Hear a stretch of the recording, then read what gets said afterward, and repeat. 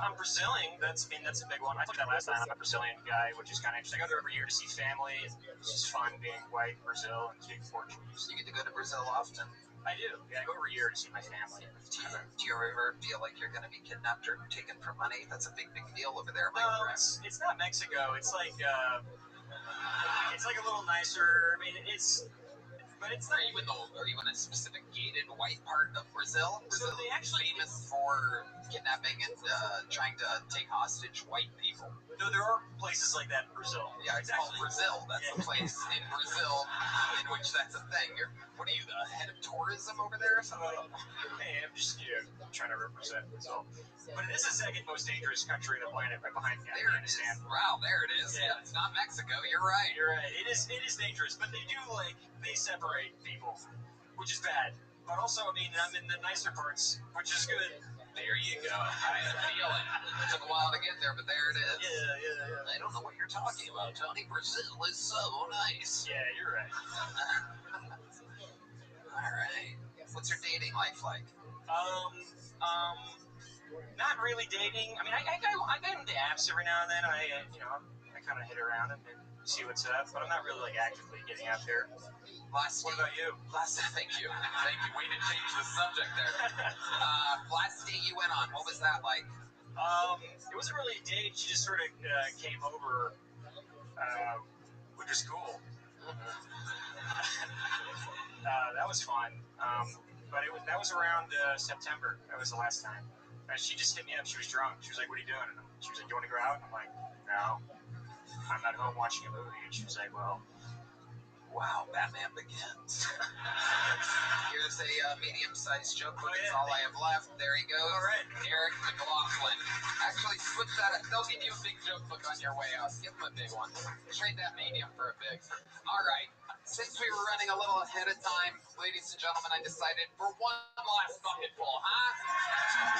We're going to get for Jonathan Jerrigan. We'll make this one quick no matter what happens. We got to keep it moving. Jonathan Jerrigan is your final bucketful of the night. What's going on? Anybody ever change your entire personality because of a TV show? I just stopped wearing my glasses because that one show. Dahmer?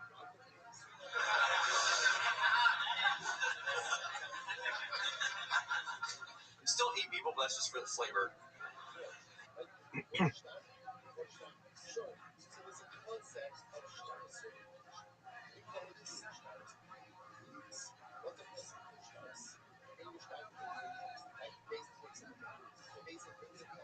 But I'm actually not a comedian. I'm just here to announce my candidacy for mayor of the Friend Zone. I've been a pretty good city councilman. I feel like I'm ready for the push for the big office. First initiative is to tackle the homeless situation. I saw this homeless couple strung out on the side of the road, and I just felt horrible. I was like, this dude has a girlfriend?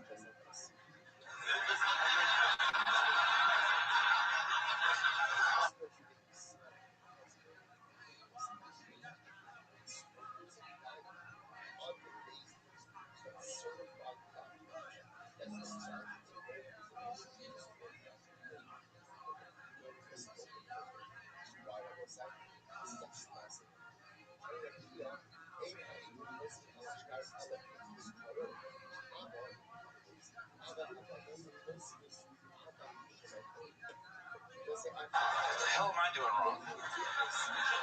It's my fault, though. I don't have the most commanding personality. If I were in a biker gang, it'd be Sons of Applebee's. Going out on a date with me is so cold. It's how it feels to chew 5 gum. But, we'll send it there. Thank you very much. I'm Jonathan Jernigan. There it is. Solid set from Jonathan Jernigan. Welcome to the show, Jonathan. It's Jernigan. Close enough. It's what? Jernigan. Jernigan. Okay. There's an end. Your ends look like ours. Yeah. All right. There you go. Jonathan Jernigan. So, Jonathan, where are you from? Houston. How long have you been doing stand-up? It'll be 8 years in August. Okay. Cool. And I'm looking at the name Jernigan. For my whole life. What are the Jernigans like? What are your parents like? My dad was an ex-hippie, and my mom is unfortunately no longer with us. What happened to mom? Oh, she had cancer. Hell yeah. kept pointing the TV remote at her. That'll do it. That'll do it. So when you say your dad's an ex-hippie, what do you mean exactly? Well, like, he used to have like really long hair and play chess, but now he doesn't. What made him kind of snap out of it, you think? My mom dying. All right.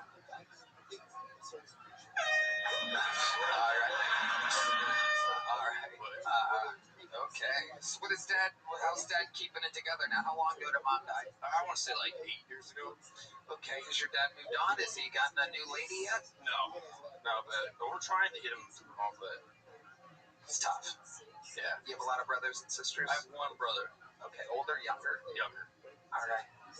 What does he do? He like does like financial analysis. What do you do for work? I teach painting. You teach paint? You make a living doing that? Not really. Oh, wow. How are you surviving? I live at home. Amazing. With dad? Yeah, with dad. Okay. It's less embarrassing now that my mom's dead. Right. Exactly. It makes it seem like you're there supporting him. Well, like according to the TLC rules, I'm technically not a scrub anymore. Very good. Very good. It's important to follow the TLC rules. Don't be a scrub and don't go chasing waterfalls. Right, Red? Are you a pretty good artist? Like, what kind of paint do you, or It's acrylic. And I mostly teach like new painters, so it's like you sign up for a night and like you with the date you get drunk and you paint and stuff. That's cool. You get a lot of paint pussy. Not really. I don't try because I feel creepy if I try to like hit on the guests. I like being employed. But other than that, Amazing. Where can people find your art at, Mr. Jernigan? I wish I don't paint that often. Oh, wow. Quite the salesman. Yeah. Okay. I'm focusing harder on comedy. Nice. Yeah. You're very, very good at it. Thank you. Keep it up. Sign up again sometime, Jonathan Jernigan. Good to see. We're at the end of the episode, so we're gonna keep it moving. Thank you so much. Sign up again, Jonathan Jernigan. A funny man. Get him a big joke book. There we go. I ran out of big joke books. It's been such a good episode. You know it's a good episode when I ran out of big joke books. All right, everybody, we made it to the final part of the show. William Montgomery is sick. Ari Maddie is adding Monday shows to his sold-out weekends on the road, taking full advantage of the Kelsoni bump while not showing up for the thing that became him so famous. But luckily for you guys, we have one more superstar that's on the super rise, everybody. Every single week, this guy does more than a minute. It's amazing to watch. He was once the Dirt Storm of Atlanta, and now he's the Dirt Storm of Austin, Texas. Make some noise for the rising star, Dedrick Flynn, ladies and gentlemen.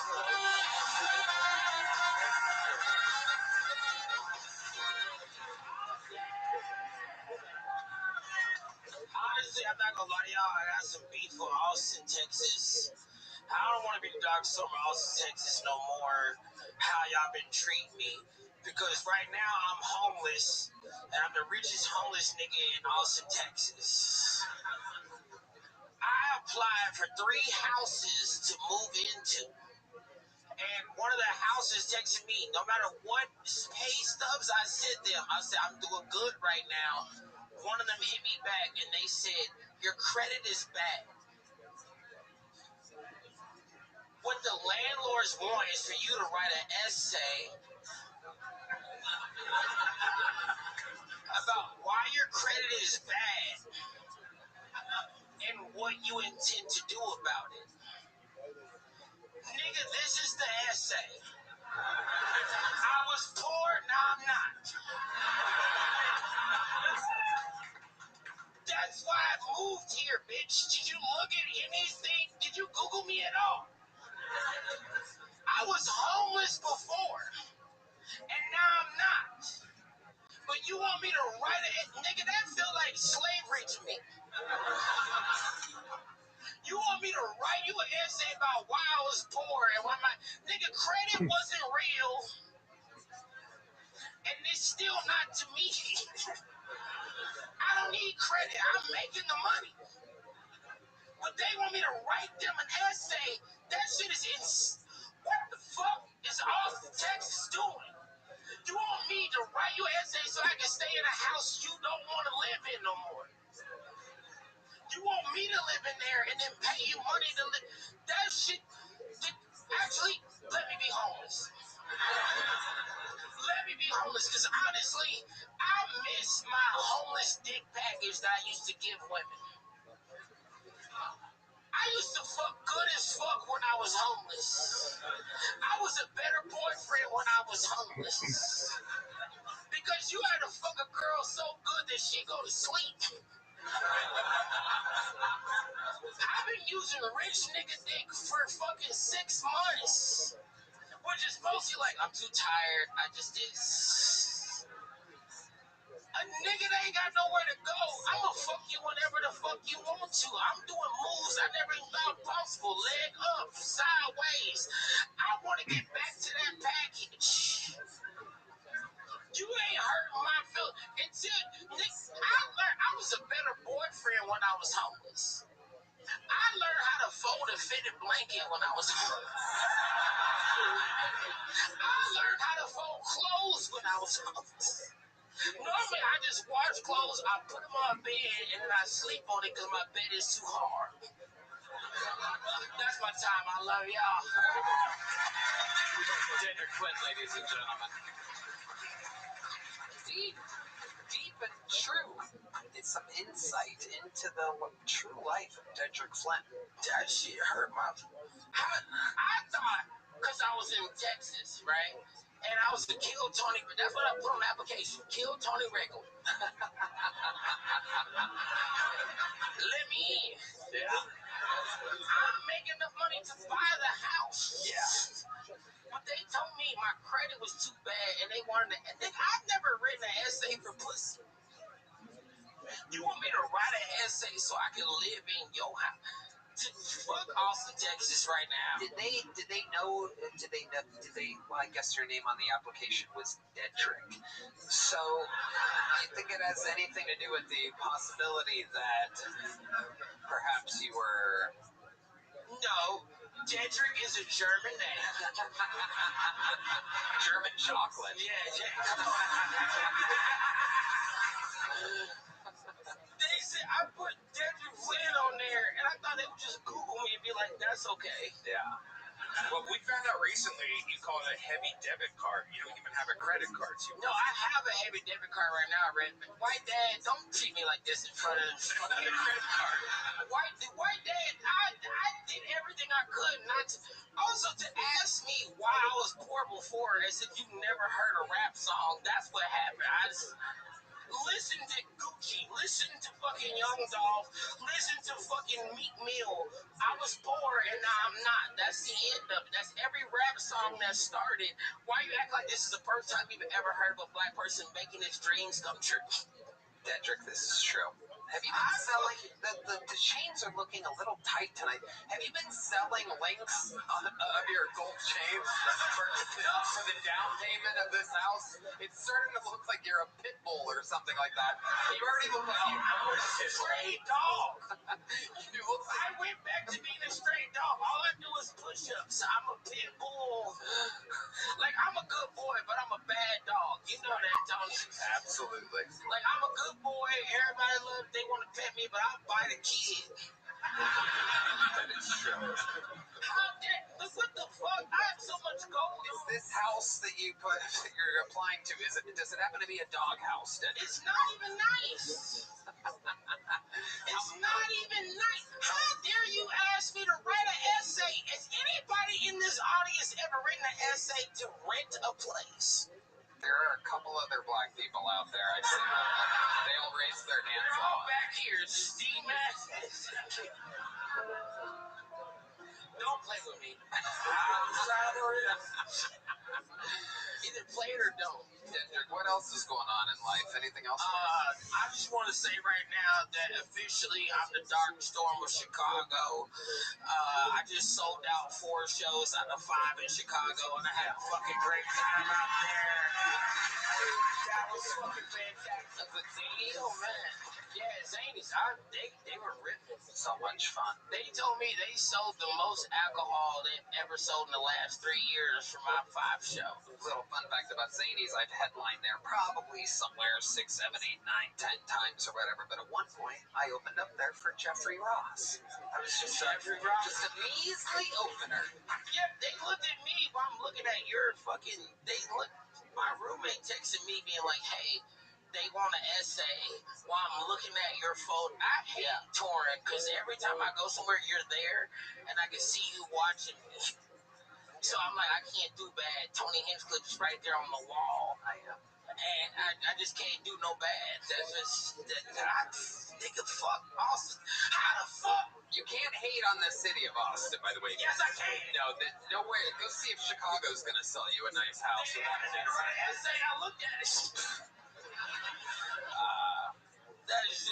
It was 33 degrees outside when I left, and I got here and it was 91. I was like, this is where I'm supposed to be. Pro tip, Dedrick, don't write them an essay. Send them your upcoming schedule. You can literally get your agents to like compile a thing that says what you're doing. They wanted why my credit score was bad, and so they never heard a dream come true. That's true.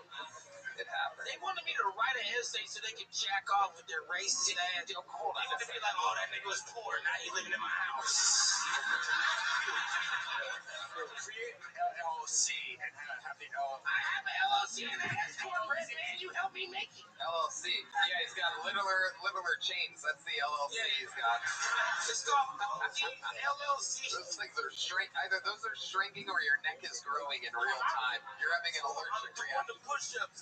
These niggas online want to fight. Dedrick, we love you. Everybody loves you, Dedrick. Richest homeless man in Austin, ladies and gentlemen. Guys, if you've ever listened to anything I tell you, I implore you, go to Netflix now that the episode is over and watch Take a Banana for the Ride. And without a doubt, as you know, make sure you watch The Roast of Kevin Hart on May 10th, live on Netflix. Anything can happen. Maybe someone trips up the stairs or fucking whatever. Throws a shot glass on the ground and glass flies everywhere. It's as live as it gets on Netflix. It's going to be a lot of fun. Thank you, Gil Tony. Thank you, Red Band. Give it up for these incredible musicians tonight. Yeah. Tony, I love you. Thank you. I love you. Letting me be a part of your crazy world. Yeah, I love you. You're the fucking man. One more time for the great Jeff Ross. This episode is brought to you by Shopify, Segovia, and ZipRecruiter. Let's check in with the local artist, Chris Rogers, see what he drew. It's Jeff Ross, everybody. Hell yeah. That's absolutely incredible. I can let you know that indeed you still have a chance, perhaps, of getting tickets for Gil Tony WrestleMania Las Vegas, Nevada. It's an absolute incredible hybrid of your favorite the greatest fucking entertainment. Two of your favorite entertainment sources, WWE and KC, all together at once. Madison Square Garden is now on sale for early August in New York City. And we're doing the Intuit Dome. And it's May 7th, I do believe.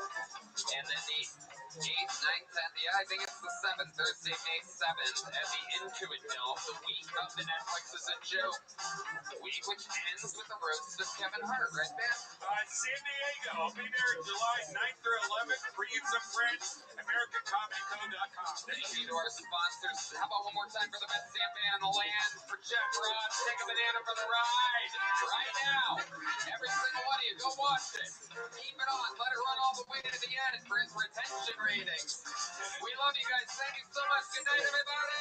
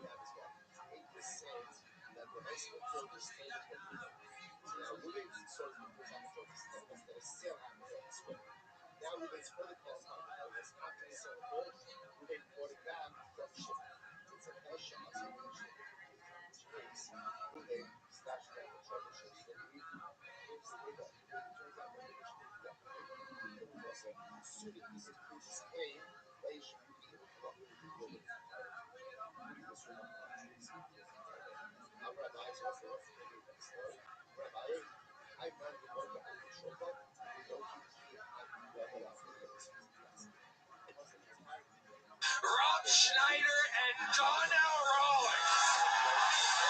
Yeah! Donnell Rawlings. I don't want to fucking be here.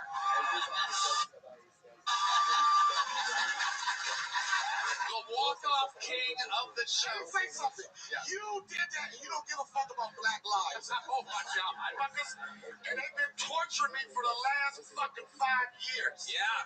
They said that you even came on my podcast and said I was Christopher walking off the show. Yeah. And these fucking, I love y'all, but y'all assholes at the same time. Don't give a fuck. Tell them what else I called you on that episode. Your favorite one. Which one? What did I call you? What? I can't remember. I called you Dave's. Oh, no. And this is my friend. He said Dave Chappelle's butt plug. I called Dave Chappelle. What the fuck was that about, Tony? That's a good one. Yeah. That's what we call that. That's a good one right there. Yeah, and I'm telling you, these motherfuckers don't give a fuck about me. Yeah. Why you laughing, nigga? You don't give a fuck about me either, son? Because when you walked off that one time, we have Stop pictures. saying I walked off. You I did. removed myself from the situation. All right, with your feet. Therefore, it was a walk-off. Wow. Martin Phillips has done it again. He has a brand new harmonica. I think if you added cocaine, it's Uncle Laser. True. Can you imagine doing cocaine with him? The cocaine will be everywhere. All right, who's ready? No way. Who's ready to hit this shit right here? Okay. Do you have a girlfriend? I know you got a girlfriend. You know why?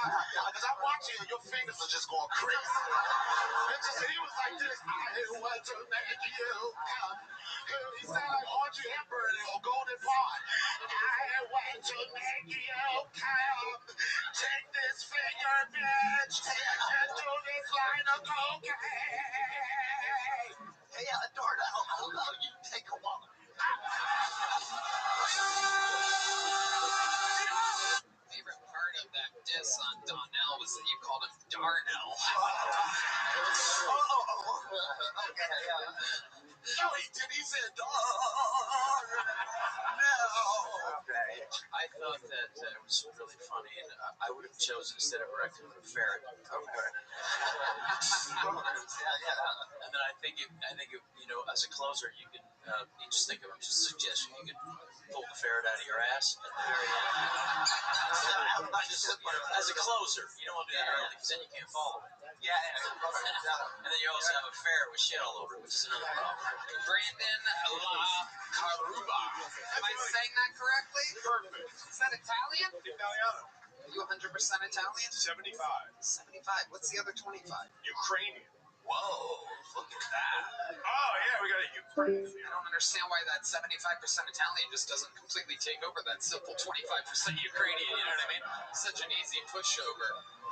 I'm a huge dork. I love anime. I love Transformers. I got a little Autobot. Whoa, okay. I play Smash Brothers for money, which is fun. Yeah, a lot of women. Smash Brothers. That sounds like something in Atlanta. Yeah.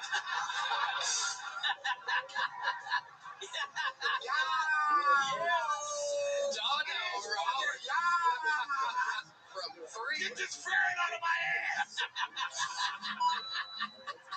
We're going to keep it moving right along. This is a minute uninterrupted for Eric Bell, ladies and gentlemen. Eric Bell. Any fans of foreplay in the crowd tonight? Yeah, I like a little bit of foreplay. Guys, ever heard of Irish dirty talk? Yeah? is when you're both in bed, right? And she's already asleep, but you're having trouble getting to sleep. So you tap her gently on the shoulder and say, "Are you awake?" And before she can answer, you're already in. Hey, I also have a version of that for you ladies. Okay, ladies, if you're in bed with your man, he's falling asleep, but you're awake. You can just lean over to the side table, open the drawer, grab something out of it, tap him on the shoulder and say, "Are you awake?" And before he answers, you're already inside him. Okay, Eric Bell, ladies and gentlemen. Listen, that's a special kind of. I just want to say, I don't think a ferret wants to go in your asshole.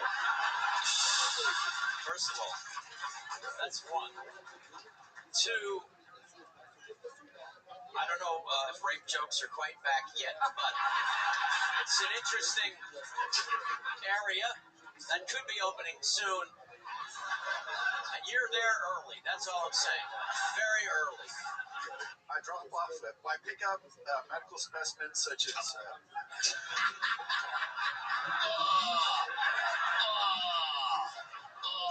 gotta do this before I do my show. I got 5 minutes. Do it for Diddy. Bad boys. I think I have an image of what you do for a living now. Are you ever transporting a kidney sometimes and you go, you know what, I'm just going to stop and have a beer first before I do it? I did have a coworker that had to transport a human leg. Whoa, what was that for? Where were they taking the leg? She didn't tell me. She quit. Wow. But she had one leg. She couldn't just walk off. Rape jokes, thumbs down. Yeah. No means no. Not really. You got some nose like this, Tony. No. I'm going right through that, though. I still don't understand. Where were they taking this leg? No, first of all, no, is it no papi, no papi? That's the difference. Papi, no papi. Oh, that's a yes for me. That's a clear yes, and maybe even a little choking. Shout out to Shannon Sharp.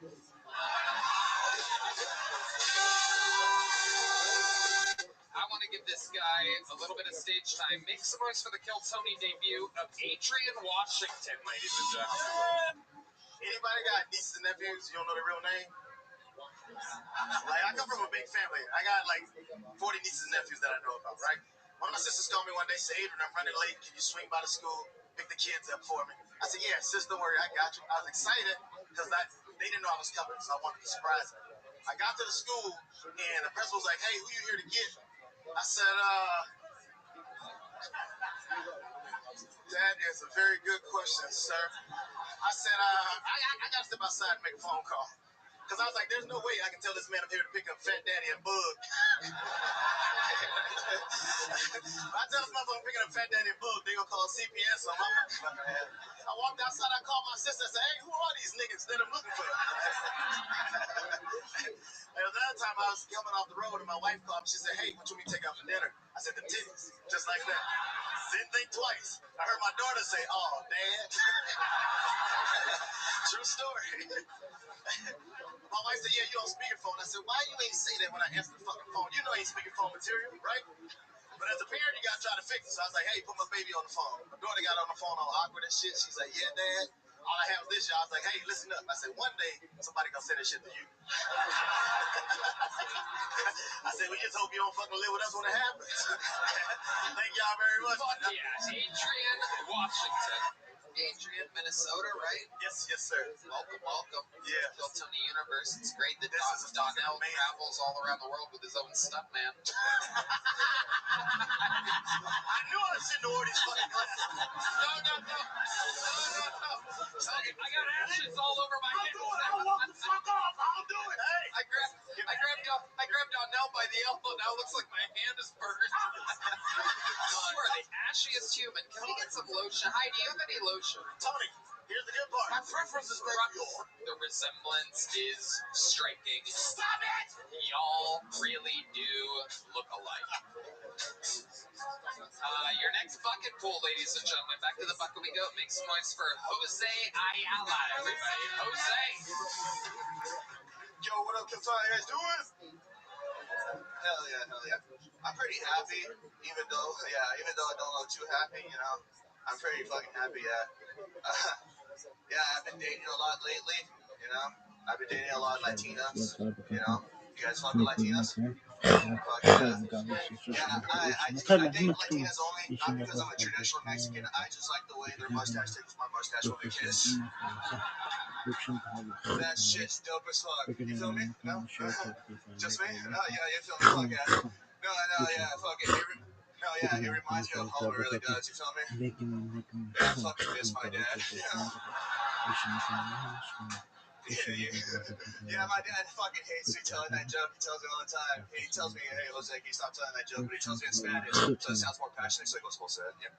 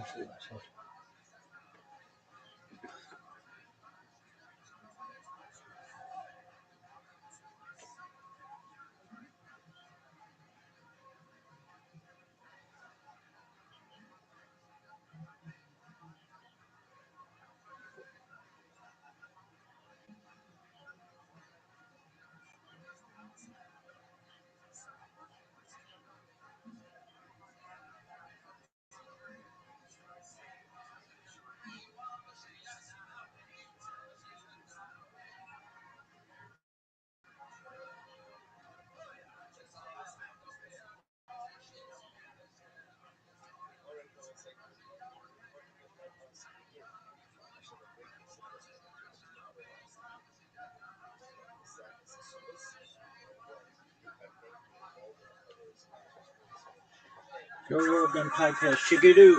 Joe Rogan Experience. Streamed all day. Joe Rogan podcast by night. All day. Hey, Joe. Great seeing you, Bob. Same here. Long time. Joe, you are still to this day the most watched ever podcast we have ever done. That's on YouTube. No way. It's just unreal. That's phenomenal. It is unreal because it shows you how many people are just absolutely fascinated by the story. And what you guys have done in this new film is essentially recreate S4 and using AI, recreate you as a young man and these experiences that you had. And it was really excellent. Luigi, you're the one who put the film together. You figured it all out. First of all, what was the technology that you guys used to recreate everything? Yeah, I just want to say there's about 10% AI in the film, but there's 90% Blender, and that's actually handmade CGI. So everything you see is all handmade, and even the de-aging of Bob Lazar, we scanned Bob, we went over to his house, scanned his face, took a process of de-aging him through that, then creating a digital model of Bob in different ages, and then placing him in the environment. And then in some instances, at the very end, we perfected or kind of put a bow on it with a little touch of AI. But the whole thing is handmade. So the craft, the environment, the papoose lake, the facility, the equipment, and the people were all made. And some of the people are actually real actors that we put in there. So it's not, there's one of the guys that is Barry in the film is a guy called Luis Martinez that's been working with me for the past 10 years, and he laughs at it because he goes, I can't believe I'm Barry, you know, so. Does he look anything like Barry? Actually, he does. He does. That's why we chose him. Yeah. Where's Barry, the actual Barry now? I don't know, you know, I kind of thought at one point, after all this happened, we would at least hear from one of those guys. But I never heard from anybody after the initial the release of all the information. Yeah. It seems like, well, I don't know, but if people are able to keep secrets for this long, it's got to be very difficult to just blurt it out. Like, if you're holding on to a secret for 20, 30, 40 years, it's like, I guess these guys were lifers, though. yeah. I mean, they spent most of their time there. They spent at least 2 weeks at a time and had 1 week off. So they stayed at the base. I mean, these guys were hardcore. I had just come in on the project, so I don't know. I don't know what happened to him. I'd love to know.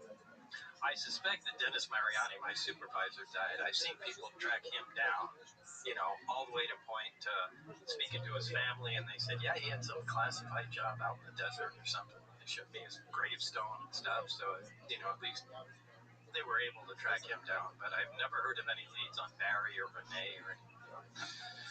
What is it like seeing the recreation of it in a film? Because, I mean, it essentially was your direction, for lack of a better word, your description of it, you telling them exactly how everything was laid out, and then once they recreated it, what is that feeling like when you watch it? Well, the final product is absolutely mind-blowing because, as I've said to Luigi, it looks like you guys downloaded that out of my brain. I mean, you could describe something 100 times, and until you actually make a picture, it doesn't become clear. But, this took years. I think it was like 5.5 years from when I first met Luigi, and he said, yeah, I can do this. And the quality kept improving to where he started showing me pictures, and I went, Jesus, that's really it. It's not really it. It's really it. And, I mean, it blew me away. Later on, he showed me a 3D environment where I could put goggles on and move around inside. I mean, that made the hair stand up on my arms. It was unbelievable. So, I don't know if I could really describe how that made me feel, but it felt like I was teleported back there. And that's what really, I developed an admiration for Luigi's talent. I said, I'm behind this, and flew out to Canada a couple times. I didn't have much to do with the film other than, I guess, a couple times going out there and going, no, that's right, that's the wrong color, move this here, do that. And but those guys spent over 3 years working on it, and they never showed me anything. I speak to Luigi, a couple times a month, and he'd always say, oh my God, you won't believe this. I said, show me. No, it's not done yet. So I really didn't get it to see anything till close to the end. But when I did, really, without trying to sound dramatic, it really put tears in my eyes, going that's it. You did it. Just stop. It's perfect. Well, I had the pleasure of watching the movie with you and sitting there with you. There was a bunch of times in the movie you're like, yeah. Like, you could tell. Yeah. Yeah, just I swear I could feel that place. I could feel it watching that movie. And it really freaks me out because, as I've said before, it's not like what I saw. It's exactly what I saw. It's perfect. It's just like Luigi was at S4 with a camera. So it worked. It's a very unique documentary in that regard. And watching it with you, seeing you experience this thing, and then me trying to imagine what it's like for you. You're this young scientist who gets brought in on this thing without much explanation, and then all of a sudden you're confronted by this craft. And the way it's broken down in the film, and you get to actually see you viewing this thing and being in the presence of this thing for the first time. It's just, I could just only imagine what that must have been like for you. And it's so weird to watch you watch it again and see your wheels spin. Yeah. What the fuck happened in my life, man? Right. What did they do to me? What did they make me experience? Like, what the hell? Yeah. I really can't fill in the blanks there. It's I want to just say that there was a time when Bob got angry at me a lot because I wouldn't show him. And he was like, come on, show me. And I said, it's not ready yet. I don't want to show you something. But at a certain point, we had to. And Bob started remembering more stuff. Yeah, that's true. And it really made a big difference when he showed me some things, and walking down the corridor here and turn. Oh, stop! Wait, there's another door there. I mean, it was like I was going back into the facility, and really brought. I mean, actually seeing it again, really brought some things back that I had completely forgotten about. So that. Well, what's really fascinating is, for people that don't know your story, you came out with a story, you talked to George Knapp, and was it 89? 88, 89, somewhere in there. So, late 80s, you've essentially told the exact same story all these years. And then, within the last, 9, 10 years, we've started to get all these reports. There was the New York Times story, there was the Go Fast video and the Fleer video, and all these videos that show a crap that's moving the way you described this sport model moving. Right. Which kind of freaked a lot of people out with the way it rotated and turned. Yeah, it does the belly roll, faces the bottom towards where it's want to go, and then it takes off. And, yeah. It's exactly how you described all those years ago, which is really fucking crazy. Well, that's the way it was. But it's crazy because you had this story way back then, and everybody's like, this guy's just making things up. This is all cockamamie bullshit. And then you see those videos. Yo, what up, Andy Jin? Like, how you living, pimp? Wait, listen, it's Andy Jin. what he described. It's doing what he described in 1989. Yeah. Yo, what's going on? Yeah, no shit. What's good, son? Yes, God, what's new, baby? What's new? I love that. How'd you find out about me, Andy Jin? Imagine being smart. Oh, you telling me? How did you find out about me? What you mean? Like, how did you find out about me? What are you talking about? What? Did you find out about me from a social media like Discord or TikTok or YouTube? How'd you find out about me? What? How did you find out? How did you find it? I just am your friend. What are you talking about, bro? Just God told me. Okay, that's tight. Have we spoken before? I don't know, bro. God told me. No, I don't know. Have we? Have we talked and we just really got along in some way? I don't know. Perhaps, man. All right, so what were you doing before this?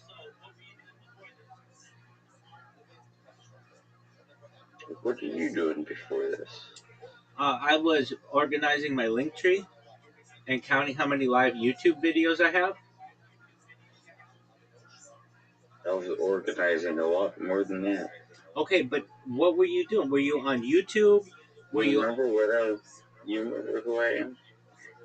Yeah. And you remember? You were like not doing nothing, and I set you up. Dog, you've got to. You don't remember that, no? I have nearly 3,000 people in this Discord. I cannot remember how I met every single person. You remember this whole thing? I was setting you up for this whole thing, and I told you exactly what to do, and I was giving you guidance. The whole thing, I was telling you, do this, this is what you do this. And you remember you were listening to me, and then you remember, I don't know why, you're saying you don't know me. That's nuts, but alright. Okay, did you change your name in here? Yes, okay. Of course. Okay, well that's probably why I don't remember. You remember I'm your handler? Do you not know that? Dog, I don't have a handler. No, you have one. No, No, I don't. Okay. All right, then you don't have one. No, I don't. Okay. All right. So how's your day going? Delete me then. I mean, Go ahead. I never, Delete me. I I'm never, not your handler. I never You added you. kidding me? You know, I know who the fuck I am. My man, I never added you. Delete me then. Try it. No. Try to delete me. Huh? Go ahead. Yeah, try to delete me. Doug, I'm doing other stuff. Do you know who Bob Lazar I'm is? assigned to you, Joe. I'm assigned to you. And it's not a secret. It's not a secret. I'm assigned to you. I'm your handler. Okay, that's cool. Obviously. Yeah, it's not going to change. Okay, Doug, I don't have a handle. Anyway, go for it. I'm just letting you know. Hello. I'm your handler. My man, I do my own thing. Sure, do whatever you want. You don't know I don't anything. care what you do. Do whatever you want. Okay, who sent you as my quote unquote handler?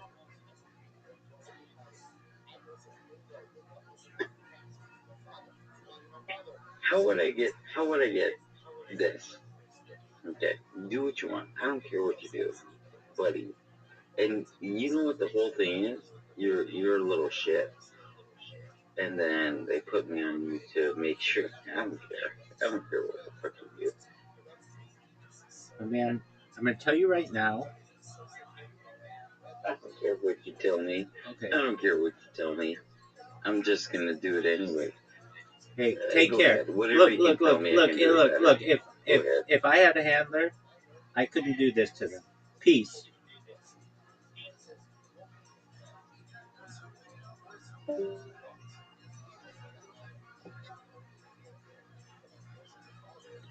Fucking handler. His life won't be easy. It's so weird. I can't. I mean, I've had so many conversations with people, and one of the things that comes up is, do you think Bob Lazar's telling the truth? And I say, look, I don't know. There's no way I can know, but he doesn't seem like he's lying. I've been around a lot of liars. Look, nobody can know unless you're there. I'm the biggest skeptic of all. Although if you look at Wikipedia, it says I'm a conspiracy theorist or something. I think it says I'm a far-right podcaster. Yeah, all right. I mean, yeah, it's crazy. But, that's my train of thought. Well, basically, are you a conspiracy theorist? No, you don't even look at this stuff. Well, if you have a lie, you have one lie. It's amazing. Because you've told the same one. Well, it's a pretty detailed lie. It's also not normal. Like, normally when people lie, they get bored with the same lie, and then they come up with another lie, and then there's some other story. So you catch them. Eventually you catch them. There's some cockamamie new thing that they come up with, and it's the type of people that are that deceptive. I mean, it doesn't make sense. It doesn't fit the standard model of someone. Well, there are other people involved with it. Yeah, that's also part of it. This is for the first time Gene Hub finally is on film, because when I had the test flight information, he was he was the first person I told about that, and we were all able to go out and see it, and everybody knew that I wasn't crazy. It was, and then also all the confirmation that you were being fucked with. That when you were in the gym, they would show up and open up your locked car doors and open your trunk and leave it there, so you go out there and see it. They'd go to your house when you weren't there. Yeah, they were even following George Knapp, and I mean, all of us, anybody that had anything to do with it at that time, they were keeping eyes on it. It was not just eyes, but a lot of intimidation tactics, just letting you know that they could touch you. Yeah. So I've really worked for decades to push this out of my mind, so it's always tough to bring it back, and talk about it. And although it might be funny now, it wasn't funny then, no. It was a really stressful time, and still is a very stressful thing for me. I know it's so many years ago, but do you remember the thought that came in your mind when you realized that it wasn't ours?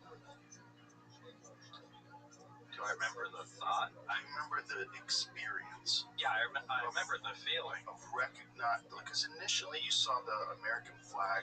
Yeah, when I saw the American flag, when I first went in, the first time I went in through the hangar door instead of around the back, slid my hand across it, saw the American flag, and I thought, oh my God, this explains the UFO nuts, It's ours. Yeah, this is ours. This is a new top secret fighter. We came up with a new propulsion system, and it explains everything, because I never believed in flying saucers. I thought people were nuts. But when they started reviewing everything with me, I was trying to replace somebody, or they were trying to use me to replace somebody as quick as possible. And they had two directives. Directive one was to duplicate the technology with available material at any cost, which is exact verbatim what it was. And directive two was to be able to disable this technology at a distance at any cost. And, once you start thinking about that, wait, don't you guys know how the thing you built worked? And it's kind of like they left that out. That this, by the way, this isn't ours. And Barry is the guy that filled me in, going, no.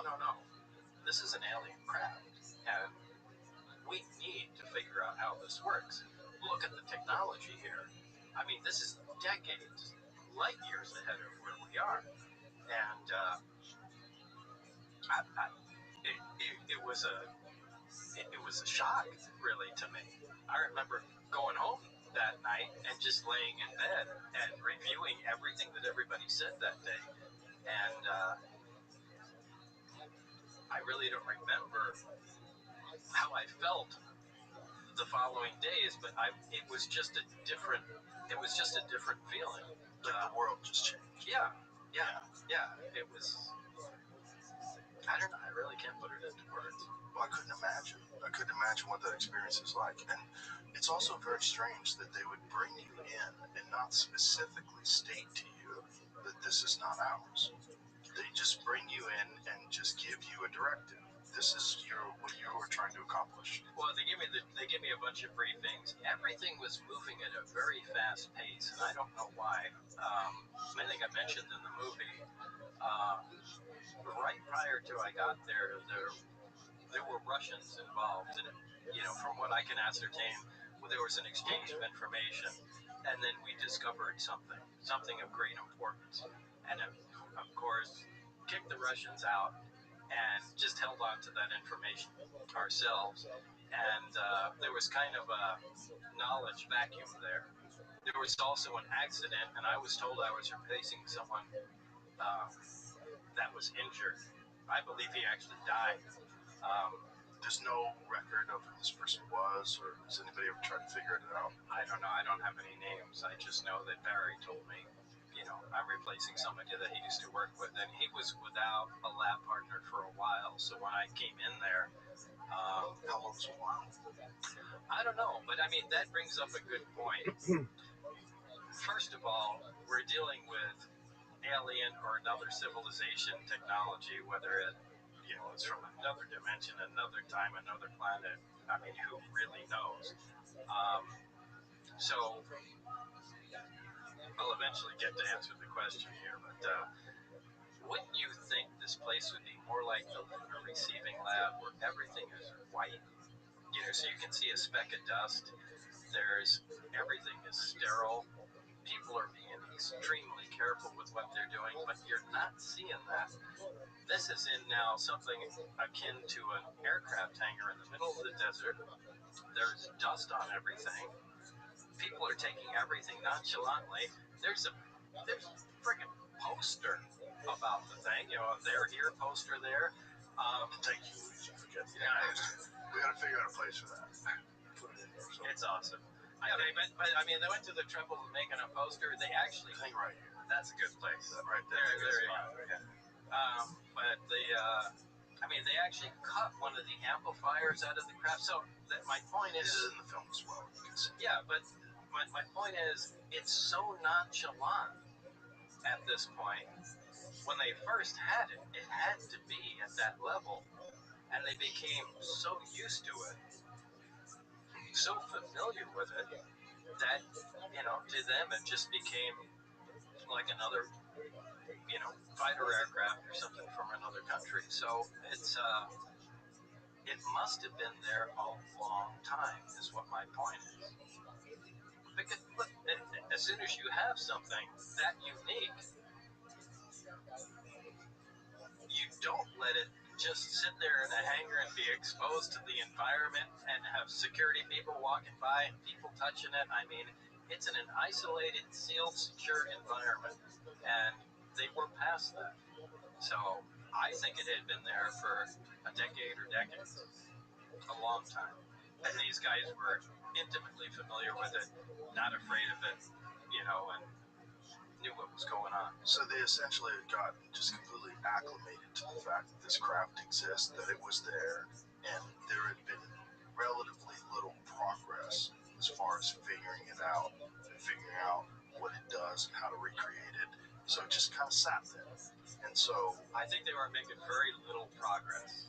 And I think they kept going over the same road again and again. And they probably had other experts there and just didn't. And I think the reason I got hired is because I was a guy out in left field that didn't necessarily follow what was going on. I mean, the biggest distractors to me anyway, in the story, are other scientists, other physicists. They would have hired me because I'm the top guy in the field. Yeah, you probably are. But I think they hired plenty of you guys, and you just kept going down the same road and didn't do anything. I think they were looking for somebody that just would have some radical idea and just to push the project forward, because everything had stalled when I got there. And I think they were just in a desperate move to make some progress. One of the things you talked about in the first podcast that I think is really important is that the only way for science to really progress is that these various scientists have to be able to communicate, and you have to be able to share ideas, and you have to be able to collaborate. But that's not how this was run, because it was so top secret. Everything was compartmentalized. Like, the metallurgists weren't talking to the propulsions people, weren't talking to, if there were biologics experts, like everybody. Super frustrating, because I think, I don't remember exactly where that started. Again, it's 40 years ago, but I think it started with the seats. And no, it started with the actual skin of the craft, because everything looked like it was made from the same material. And I wanted some information about the skin, the superstructure of the craft, and they said, no, that's restricted. We need a reason for you to. I just want to see if everything is exactly the same material. And what I call the seats in the craft, I still don't know if they're the seats, but they might be.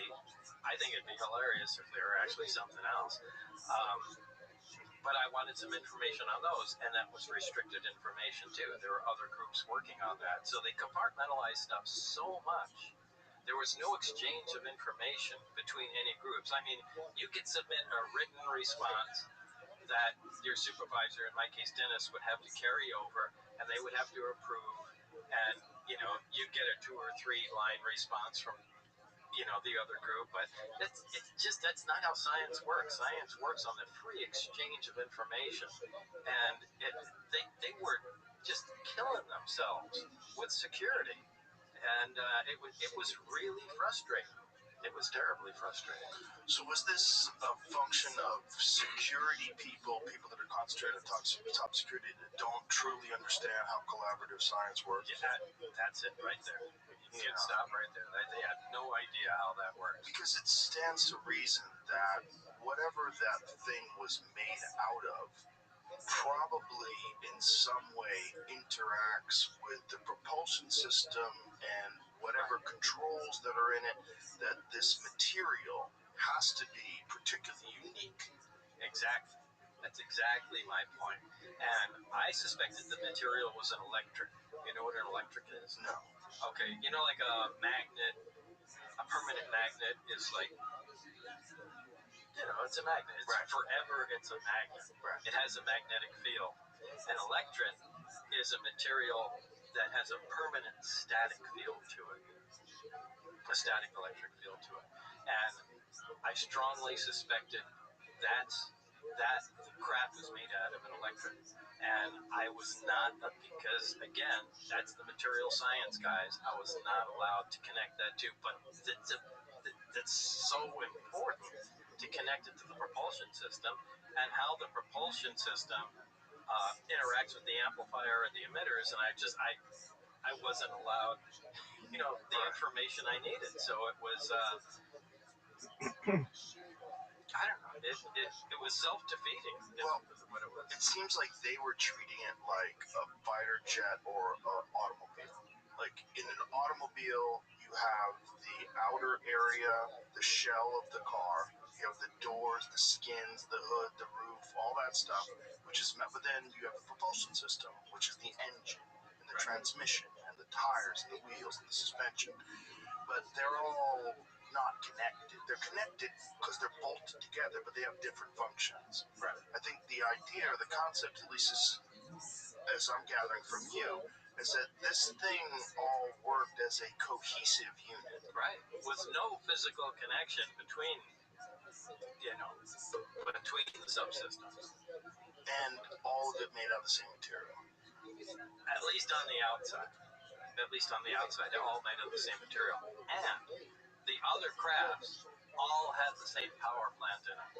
So that brings to mind, like a GM plant that makes a car with a Chevy 350 that makes, a dozen different models to it. Right. So that makes you think about, boy, is there a factory making these things? And,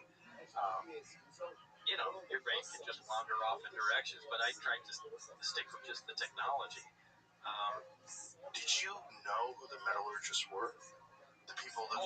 I saw them. I know them. And Barry, we'd go to the lunchroom, Barry would point them out, And you weren't allowed to communicate with them at all? Oh, hell no.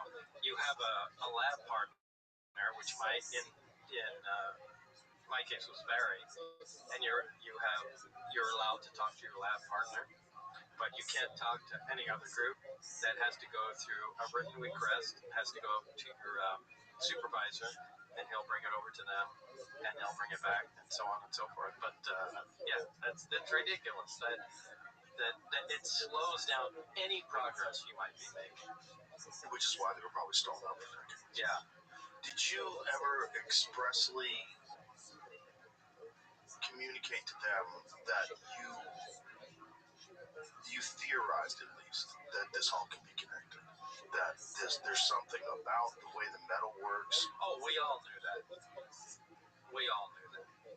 Because we get requests from other groups, and you can tell they're desperate, just like we are, and fighting against the system. What kind of requests would you get? Just exactly what we found out. Where is the energy being transferred here? If the reactor fires up, is there a field present around it, or is the field just absorbed into the emitter, and you can touch the reactor itself? And just little things like that. And actually that was an important thing. When the reactor's operating, is it perfectly tuned, the emitter, to where it removes all the energy from the reactor and pushes it out the bottom? And the answer to that was no. I remember that as a specific request from one of the groups. The metallurgy group is the one that we really wanted to hear from. And some of the group, I don't even know what some of the other groups were. But how many groups were there? I don't know. There were only 22 people there total, including myself. So, I would like for you to tell Joe, one of the things that also interested me, because I built a craft, is how the waveguide worked with the ceiling and the interior, and how it blended. If you can explain, there was no telescopic. Well, this is why we wanted to talk to the metallurgist people. The reactor that sits on the bottom of the craft, a little dome over it, and there's something that looks like a pipe that's slight. You can lift it up, and take the reactor out, put the reactor in, and lift it down. But you know, like a antenna works on an old walkie-talkie. It has different sections.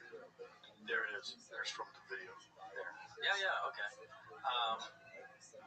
Yeah, you can retract the pipe, but there's no sections, and it doesn't get any thicker.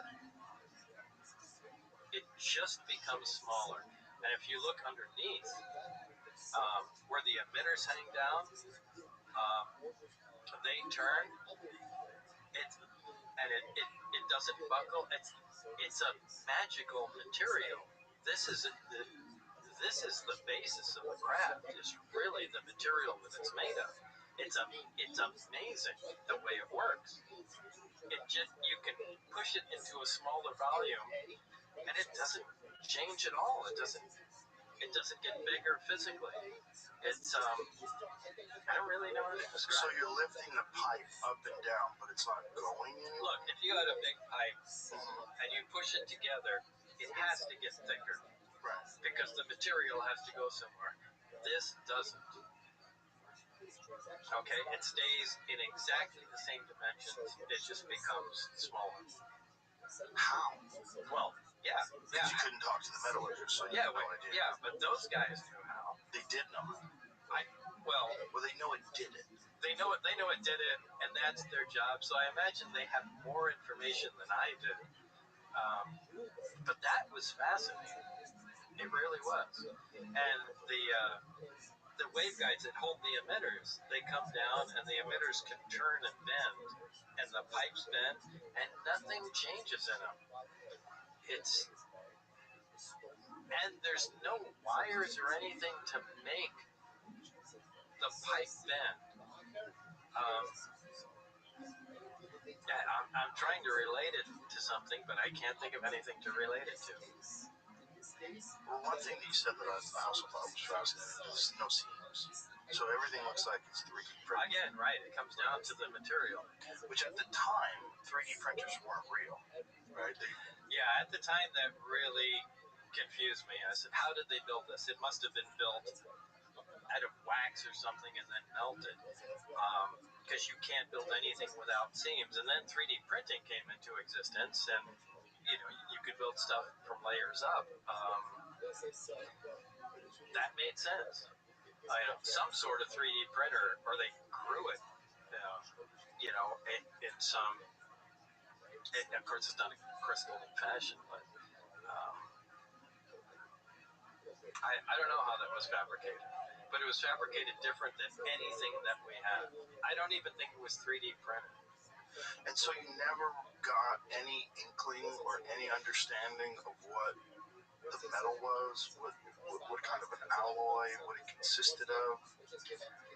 All I can say, it was cold to the touch because when I touched it, but I can't say if it was a ceramic or not. I'd say it was metal because it was cold. Because it looks like metal. And this is it looks like metal. This is the Designs by Perry version of it. How much does that look like? No, it's 100%. That's it. Yeah, that's to have the first ripple supposed to be black. Yeah. See? Yeah.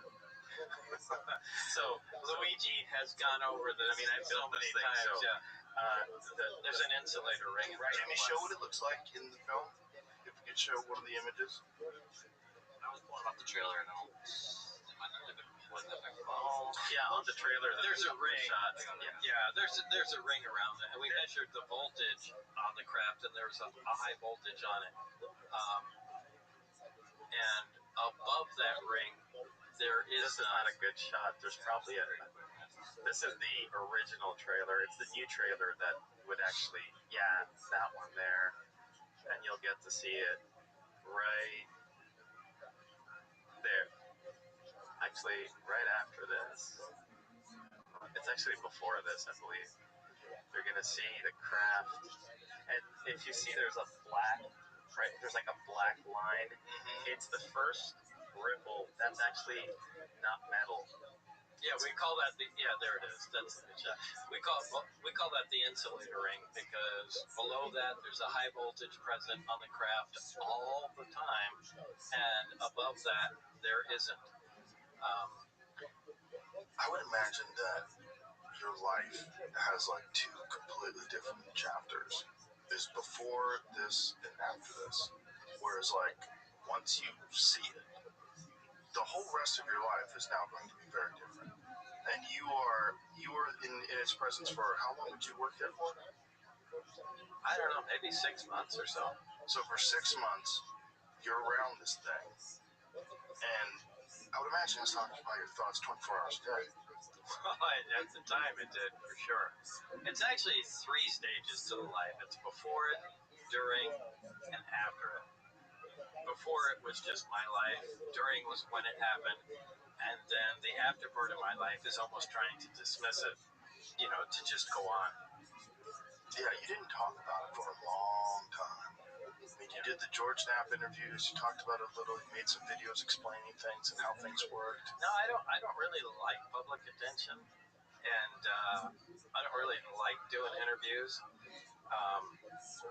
which you probably know.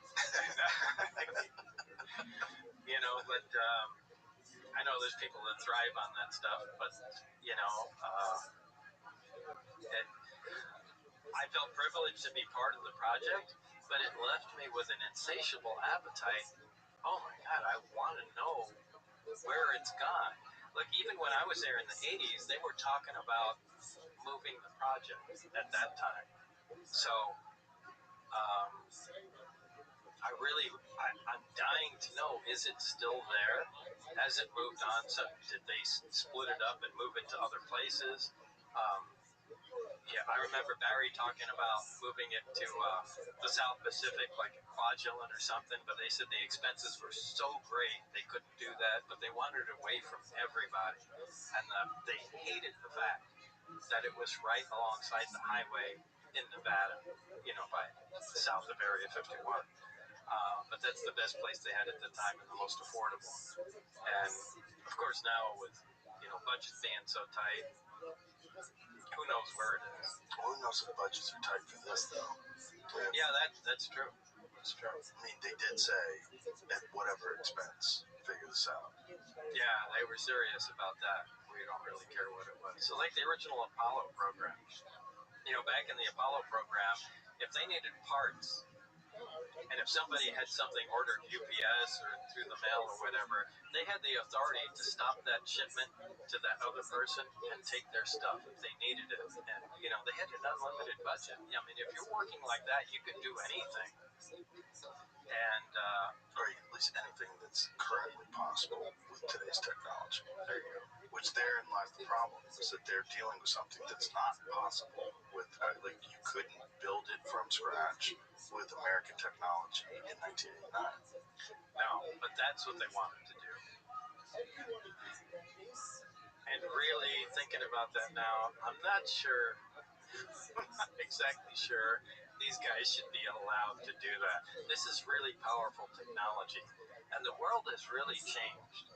I mean, we have a lot of crazy people doing stuff now, and nonsense transmits through the population at the speed of light. And, I don't know, this can be a very powerful world-conquering technology. And look, for 40 years, I think I've said this before, for 40 years, all the people in control of this information have all agreed to keep it quiet. And these aren't idiots. These aren't idiots for 40 years. You have a line of people that all have agreed, no, let's not say anything. No, let's not say anything. No, let's not say anything. There has to be a reason why. And if they all agreed to that, maybe I'm the asshole. No, really. Maybe they're right. And maybe you would have figured that out if you kept working. Yeah, I don't know. But I'm increasingly thinking I'm the one that made the mistake. Maybe this is supposed to be just kept quiet. Yeah, but that doesn't ring true. Because I don't think it's ever healthy if small groups of individuals have information that would change our understanding of where we are. Yeah, there's that. I don't think they deserve it. I don't think it's right. I don't think it makes any sense. I don't know. I mean, really think about it. What if it's something that's really dramatic? Like how so? What do you think would be like? I don't know. Maybe. I mean, what if it's? I'm not saying this is what it is, but I mean, what if it's like, like we raise cows out in a field and just feed them grass, and they're just going to be food. What if it's something like that? What if we're just like, a population of creatures that are just to be consumed in some way? I don't know if we're to be consumed, but I do think we are not physically consumed, like eaten, but I mean, I think we have a task, and I'm more and more convinced as time goes on that we were engineered. I don't think we came about as a normal evolutionary process like all the other animals. Yeah, I agree. I really agree with that. There's a lot of people that think that. It just doesn't make sense objectively. I mean, without seeming like a kook or someone who buys into conspiracy theories, if you just look at all the other biology on Earth, why is one so uniquely able to manipulate its environment, communicate instantaneously at distance, can't really even exist in its environment in most places that it lives without clothes and shelter? We're a weird animal. We're very strange. Like, we don't seem to normally adapt it to our environment with the way we've completely controlled our environment with air conditioning and electricity and electronics and flight and travel. We're so beyond everything else that evolved. Whereas every other animal, predator or prey, plant eater or meat eater, all seems to cohesively exist inside of its ecosystem. And then you have us, which is like almost like an invasive species. Like, invasive species destroy ecosystems, like, because they don't belong there. Well, that's kind of what we do. Like, we suck all the fish out of the ocean, we pollute the rivers with our technology, we, mess up underground water systems with fracking and drill. We're like an invasive species in a lot of ways. Yeah. We're really weird. I can't argue with that at all. Yeah, this Tim Burchett thing. So Tim Burchett has recently been talking about this, and he can't talk about it because it's classified, but he said you'd be up at night with the things that I've seen, if the things that I've seen have released. Yeah. He said, we just need you to disclose it all. I'm sick of it. I was briefed. I will tell you this. I was briefed last week on an issue, 2 weeks ago, and it would have set the earth on. This country would have become unglued, I think, if they would have heard all that I heard. Well, this is what I was talking about. Yeah. If, it's not like there's a bunch of space brothers coming down going, oh, look what we discovered. Here, have some information. And, what if it's not that? What if all the information is bad? Well, what would be bad? Like, have you ever thought about this? Tried to, play it out to its natural conclusion? Like, what do you think the scenarios could be that's bad? I don't know. Everything that look, we view ourselves at the top of the food chain. What if we're not anywhere near there? I don't think we are. Okay, what if we're just consumables? Well, I don't know if, chimpanzees are consumables, right? They're not at the top of the food chain either, right? But no, but I would consider them substantially lower than we are. Right. It's like my good friend that died, John Lear, who had a bunch of crazy thoughts. I mean, he used to come over and tell us that, on the moon there was a soul sucker. And when he said this, you better give me that. Have another drink before you explain this one. Oh boy. A soul sucker. Yeah. John Lear was an eccentric individual. I'm kind of sad I never met him. Man, he was supporting evidence. He was a what? Terrence McKenna talking about the moon being a soul catcher? Yeah. No, I mean, he'd give me pictures of these giant antennas on the moon. In fact, I'll tell you a story. He was an accomplished pilot, had many world records and things of that. Part of the Lear family. That his father invented autopilot, the 8-track tape, all kinds of stuff. And but John Lear was a loose cannon at the time. He'd fly from Las Vegas and shuttle L-1011s, which are giant planes, back and forth. And he'd say, be kind of lonely. And goes, "Hey, you want to go to Minneapolis tonight?" He'd call me like at 9 o'clock at night and say, "Well, no, not really. Come on, fly with me." He said, "Just put on a suit and come to so and so." And I'd go to McCarran Airport and go there.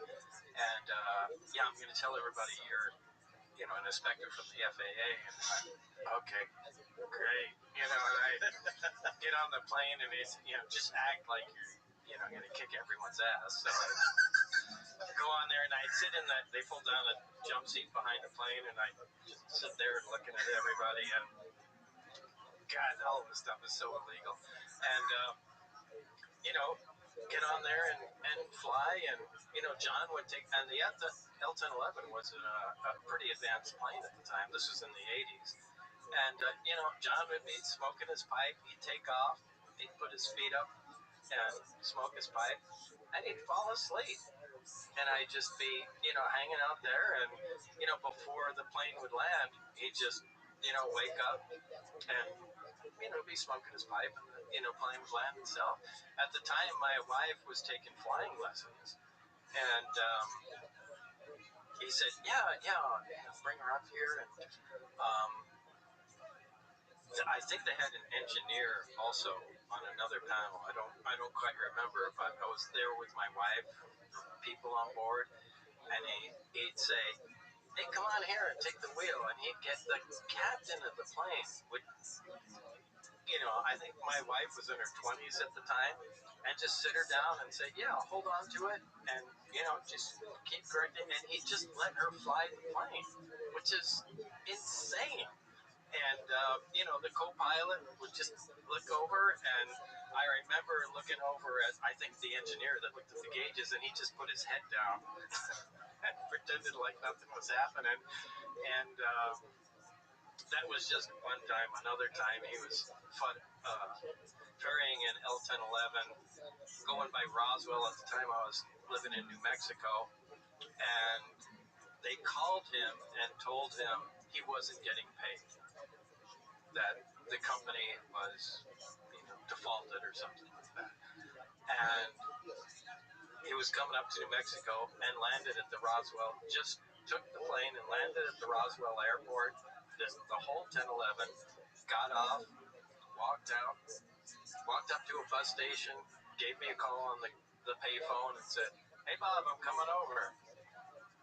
"Okay, you're in New Mexico?" "Yeah." And he drove up.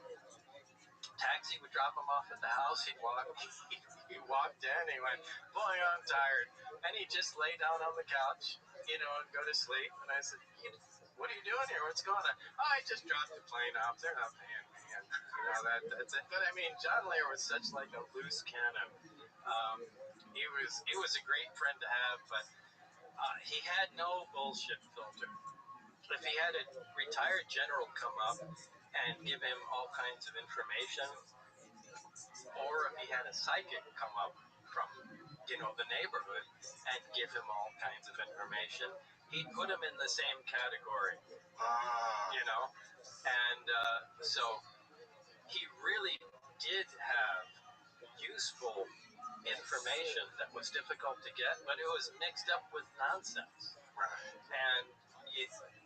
And sometimes he would just really lean into that nonsense. Like he was convinced that the sun wasn't hot and there were people living inside. And I used to die laughing. I went, "You are insane." I said, you can't prove it's hot." "Yes, I can. Just go outside, on a hot day, and John said, "That's not the sun. That's just the sun's atmosphere that's on fire." And I said, "You're just crazy." But we got along, and he knew that I thought he was crazy. But the thing is, a lot of people did come to him and give him good information. Anyway, I don't remember That's where I the was thing. going with That's this. the thing about some people. Some people will tell you nonsense, and then they'll tell you true things. And it's difficult to accept that true things also come from people that say nonsense. Right. Like, just because they've said something that's nonsense doesn't mean necessarily that this thing they're saying is not true. It's another thing. And you've got to be able to discern. You've got, like, I talk to a lot of people that say a lot of kooky things that don't make any sense, but then they'll say something that rings true. And it's difficult because you have to have some sort of an understanding of the human psyche and of those kind of people, because there are kind of people that have very loose nets. You're counting on their filter working like yours. And it doesn't. And no, it doesn't. But some good stuff gets in there, and you go, hold on, what did you just say? Right. Tell me that again. How does that one work? Yeah, you can't really discount people because somebody comes up with some absolute nonsense. Right. It just means their filter is defective. Right. But which is also the reason why they're willing to entertain things that are outside of the normal spectrum. So, like, they might have actual, real, useful information, but it's wrapped up in there with Bigfoot. Exactly. Yeah, exactly. But so the soul catcher thing. Yeah, that's where I was going. The soul catcher. So, I remember him sitting, and I think he was telling my wife Joy the story because I walked in on it. And he said, "Yeah, there are these giant antennas, and when you die, your soul goes up." And I think he said the Greys, this alien race, set up this soul catcher, and that's what this whole thing is about. And as you die, it sucks your soul in, and they use it in some way. And it's not where your soul is supposed to go. They just set some sort of intercept. Did he say where your soul was supposed to go? No. He was just more really into the soul catcher. Well, that was one of the weird things about some of the documents that you had at least been alerted to when you were on the base, and one of them being that humans are containers. Yeah. Right. Yeah. And which the likely conclusion is containers of souls. A soul is a real thing, whatever that is. That's what you would think. Right. I mean, that's what I thought. Yeah. But I mean, it's just I would prefer to believe that's not true. But maybe it is. I don't know. As Barry said, they mix absolute nonsense in there. So if and it's unique to each person. So if you give out any information and they go, we heard some stuff about soul catchers. Oh, we know that came from Lazar. So that's just a way where they can direct where it came to. But then the problem is, decades and decades, generations and generations of people working there. How many people know what the real truth is? How many people know? I don't know. I mean, there must be a group of people that really have the pure information of what's going on. I would assume, but not necessarily. I would think there has to be a group of people that know what's going on. And who are those people? And to me, like I was telling Luigi, I have a bunch of questions for me. Right. What would be your questions for you if you met you? Yeah. Now, the questions for me are people that ask me over decades the same question. Why is it the Navy? The Navy paid me. I always said the Navy. Everything has been the Navy instead of the Air Force because back in the 60s and 70s, there's Project Bluebird and the Air Force and all of that, but everything associated with this was the Navy. So, and in these days, you hear some of these new types of crafts that are transmedium.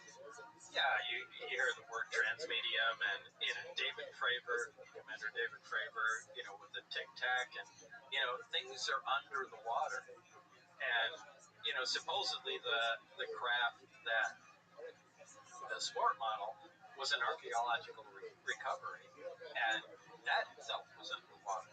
So what is the deal with the water? I mean, it's by far the biggest medium of the planet. I mean, if you want to hide people down there, almost an entire civilization down there, you could do it in the ocean, as long as you do it deep enough. and away from people.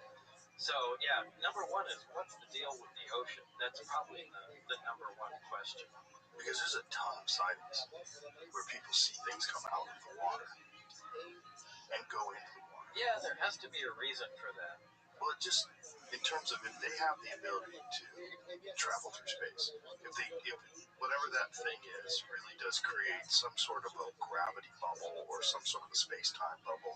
Yeah, but maybe it's not space. Maybe it's not space. Maybe it's time. Maybe it's another dimension. There's really no limit. If you can start manipulating physics in that way, you can bend time. You can open doorways into other dimensions. So maybe it has nothing to do with going. Look, we all want it to be like Star Trek, you know, because Star Trek is really understandable. Right. You go out there, you fly to another planet, you meet the people there, you go to another one. Well, these guys are happy, those guys aren't, you know, and it all makes perfect sense. I don't really think it's like that. Look, you know, if you look at history, especially, you know, United States history, anytime a superior race or intelligence meets with an inferior one, it's never good for the inferior guys. Never.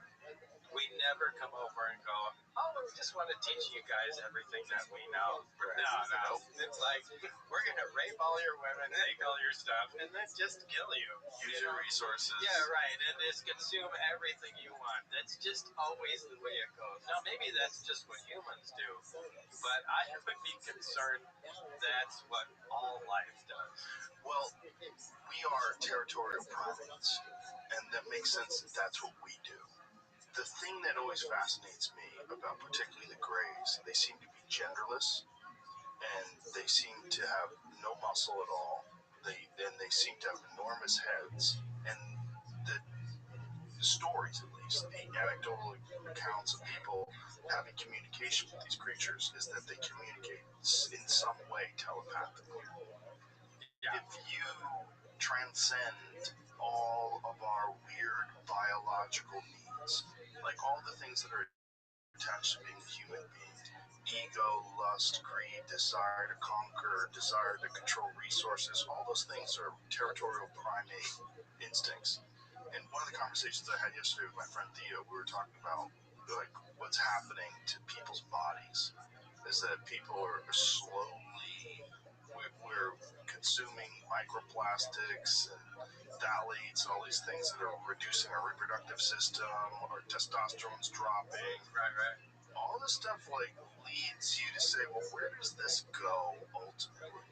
Like, well, how many more people are autistic now than were before? It's 1 out of 12 boys in California now. It used to be 1 out of 10,000 just a few decades ago. Like, we're moving in this very weird direction without us recognizing. Wait, let me stop you there. It's 1 out of how many? 1 out of 12 boys in California are diagnosed autistic now.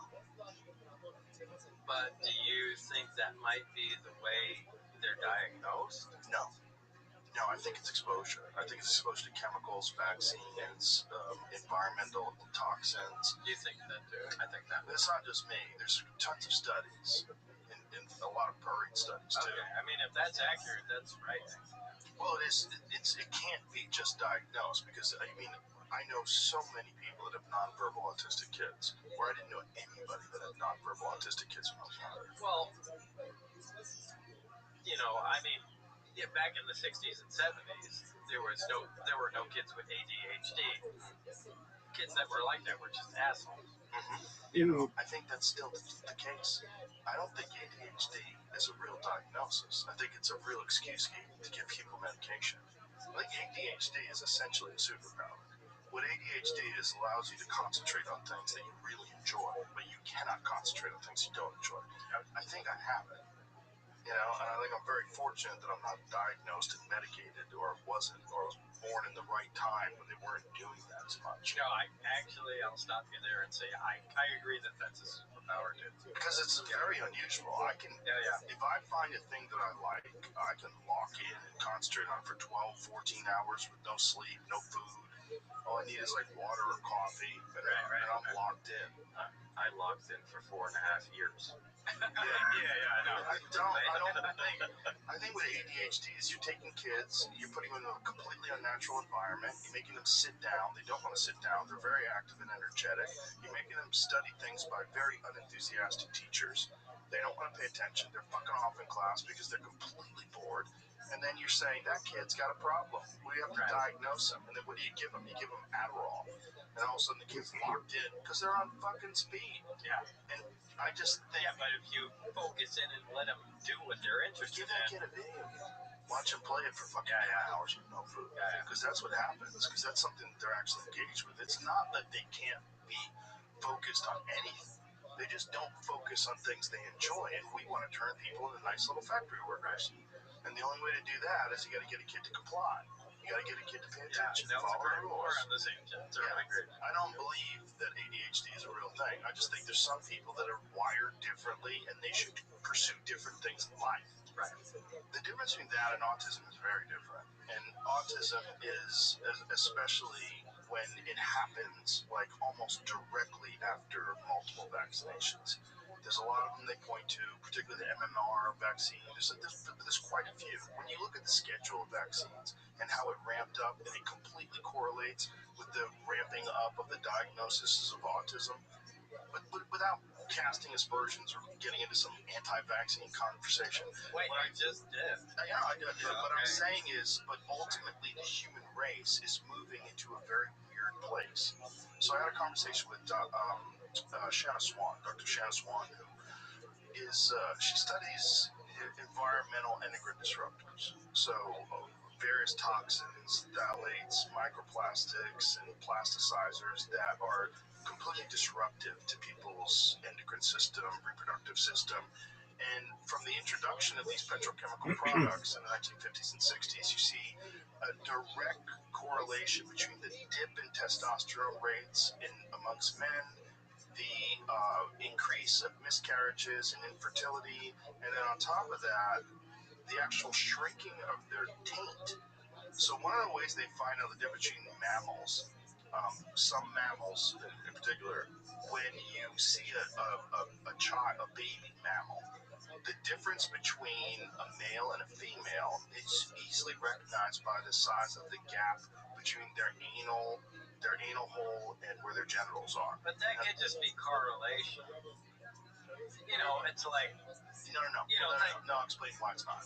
Because when they've done studies where they've used phthalates, particularly phthalates, and they've introduced them specifically, purposely, into certain mammals and rodents, their taint shrinks.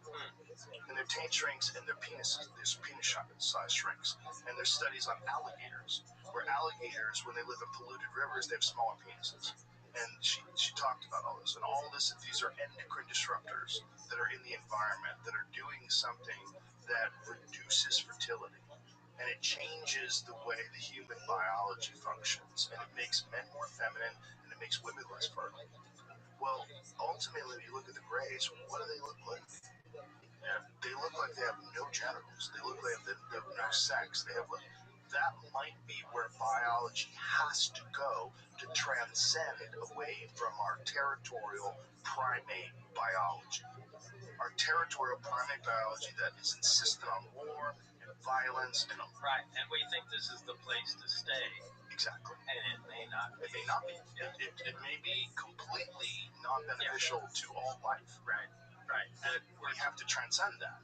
And we are transcending it whether we like it or not. And what I was saying is that I don't know if it's a bug. I think it might be a feature of evolution. That our insistence on using plastics and technology and all of these different environmental toxins that we use to produce energy and all of the goods and services that we need also are disrupting our endocrine system and changing us from being these hulking, hair-covered cavemen to being these very small, slight, autistic men that can fucking code 24 hours a day without sleep. Right. It seems like if you extrapolate and you naturally take that further, well, what do you get? You get really skinny things with no muscles and giant heads. my take also, and I do agree with that, is what I find sometimes really concerning is how fast that's moving. So it's not just a question of like, is this actually, this is probably a thing, but it's moving so incredibly fast. If I look at my father's generation or my grandfather's generation and my generation, I mean, it's similar, but now it's moving so fast. And I do agree with what you're saying. And I'm thinking, if it's moving so fast, there could be not a natural component to it, but there's an intentional component. Right. If you wanted to do something to erase to change, like think about what we did with wolves. Right. All dogs are wolves. Yeah, right. I have 2 dogs that are the furthest fucking thing from wolves you can possibly imagine. Is that Marshmallow? Marshall. Yeah. Marshall might be a marshmallow. Marshall, who's a golden retriever, the sweetest dog of all time. Then I have another dog named Charlie, who's a King Charles Cavalier Spaniel, who is even further from a wolf than Marshall. He's just a cute little fuzzy little sweetheart. They have no killer instincts whatsoever. That used to be a wolf, right? But what happened? We softened them to the point where there's something compatible with our modern life, with households and families and babies. We made them safe, and that's happening to people. It's happening to people whether we like it or not. We can attribute it to all these different factors. Oh, it's a problem. We have to remove these things from the environment. This is what's going on. Maybe. Or maybe you just look at the overall picture. There seems to be an insatiable desire for innovation and technology that human beings have. If you looked at us from afar, if you weren't part of the human race and you're just studying us, what does this species do? Well, it makes better things. Oh, no. It makes better things all the time. Constantly. You know, I have an iPhone 16 here. It's not as good as the iPhone 17. iPhone 17 is better. Why don't you get an iPhone 17? Right, it just like keeps going.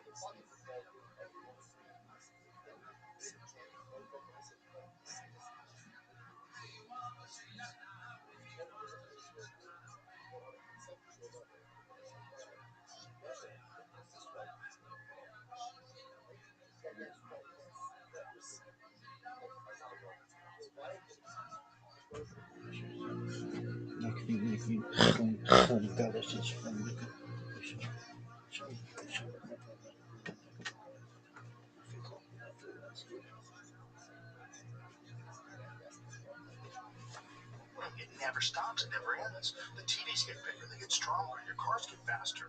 Your computer just it's more cores. Does processing, video editing so much quicker. Everything moves faster and better. We keep making better things. We never stop and say, you know what? Society right now, we have a lot of problems. The problems that we don't have are technology. Our technology seems completely suitable to this world that we're living in right now. Let's just stop making new things and concentrate on cleaning the rivers and concentrate on stopping crime and concentrate on educating people, concentrate on counseling for troubled young people. No, we just plow forward ahead with the one thing that we absolutely guaranteed do. We make better things. We make better weapons, better cars, faster planes. Everything we do, we make things better. Sorry, I have to add, we do that, and we also do it in a way where it's economically beneficial to the ones that are making it, because we make things break now. Think about it. We make better things, but we make them so that you have to buy the better thing after. Right. Engineered obsolescence. Yeah.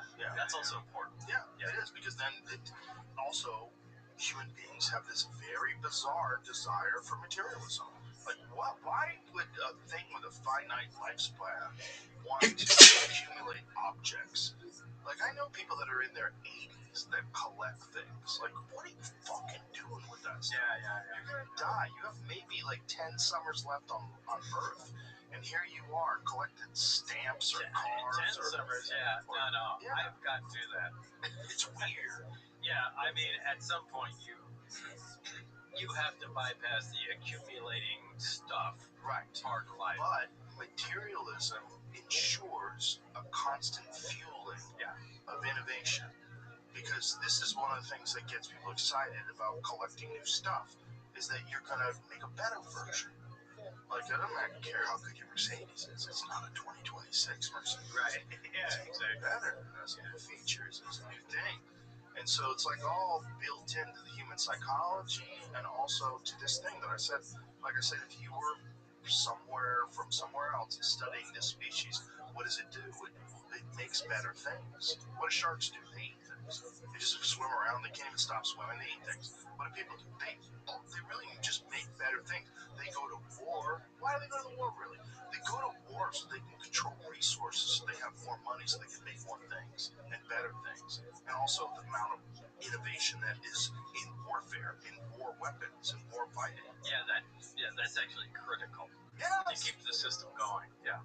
But ultimately, all that does, all of it releases more endocrine disruptors, more contact with all these different chemicals and toxins, feminizes men, ruins women's reproductive systems, to the point where ultimately we say, oh, for the survival of the race, we're going to have to figure out how to reproduce non-biologically. When I first got involved in it's something to ponder, right? Yeah. It's something to ponder because we're so wrapped up in who we are. We're so wrapped up in, look, I love being a person. I love living in Texas. I love driving an American car. I love all those things. But what does it mean? Like, what is it? What is that? You know, these are just weird identity points that you connect with whatever this species is. Well, but if you just have a above view, you look down and go, what are we doing? Yeah, that's a good question. That's a good question. Yeah, like how far are we going and how fast are we going there? We're going pretty fucking fast. And now with AI, I think we're going way faster than we even understand. Because with Claude, I mean, they think that the Claude AI, the engineers, they think it's sentient already. It just doesn't have a physical body to look, AI is going to kill us. Everybody agrees with that. There's no question. I don't think it's going to kill us. You know what I think it's going to do? I think it's going to prevent us from breeding. And this will let us die off. I don't think that's going to kill us. But I think we're going to willingly go with it because we're going to get like mates, like Ex Machina. We're going to just something look, as soon as they come out with a female robot, that's sexually attractive, it's or over. whatever. Yeah, game over. Game over. There's just going to be no more babies, and we're just going to die out. Yeah. So or integrate, and I think it's much more likely that we integrate. And that's where you get the grays. I think that what the grays are is a combination of technology and biology. And if you just go from very well chimp to caveman to gray, you go, oh, I see where that's going. Chimp, caveman, human, modern human, gelatinous, soft, slow-moving, weak modern human, grays. Like I've always leaned into what Barry told me, because it's the only information I had, that the craft came from Zeta Reticuli, which is a star system 30 some odd light years away, and again, it was just like a Star Trek thing. They came over here for whatever reason, but that information may not be true. Right, that information might be one of those things they put. I mean, that's nonsense. Yeah. Again, if it has to do with time, I think from what George has told me, Jacques Vallée and some other really credible researchers have said that these are people either from another dimension or another time, or maybe they're us from the future. Right. Just coming back to interact with us in some way. Make sure we don't fuck everything up. Yeah, but it doesn't seem like they're doing a good job. Well, maybe fucking things up somewhat is also part of the plan. Maybe that actually has to take place. I mean, holy cow! Look at the way things are going right now. Right. Holy cow! Exactly. Things are totally off the rails. But maybe that's part of the plan.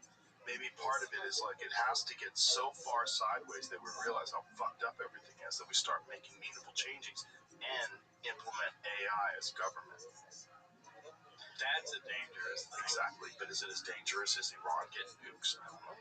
Is it as dangerous as a global Islamic caliphate? No, it's not Iran. Iran's not getting nukes. I mean, okay, but they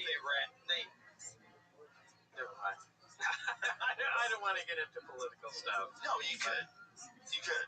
Look, if you gave Iran the technology to get nukes, everyone has any physicist has the technology to get nukes. Right. I mean, the difficulty is actually making the material.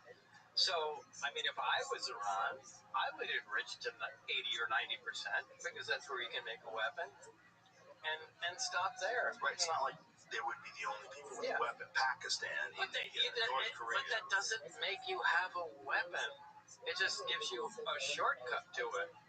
And making a weapon from there and being able to deliver a weapon, to 4,000 miles away, good luck with that. That's a big deal.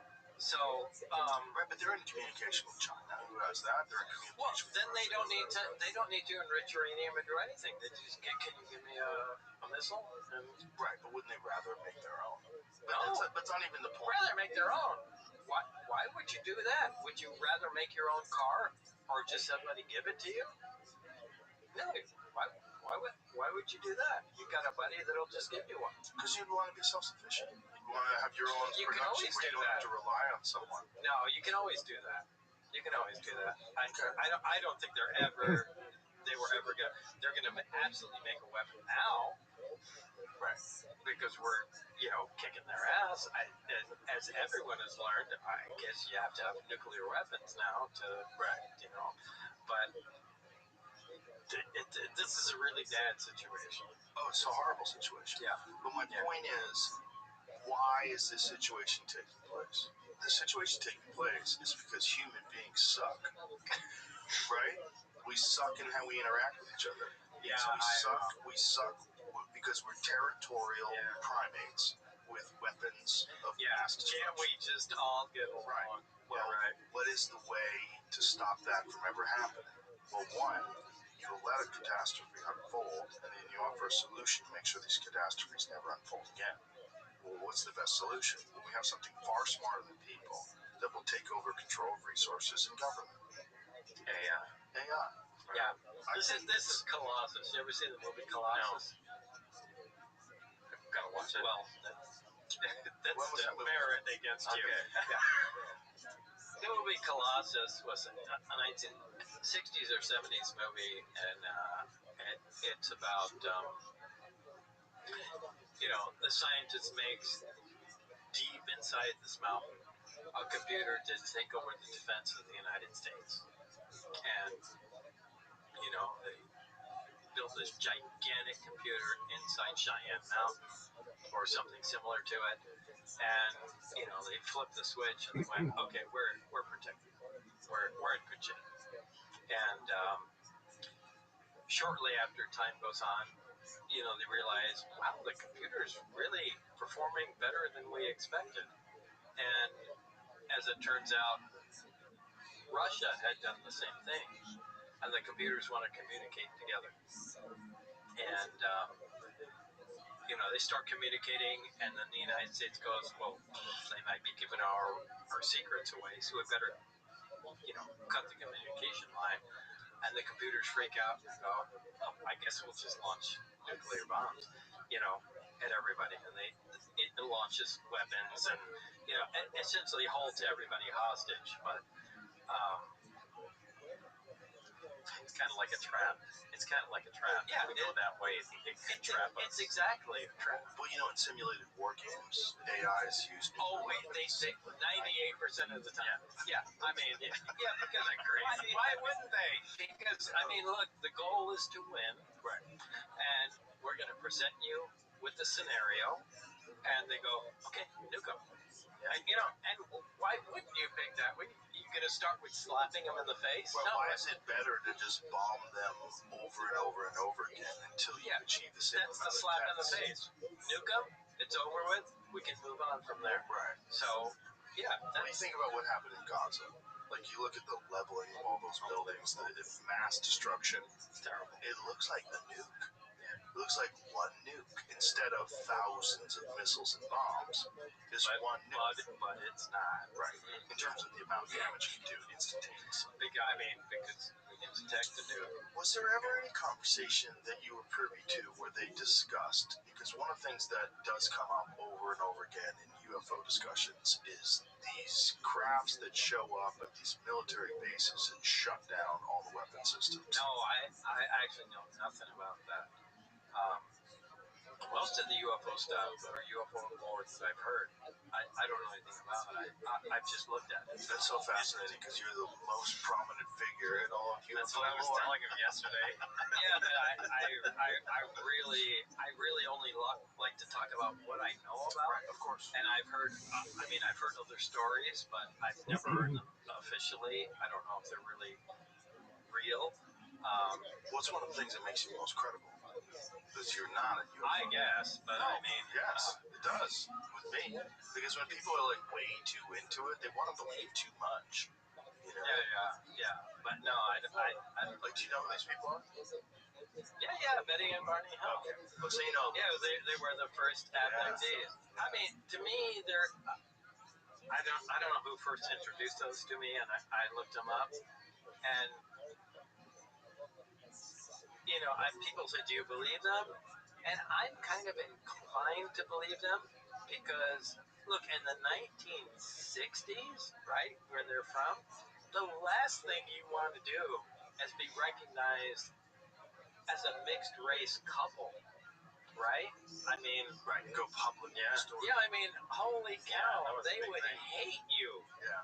A black person and a white person that were, you know, in any kind of relationship, but yeah, they did that. Crazy story. Yeah, And you hear that. and actually, on top of that, I have a connection to that because Barry said they're from the Zeta Reticuli star system, and I believe it's Betty Hill drew a map of the Zeta Reticuli star system and said this is part of their roots. Whoa. But did you know that? You didn't know that? I don't remember that. Yeah.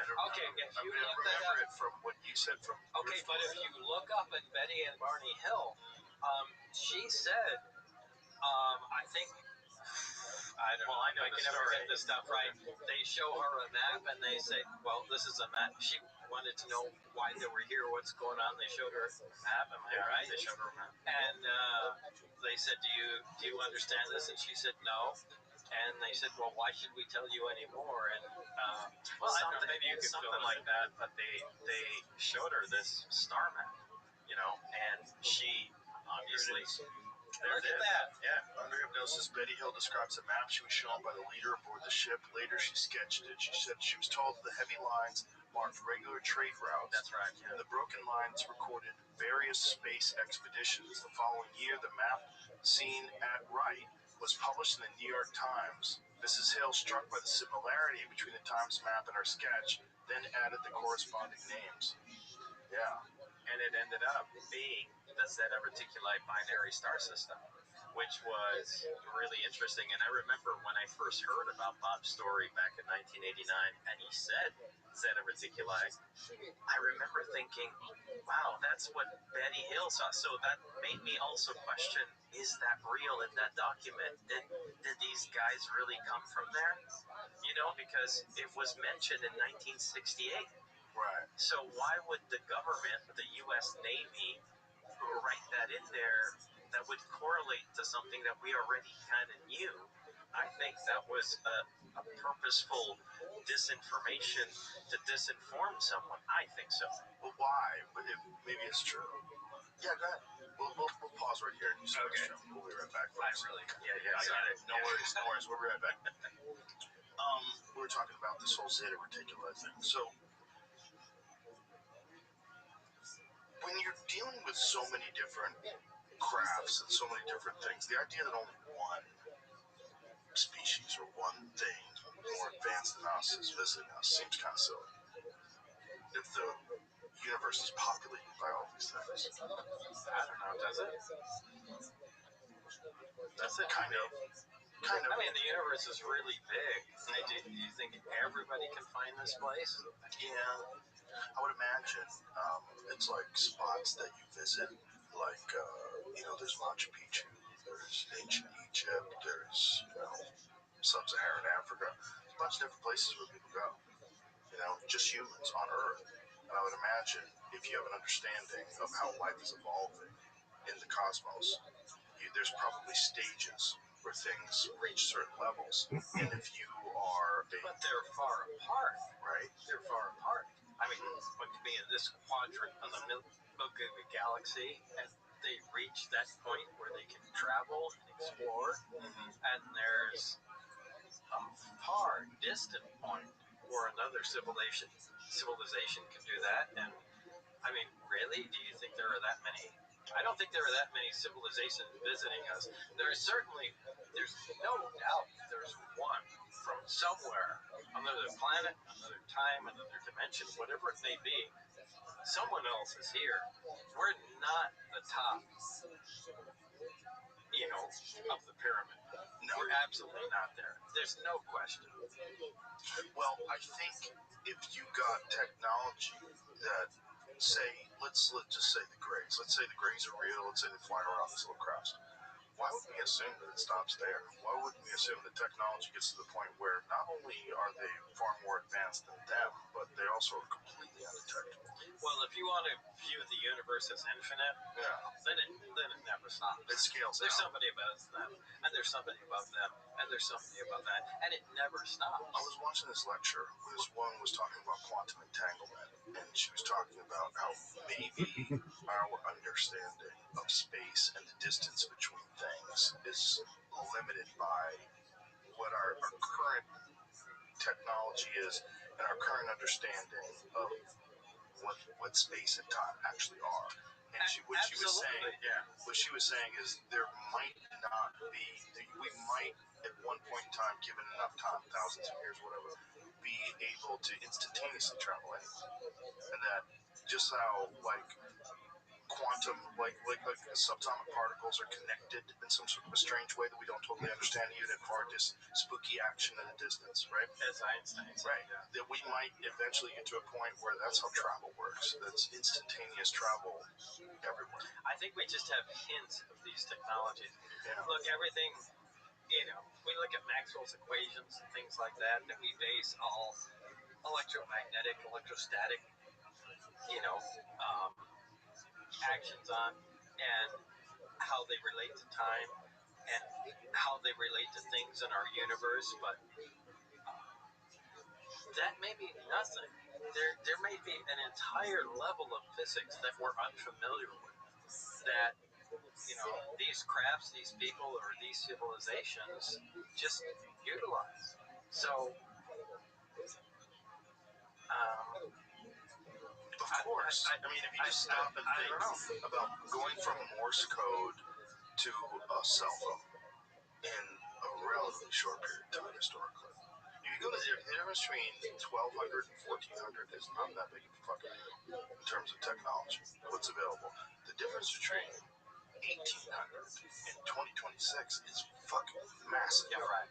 It is a massive, crazy change, right?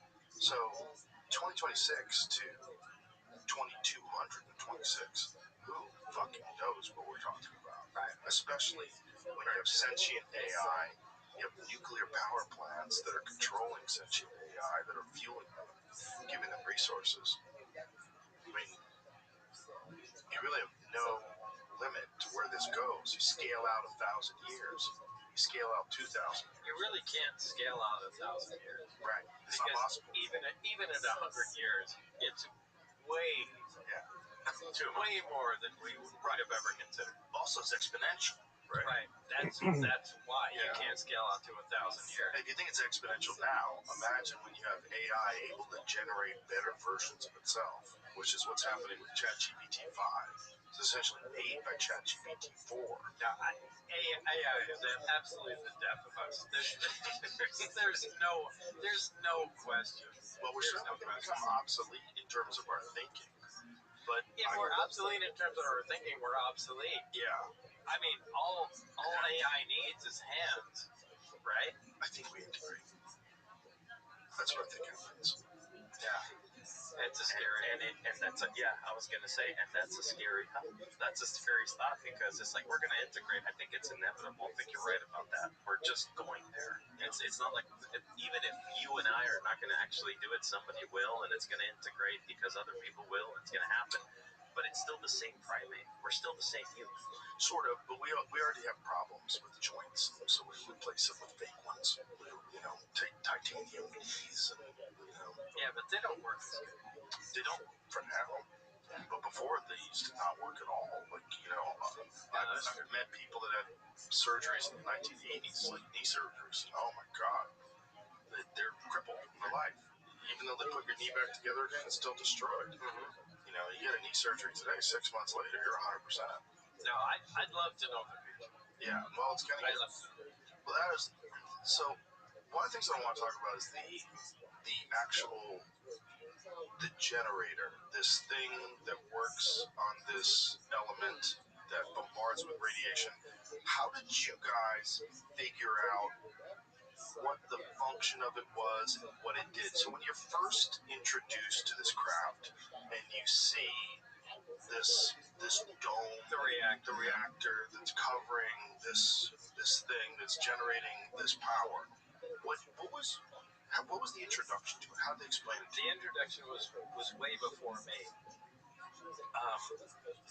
And that's where the guy prior to me either got hurt or killed. So they determined that this was the power source. And at some point, they decided to take that out to the nuclear test site because they wanted to cut into it. They x-rayed it. They only found a small tube that went around it. They really couldn't determine how it worked or what was going on. So at some point, and Barry made this somewhat clear that they cut into the reactor while it was running, or while it was under load, I should say, and the reactor exploded. That's what killed or hurt the person that I replaced. But it produced the base gravitational wave or base energy that propelled the craft, that provided the craft the propulsion. I mean, when they removed it, the craft didn't work. When they put it in, every single other craft they found had something either exactly like it or similar to it. So they determined that was the power source. That's at the point that I was introduced into the project. So when you say gravitational wave, is that for lack of a better term, or is it something that's measured? No, it's for lack of a better term. Like there's nothing. I mean, as I said from the Bee Gees movie, you can take magnets with light poles and push them together and they repel, but you can't take your hands ever and push on something and they repel them. That's a force field, right? That's science fiction stuff. But that's what this did. And this produced a field that repelled the craft from the ground. Did you try to touch it? Yeah. What did you try to touch it? What did you feel? An elastic field. You can push down, but you can't get close to it. The closer you get to it, the more it pushes back. You can. Like how much distance between you and the actual thing? I would say about 6 inches or so. Maybe about 9 inches, which is about a span. And No, it's at some point you can't push back on it at all. But the important thing is if you have a magnet, a little disc magnet sitting on the ground, and you have another magnet, and you push on it, that magnet moves away, right? Yeah, because it's pushing on it. But the craft didn't. The reactor didn't. If you had the reactor there and you pushed back on it, it didn't push away when you pushed on it. It just prevented you from touching it. Yeah, and so when Dennis said go out there and look under the craft, here's the craft, whatever it weighs, suspending itself above the ground, and I went underneath it. You would think it's translating its weight onto the ground and pushing, and I should be squashed without any doubt, but I'm not. There's no feeling there at all. So it's not translating its weight or its push to the ground and pushing off the ground. It's just canceling out its weight, which is something completely different. And so element 115, so you have it in this triangle-shaped form. Did you ask how they got into a triangle-shaped form? Was it made like this? This is how it came. I'm sure I did, but I mean, it only worked like that. It worked like a stack of discs and had to be cut at a certain angle to work in the reactor. And did they say they cut it, or did they say it was already cut? Well, it was already cut, and they were duplicating it. Pull that microphone up to you. So they were duplicating it. Did they have more of it, this element? Yeah, they had quite a bit of it. So either there was a quantity in other crafts or other reactors that they removed. Yeah. But was there any discussion that there had been some sort of an exchange where they had been giving this? No. So one of the things, like, you know who Diana Pasulka is? She's an author that's written some interesting stuff about UFOs, and she's worked with Gary Nolan and on material recollection from supposed crash sites. And she said that the way these researchers refer to these crafts, they refer to them as donations. And I guess that's possible. Right. Well, doesn't it make sense? If this thing crashed, why is it perfect? Why is it not destroyed? Look, I've heard so many. I'm not into UFOs. Right. As crazy as it's crazy. I'm just interested in the technology, and I feel very privileged to have been involved in the project. But I don't know. I don't think there can be that many crashes. Do you? No. This advanced technology, you think they're coming to Earth and just there's a thunderstorm and they're crashing into the ground?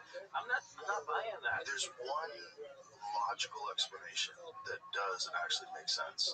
There were some high altitude nuclear tests that they did. Well, there was the cheap test, back in the 60s. Starfish Prime. And Starfish Prime, right? Yeah. If you had no idea that this was about to happen and you were hovering over Earth observing us, what are the chances? I mean, what are the chances? They're not very high. Yeah, right. They're not very. I mean, what are the chances of crashes coming over and a nuclear test at that exact second? Unless there's a lot more observation than we know, and that they just observe us in a way that we can't see them. Especially if you're going back to the 1950s and 1960s. We have very few satellites. That was the nuclear cowboy era. Yeah. Where they were just Starfish Prime. Explain to people what they did. Yeah. I didn't hit a 1.4 megaton, detonation up there, and I think all they did. Let's see what happens if we blow it up at this altitude. Yeah. I mean, that's crazy. There was another test plan to blow up on the moon, just to make the Russians look, like we were awesome.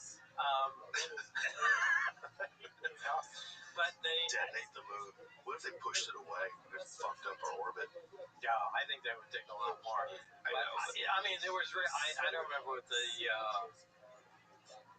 project Project A-19. Oh, A-19, that was it. Yeah, Study of lunar research flights. Detonated nuclear bomb. Yeah, I can't pull up these numbers, but yeah, Project A-111. Crazy. Yeah, we're gonna do that. Because then, like, everybody on Earth could just go outside and look at the moon get blown up. And the explosion would be faintly visible to the human eye to people on Earth. Yeah. I still think they should have done that. But, yeah, but you're the guy that put a jet engine in the back of a Honda. Like I honestly think they should detonate a nuclear bomb on the 4th of July every year. But that's just me. Well, also, you live in Nevada. That's the more used to it. No. That had a long history of doing that. Yeah. So, going back to this reactor. So,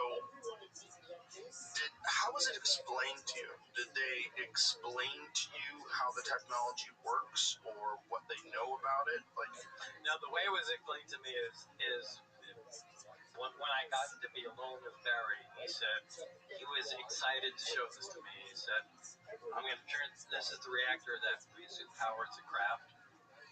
Sorry, no worries. I'm going to show you the reactor that powers the craft, and he turned it on. Small little dome on a flat little plate. I said, was this in the craft or was this on a table? No, this is in the experimental area. Okay. And so this was not the one that was in the sport craft. This was another one. This was another one. This is it. Right here. Yeah, that's it. That's in the film. And yeah, on the table, and he had it there, and he went over to the emitter and rotated it, and he said, "Try and touch it." And I put my hand on it, and it rebounded off. And the closer you got to it, the more it pushed back. And that's a real shock because there's nothing that pushes back like that. That's a living force field. It's science fiction stuff. So that really got my attention. So explain what is happening, like in terms of the rotation of this thing. Like what is happening? Like what energy is going into it that's causing it to go on? Well, actually, we don't know that. I mean, that's the whole thing. It's pushing back. It's a repulsive gravitational field. Like as far as we know, gravity only has an attractive force to it. We've never, even with any matter, we've analyzed it, and it still has an attractive force to it. There's no repulsive force that we've discovered, because that would be a great propulsion system. But this repulsed. So this was a new field completely. But how was he turning it on? He had the emitter, which is a big pipe. Part of what is an emitter? Like what is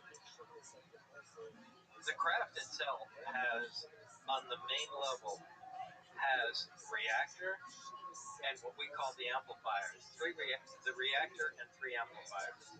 Right underneath that, there are 3 emitters that are right under the amplifiers. And we believe the energy from the reactor is amplified by the emitters and by the amplifiers,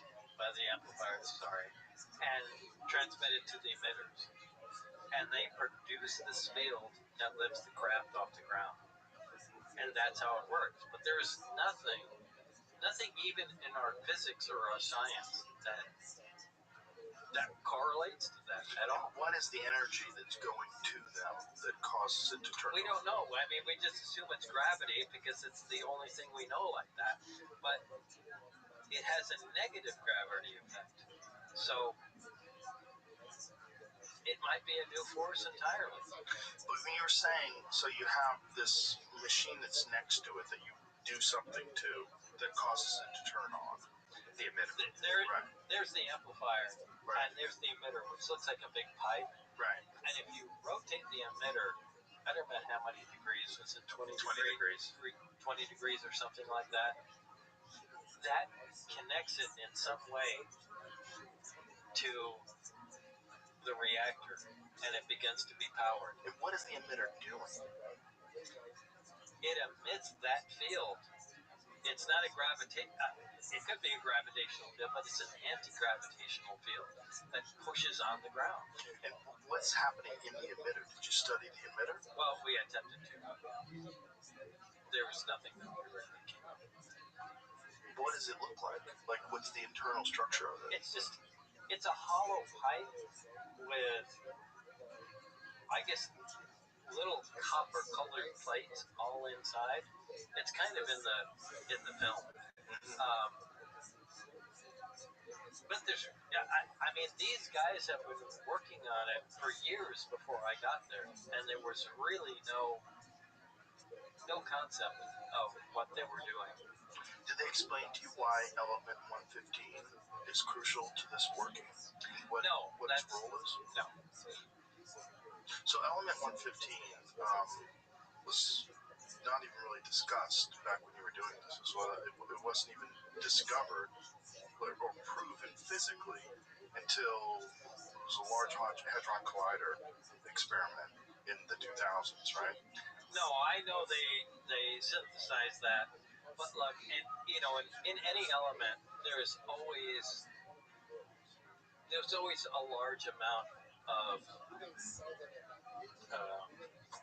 well, it doesn't decay. There's that was the isotopes in the Large Hadron Collider experiment. They were able to achieve it, but it only existed for a few milliseconds.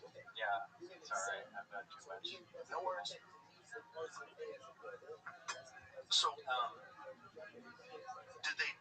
how did they define this material? No, there's different isotopes of every element, and element 115, just like any other element, there can be a stable version of it and 100 or 50 different unstable elements to it. So, I'm sorry. No, it's okay. Just trying to continue the train of thought. So it's basically different isotopes of it. Yeah, different isotopes. Yeah. I need to stop drinking this. It's okay. Have a cup of coffee. I can't even remember. Yeah, I thought she was good. Oh, we got coffee. Oh my god. All right. Holy cow. There you go. That'll help. Yeah, there's different isotopes. And you were able to physically touch this element? Absolutely. I was physically able to touch the element, yeah. But when you're physically able to touch it, there's no adverse effects? It doesn't have any effect on the body? Does it feel like metal? Does it feel like plastic? It looks copper-like. I mean, maybe it's not as dark as copper is, but it's that color. And I haven't seen an element like that. It has unique properties that other elements don't have. It produces an anti-gravitational field. Now, when combined with energy, with some kind of energy produces field. Yeah. And was it understood what is happening? Like, what is the relationship between this element and this? Like, what is going on? Like, you're bombarding this element with something? Yeah, from what we understood, we x-rayed the reactor itself, and there was a path around it that it made it look like a cyclotron. So it looked like there was an accelerator. So when they were explaining it to you, is this just your work partner that's explaining this to you? It's just Barry. And did you ask him, how do you know this? Where are you getting this from? Yeah, he got this information prior to me. And they x-rayed it, found a structure in there to where they believed it was an accelerator, and it was interacting. The point of the 115 is in a little triangular piece, and it was interacting with that in some fashion.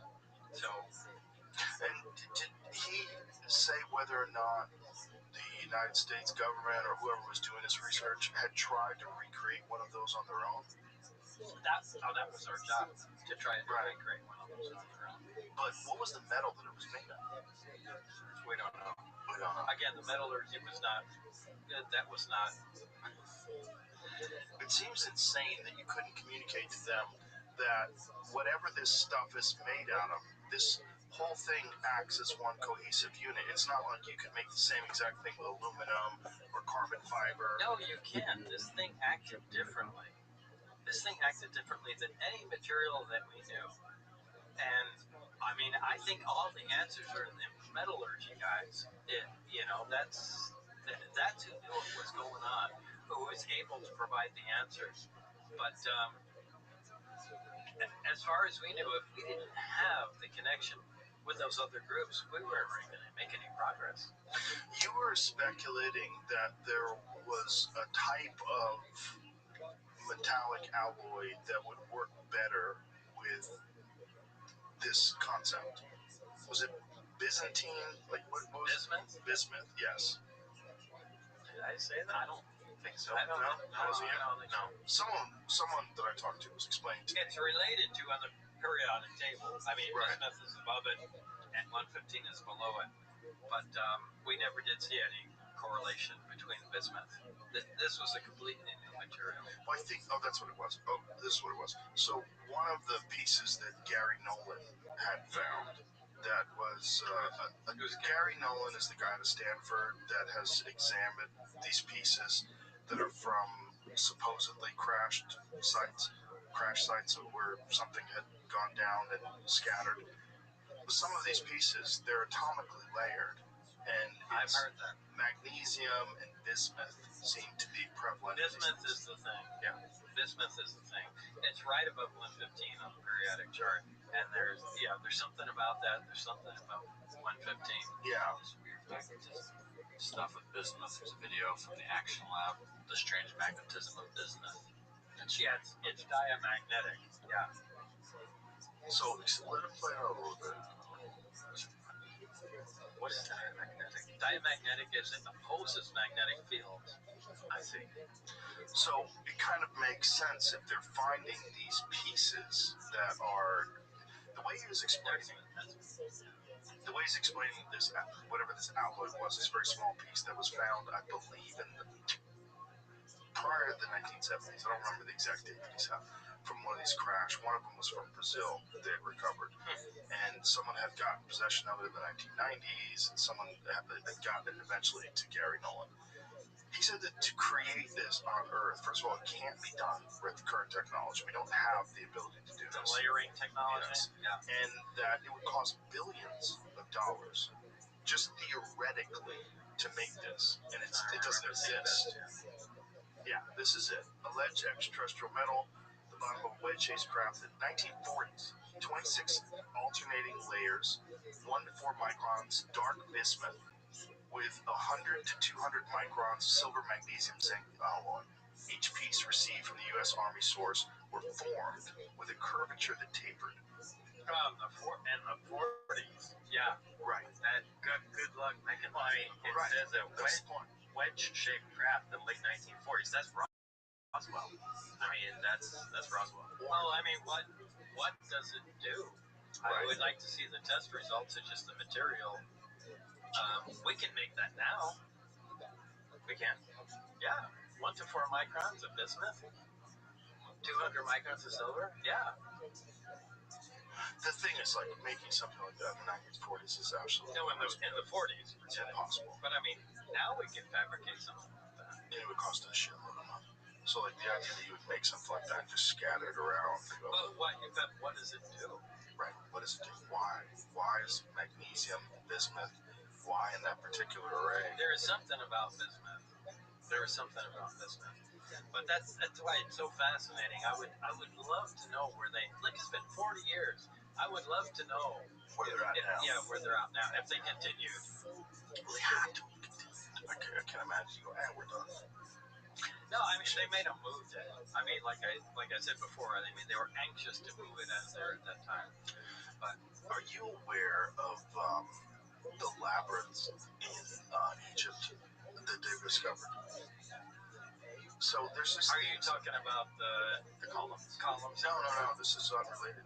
This is something different. So Herodotus discussed this. Now, my friend Ben Kirkwick, he has Uncharted X on YouTube. It's an amazing channel where he was a tech guy who just got absolutely fascinated by all these stories of ancient history and really got obsessed with Egypt and Peru and left his field and started making these incredible videos. But he's highly intelligent, incredibly articulate, and so these videos are just absolutely fantastic. And really, he's very well versed scientifically, so you can understand these things and explain them to you. Like they're examining like the construction of the pyramids and the whatever technology was used to carve the stones, and there's just so much of it that is like confusing because it clearly is like a very high level of sophistication and technology that's involved in creating these things. Well, Herodotus described these labyrinths that were underground in Giza, not in Giza, but Hawara, is that what it was? Jamie will find it. But the way Herodotus described it, he said they were far superior and more impressive than the pyramids of Giza. Underground. Well, these massive labyrinths that exist underground were all flooded in the 1960s accidentally when they created dams in order to provide irrigation to agriculture that was in the area. So they changed the water table, fucked it up. This whole area got flooded. Did they know they were there when they accidentally? No, they didn't, because a lot of this stuff, like this is from thousands and thousands of years ago. A lot of it was covered over with sand. And, there had been some explorers a long time ago that went there and saw some of what was in there. But the way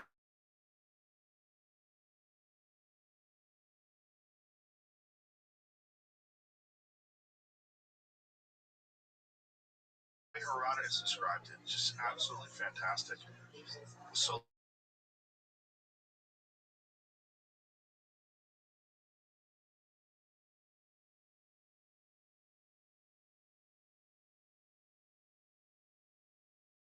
How deep is it? I believe it's 100 meters into the ground. So you're telling me a ground-penetrating radar can get to 100 meters underground? The stuff that with Filippo Bondi is used from satellites That we were talking about. more than a kilometer into the ground. And with decent resolution? Well, no, not decent resolution, but enough that you can see symmetry. Enough that they can also detect things that are well known. 100 meters. Chambers. Well, listen to this. They detected accurately a particle collider in Italy that is inside of a mountain, 1.2 kilometers below the mountain. It sees through the mountain and can detect this thing in the exact diameter, the exact dimensions that this thing exists. So they can show you this. Yes. A particle collider? Yes. So this is a particle collider that they know exists, right? So this is an actual particle collider. They're looking for it to prove. So that it's just proof that this technology is not just. Well, wait. I mean, hang on. I mean, how do they know it's a particle collider? No. The particle collider exists. This is the Italians have this particle collider. It's known. They made it. It's like they just they just detect it underground. Right. No, it's not like we found a particle collider. Okay, that's what I thought you were saying. No. So this particle collider, they use this technology to show that you can see straight through this mountain to this particle collider that's underneath the mountain. So they know the exact dimensions of this particle collider. You can see, you can almost draw a schematic of it. Well, through this technology, they've also found these columns that are below the pyramids. These columns are 22 meters, 20 plus meters in diameter, and they have something that resembles coils around all of them. And they're positioned at various points all around where the structure is. It goes all the way down into hundreds of meters down, and then it goes to another structure, and the whole complex of it, these structures, goes to over a kilometer into the ground. But how can you see a kilometer underground? Well, you would have to understand this technology. What was it called? Radiotomography? He explained it to synthetic aperture radar, right? Yes. Well, whatever this thing. And a kilometer underground at decent resolution? It's not decent resolution, but it's enough to understand the scope of what it is. It's enough to understand where spaces are. Everybody knows about this but me. I mean, it's pretty fascinating. Yeah. I'll send you the podcast, and I'll send you some of his conferences where he's explaining this to rooms filled with scientists. You would think they'd be anxious to dig this up. They are. There's actual like studies that are currently being discussed. Well, they already know that there's these channels that go in the ground that have since been covered with silt and sand because the sand's constantly moving. But these things go hundreds of meters down. These shafts that go down. Look, if they find shafts hundreds of meters down, yes, coils around them. Look, that's advanced technology. Exactly. Yeah. This is the point. Yeah, This is the point. Whatever this thing is that they have in an atrium, like if they said that they got that crap from an archaeological dig, I mean, maybe the Egyptians had found something similar to this thousands and thousands and thousands of years ago. I believe that's possible. Yeah. Well, the object that you're tied in, I actually got to speak to Filippo Biondi, by the way. He's in Italy, he's in Rome, we got to speak Italians, we got to talk, and we talked about that. I had no idea they found something with a metal object down there, though. This is not Filippo Biondi's work. Oh, this is some different scientists that are just studying the labyrinth. Jamie, pull up some really schematics of the labyrinth. So in the labyrinth, there's like a big large atrium. You have to get it? Go ahead. Sorry. Head up. Yeah. God, I feel like a fucking ass. Don't worry about it. Get some air. Clear your head. So in this labyrinth, there's a large atrium. Okay. And in this large atrium, there is essentially a tic-tac. Really? A tic-tac shaped object that is 40 meters long. That is of some unknown metal. They don't know what it is. They don't know how it works. But this structure is all underground in Egypt, which is wild because how it's 100 meters. Well, we'll get a chance to look at it. This is Hawara. So there it says the 40-meter metallic object. See that where it says Hawara rising? Yeah. So if you click on that, it talks about the 40-meter metallic object discovered in Egyptians. Can't read a report. Subterranean labyrinth. Yeah. Talk about it. Right. Got it. But so whatever it is, play out some of the video just so we can talk about it. So this whole thing. Please make a short statement saying Rabbi Michael Rothschild is not having competing interests with this paper. In this paper, it did not receive any funding. And at that point, when I had met the person, Regina Lopez, who later became my wife 6 months later. So yeah, you actually were working with the NRAG and the. Yeah, that's just not going to help us. But if you could just go to some of the images where they sort of outlined. I was trying to find it. There is not a very clear image of the metallic object. No, that's fine. But just the labyrinth itself, what do you think the structure of it was? I don't know where they got this from. It's also the other issue, 40-meter mystery metal object. That's a weird rendering that doesn't usually come out. Right, but there's some other drawings of like from the Herodotus days. Yeah, but so this is what they think it looks like under the ground, which is fucking completely bonkers. And if there is some 40-meter metallic object that's under the ground, and we are talking about like this sport model being a part of an archaeological dig, right? They might have found something back then that was worshipped that thing and had that thing as like turned it into this, right? As a pure, yeah. I think there's something to that. Well, all these people that believe that there was an incredibly advanced civilization before some sort of apocalyptic disaster that reset civilization, and it took thousands of years. And what we are essentially is not the first advanced civilization, but a rebuild. Yeah. A rebuild, thousands and thousands and thousands of years later. That rings true with me. And as Graham Hancock always says, we're a species with amnesia. And I think that makes sense. And I think if you're dealing with people that were basically knocked back into the Stone Age 11,000, 12,000 years ago, and it took us forever to rebuild to where we are now, I think we've gone down a completely different path than whatever the people that were able to build the pyramids of Egypt and all these fantastic megalithic structures, where we don't understand. Yeah, we what don't technology know we use. We don't. Yeah. And it literally doesn't make sense that they were able to do this.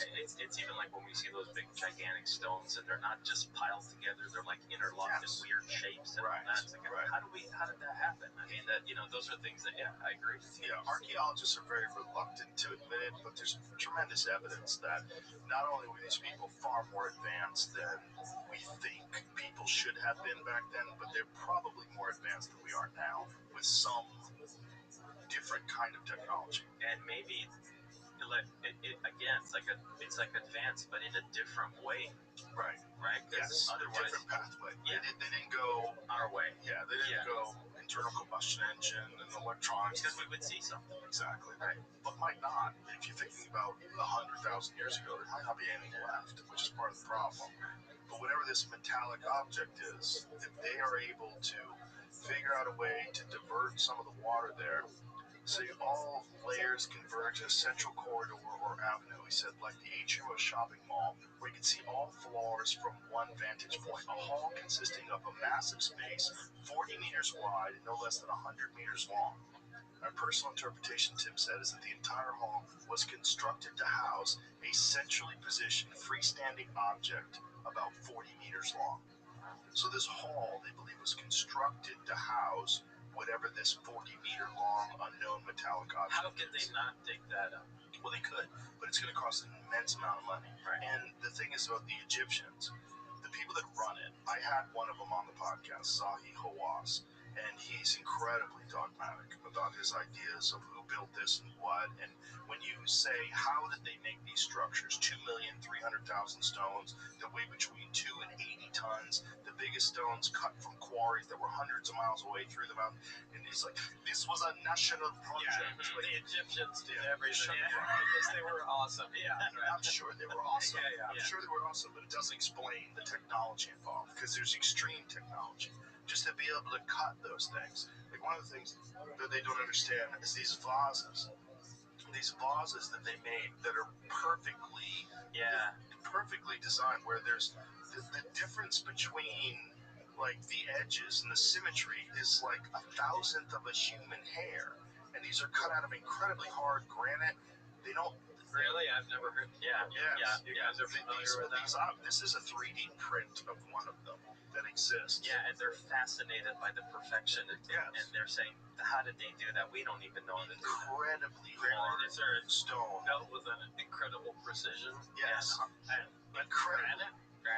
Incredibly hard granite, incredible precision. Back when they had no metal alloys, they had copper tools. It doesn't make any sense. None of it makes any sense. Then there's the symmetry involved in some of these statues. Like, they're perfectly symmetrical in terms of the distance between the eyes, the nose, the lips. No one's face is symmetrical. Your left side of your face is different. You combine the two sides, it looks weird. But when you look at these statues, which are massive, carved out of granite, again, supposedly before they had steel, like, they didn't have diamond-tipped instruments to do this. They polished them. They're perfectly symmetrical and massive. Some of them are 1,000 tons. And they don't have any understanding of how these people built these things or put them there. And they all seem to be the biggest, most spectacular ones, are the oldest.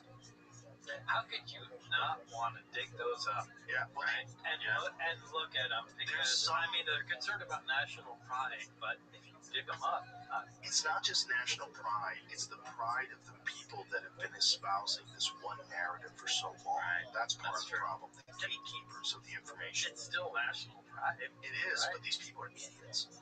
That's part of the problem. Like, their own ego is preventing them from being open-minded and calling out to the world's research communities and saying, listen, there's something going on here. We don't have the big picture. We have a picture that we have formed from a limited amount of information, and we've been incredibly arrogant about what we're assuming. We also know that a lot of these pharaohs would carve their name and carve their hieroglyphs into existing things. They would claim existing things. Some of the carvings on these things are far cruder in the way they've done it than the actual construction of the thing. And they think that these are old things that were there already, and then these later pharaohs just chiseled their hieroglyphs into these things. And another thing, and this has been mentioned a lot, is the fact that there's no tools that were ever discovered in those areas that would prove that those things were made with those. And they have to use tools. They have to have something. Right. So there's not even that. That's not even available. Right. So it's like, how did they do it? Did they hide the tools? I mean, why would they do that? None of it makes any sense. Yeah. And also these incredibly hard vases that you find, they're the oldest ones. They're the things that they find in the oldest sites. It's like the most complicated, complex, confusing technology seems to be the oldest stuff. Yeah. There's also like, you had another guy here that does research on Peru, and he was I can't remember his name. I got to meet him. Luke Caverns. Was it him? Yeah, he goes to Peru and he has a show about that, about the ancient stuff that they're finding underground in Peru. There's a couple guys. What was the other guy? He's got black hair. I can't remember his name. That's Luke. The younger guy? Yeah, younger guy. That's Luke. Yeah. So basically, he was talking about the fact that there's 2 layers of ancient stuff in Peru. The first layer is younger, and what's below it is what's really incredible and more complex. Yes. But they don't want to go there because you're going to destroy an existing archaeological site that's on top of it. So what's happening is they're having trouble now getting permission to go to the lower level, which is even better, because they're going to have to break an archaeological site of a more recent part of that civilization. Well, this is a common theme among people. We build on older sites. There's a place that I go to in Italy in the Amalfi Coast, and there's this incredible old church there that's over 1,000 years old, but it's built on an even older church, and there's a plexiglass floor. That shows the old church. Yeah, the old church is underneath it, and you can see the structure of this old church. And I was asking them, how old is the old church? They go, we don't know. It's over 1,000 years old. So it's over 1,000 years old, this church, and then this really old church is on top of it that's like hundreds and hundreds of years old also. But they built it on top of an existing structure. So this is a common theme. This is a theme in Peru where you see the Inca construction, which is like much less complicated, smaller stones, mud mortar, but it's on top of these megalithic structures that are carved in these jigsaw shapes where it seems like they've been melted. Yeah. It's freaky stuff. They have no understanding of what technology was used, who did it, how they moved these immense 1,000-ton stones and cut them with precision in this jigsaw way so that it will absorb the energy of earthquakes and not fall down. Yeah, that's crazy. I mean, there's a lot of that stuff that's really, really freaky. And then you get into old religious texts, and that's when things get really freaky. You get to things like the Book of Enoch. I knew he was going to say the that. Watchers who came down from the sky. Yeah, clearly a lot of unusual stuff happened a long time ago. And we don't have a good record of it. Yeah. We just have what we know. And what we know, we get very arrogant about. We know what happened 300 years ago. That's a really good point. What we know, we get very arrogant about. Right. And it's also anything else we don't. These academics and these people that are in charge of the narrative, like the people in Egypt, where they're very arrogant and they're gatekeepers, because their whole identity is based on them being the ones that explain to the world how these incredible sites were produced. And if something comes along that is counter to that narrative, they fight it. They fight it because it's part of them. It's their identity. Yeah, when I spoke to Filippo Biondi, I talked to one of my cousins in Italy. I spent a lot of my time in Italy when I was younger. One of them, she was younger than I was when I was there, but she's now become a respected archaeologist in Rome, and she's an Egyptologist, okay? And I went out to Italy to visit family, and I was sitting at the table. This is not even that long ago, and she's sitting next to me, and I mean, I remember her from being a kid. And she nudged me at the table. Her family's all academic. Everybody's the doctor or scientist or something like that. So there's always that pride of the science. And she nudges me, and in Italian she says, "I'm really interested in what you do, what you're looking into." And I knew what she meant. It was about UFOs. And I just responded, I'm even more interested in what you know about what's out there in Egypt. And she looked at me and she says, "We don't really know all of it. She said, a lot of it makes no sense."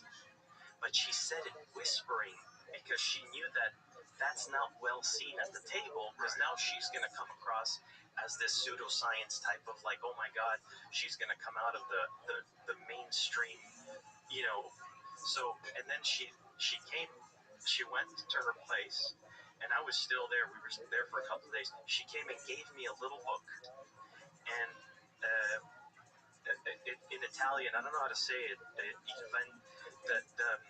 The missing, I don't know how to say it in English, but the missing Vangelo, like the missing scriptures, basically. It's a little book in Italian about the missing scriptures that are not in the Bible, that speak of things that are not convenient for what we are arrogant to think we understand. And one of the fascinating things about these missing scriptures is they found them alongside existing scriptures. So when they found the Dead Sea Scrolls in Qumran, so they found these in a cave in Qumran, and it was kind of a crazy thing. Like someone threw a rock and hit a clay pot and heard the shattering of a clay pot. So they threw a rock into this high cave and realized there's something in there, and then they started looking, and then they found these scrolls that were in these clay pots. Inside the scrolls, they found the book of Isaiah. It was 1,000 years older than the oldest version of the book of Isaiah that we had ever found, and it's identical, verbatim, to the book of Isaiah that is currently in the Bible. Along with it is the book of Enoch, and the book of Enoch is fucking squirrely. Squirrely. That's a good way to describe it. Just a few rabbis decided that the book of Enoch was too weird because it didn't jive with the Torah, so they left it out of the biblical canon. That's right. That's why it's not taught. But the book of Enoch is readily available. You can read it, and it's also in the Ethiopian Bible.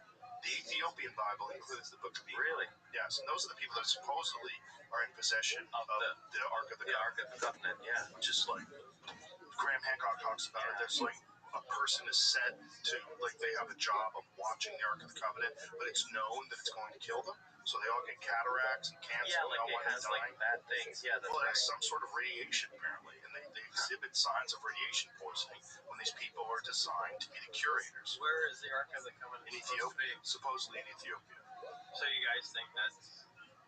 I mean, I think it's ancient technology. I think it's probably ancient technology. It's probably some completely not understood ancient technology. No, I'm not discounting it. I'm just wondering. Well, I like the fact that you're skeptical, even though you have the craziest fucking story. Yeah. It speaks to your integrity. It really does, because you're not a guy who believes kooky shit. So for you, a guy who doesn't believe kooky shit is a hard, rational scientist who's an engineer who's done things like put a rocket engine in the back of a fucking Honda, and then or a hydrogen-powered Corvette, and then you go and see these things like, wait, what the fuck is this thing you have? Look, I worship technology. Right. Nothing else. Right. Yeah. So, I mean, to hear something like that, do you think that actually exists? I don't know.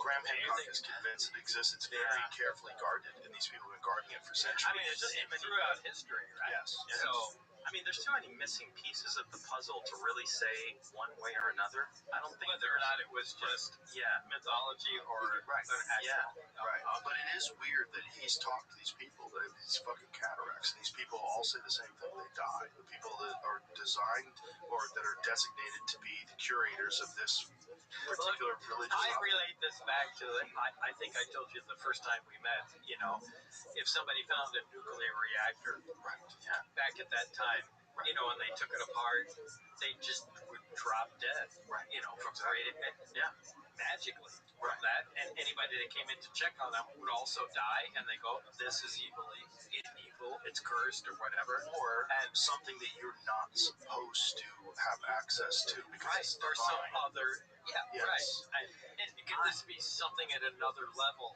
You know, that I have to say, and I mean, I'm no one to say it, but I struggle with divine stuff because I'm like, this craft or this technology. I mean, our phones to somebody 1,000 years ago would look like some divine object. I mean, it's technology to us. So we have to be very cautious. I'm not saying there is no divine something. Maybe there is. We don't know. But I think technology really could mask itself as divine power. 100%. Yeah. Or divine energy itself could be technology taken to its final form. That I'm open to. Well, if you think about what we're talking about with sentient AI, an AI that has the ability to make better versions of itself, what happens if it's left alone for 1,000 years to do this? Well, what do you have? You have something that can harness the power of the universe itself. It's access the zero-point energy, can do whatever. I mean, has a complete understanding of quantum entanglement, complete understanding of how the universe functions, how it was created. But there's new theories that believe that the entire universe itself exists inside of a black hole. They're trying to figure out whether or not there ever was a Big Bang, or if it's a continuous cycle of things existing inside black holes. So where do you think we are? What do you think this is? I think it's a process. I think we're at a stage of a process. Our problem is we have ideology, we have dogma, we have ego. We have people that are smarter than most people, but want to think that they have all the information, and I don't think they do. And then we have open-minded people that are curious but don't want to look like kooks, and they're all trying to figure it out while we're making a fucking digital god. One of these weirdo on the spectrum. We are literally manufacturing our own god. Right. But if you take that and you extrapolate, you go from where it is now, you think about the exponential increase in technology. Well, where does that go? It kind of goes divine. I mean, that might be what God is. We want to think that God is a thing that exists. It just exists. It created everything. Maybe we make God. We're on the same channel. Yeah, I think we created God. I think human curiosity and this thirst for innovation is all a part of it. I'll say something about the technology because it always fascinates me. I mean, I spent 4 years with Bob and Ed to build it in a virtual environment, so I kind of had to think about it while I'm doing it. But if you really think about what this technology that you saw does, it essentially creates this artificial field of whether it's artificial, maybe it's natural, maybe it's a natural field, but it creates a field that we're not familiar with. And that field, I mean, Joey, you saw the movie. There was a test that was done in the lab that froze a candle flame. Right. Okay. But the photons are still visible within our realm here outside of the field, and you're still seeing the photons. Yet it looks like it's frozen. To me, is that technology like a black hole? Is it some type of time stop? And it basically gives us the power to utilize time in our advantage. If you think about progression in technology, anything we do, it takes time. Anything takes time. Whether it's computing power, we're seeing quantum computers do things that they're faster and faster, and they can do 1 trillion processes in an instant, and Japan is coming up with better, and then China. But because everything has to do with how long does it take to do that. If a technology can make you bypass time, it's like the record player playing music, but you're now able to lift the little pin on the record and move it to wherever you want. Yes, and that's a good way to describe it. Right? And now at that Yo, point, what up, time is in your hands. And if we have a technology similar to what you saw, because you always said gravity is a control, the gravity of time, it's interlocked, right? Space and time. Yeah, exactly. So if that's interlocked, then we have to look at it not just as a propulsion system or some type of cool weapon, but how is it affecting time, and how can we use that to our benefit to evolve faster? Because again, the faster we can compute, the faster we can do something, the faster we're evolving. And if we could lift that needle and bring it faster to get there, to get somewhere, why not use it? Or should we be allowed to do that? Us in our current form. Yeah, I know.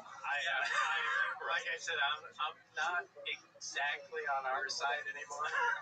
Well, that was one of the. Do you remember, Jamie, who discussed the way they were describing the use of some of this alien technology as instantaneous weapon deployment systems? Yeah. I'm not sure we should be trusted with this stuff. Right? Yeah. No, really. Well, really, you think about what we're doing in Iran right now, you would say no.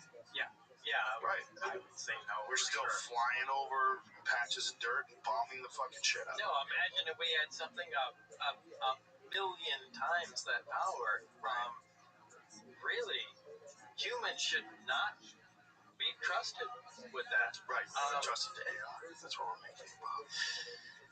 This is getting scary. Yeah, It's getting scary. It is. But it's not science fiction. No, I mean, no, it's not. I mean, we're making fun of it now, but right. no, this is dangerous stuff. And I'm sorry for the people who think this is all a joke. It's not. This is real. Yeah. And I'm really not sure we should be trusted with this. That's maybe why for 40 years or 60 years, people have agreed to keep it quiet. I would agree. And well, that's the most logical conclusion. Yeah, this is incredibly dangerous stuff. And again, it's world-dominating technology.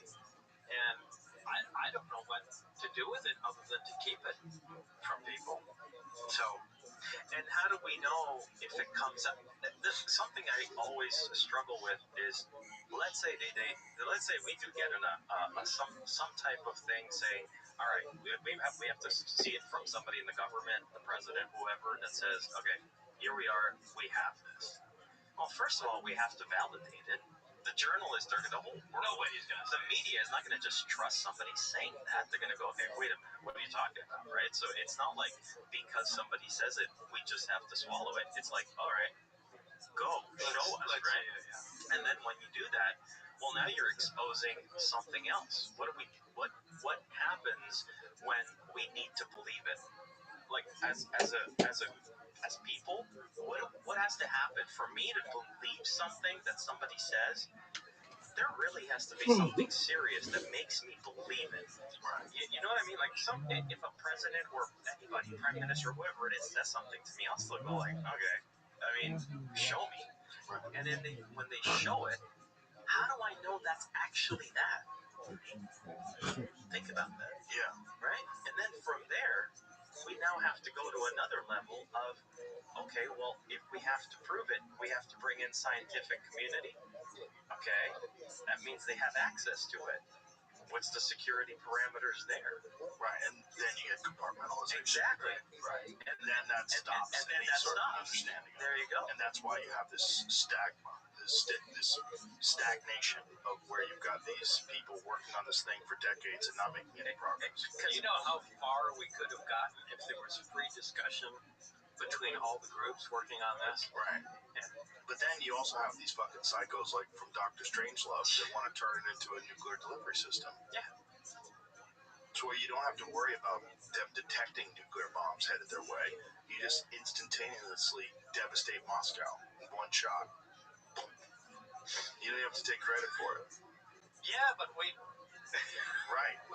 No, it's like we are not ready. Right. I know we're not ready, but we'd be more advanced if we did that. No, I mean, I agree with that. But it's all very strange, and no one knows more strange than you. No, there are plenty of people that know more strange than me. I mean, Dennis knew more strange than me. Anybody above him knew that. I just knew a small part of it. But you, out of all the people that can talk about it, that are out there communicating about it, you have actually seen it physically. Yeah, I try to only talk about what I've seen and touched and verified. I've heard plenty of other stuff that I don't know if it's true or not. And there's no sense in repeating it. Because nonsense moves at the speed of light. Right. Yeah, it does. And that's just, it's terrible. You live in a weird existence, Bob. You really do.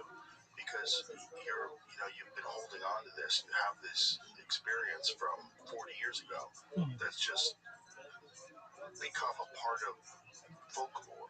It's become a part of the zeitgeist. Like, this is why your podcast that we did is the most watched podcast I've ever done. This resonates with people in a way that, look, I've done a lot of UFO ones. I had Travis Walton on. I've got a lot of people that have stories. They're all very interesting. They don't get nearly the amount of traction that yours does. And I think it's because you're uniquely credible. You're uniquely credible in the fact that you are very skeptical. You're not interested in like these fantastic ideas. You're very dismissive of nonsense. But yet you have this burden. Like, you actually physically touch these fucking things and went inside? Yeah, I did. I mean, I was fortunate enough to have this really unique job. That's about it. And I am fascinated with the technology, but that's where it stops. I'm not interested in anybody else's story, although everybody has to email me. And, you know, I understand it, you know, that they're looking for somebody. Hey, I saw this thing out when I was on my boat. And, you know, what is it? I don't know. You know, I mean, they're just looking for something, and it's like, I don't know, maybe it was Venus or something, and oh my God, you suck. You know, you were cooking up right now. It's like, dude, I'm just looking for a prosaic explanation, and you know, but I only know what I saw and I touched for myself. And everything else, even in official government documentation, it's just words on paper. I don't know if that stuff is true. So you got to draw the line there. Yeah. But you know, I know what I did see. I know for a fact, and there is no way you can tell me that that's not real. Yeah.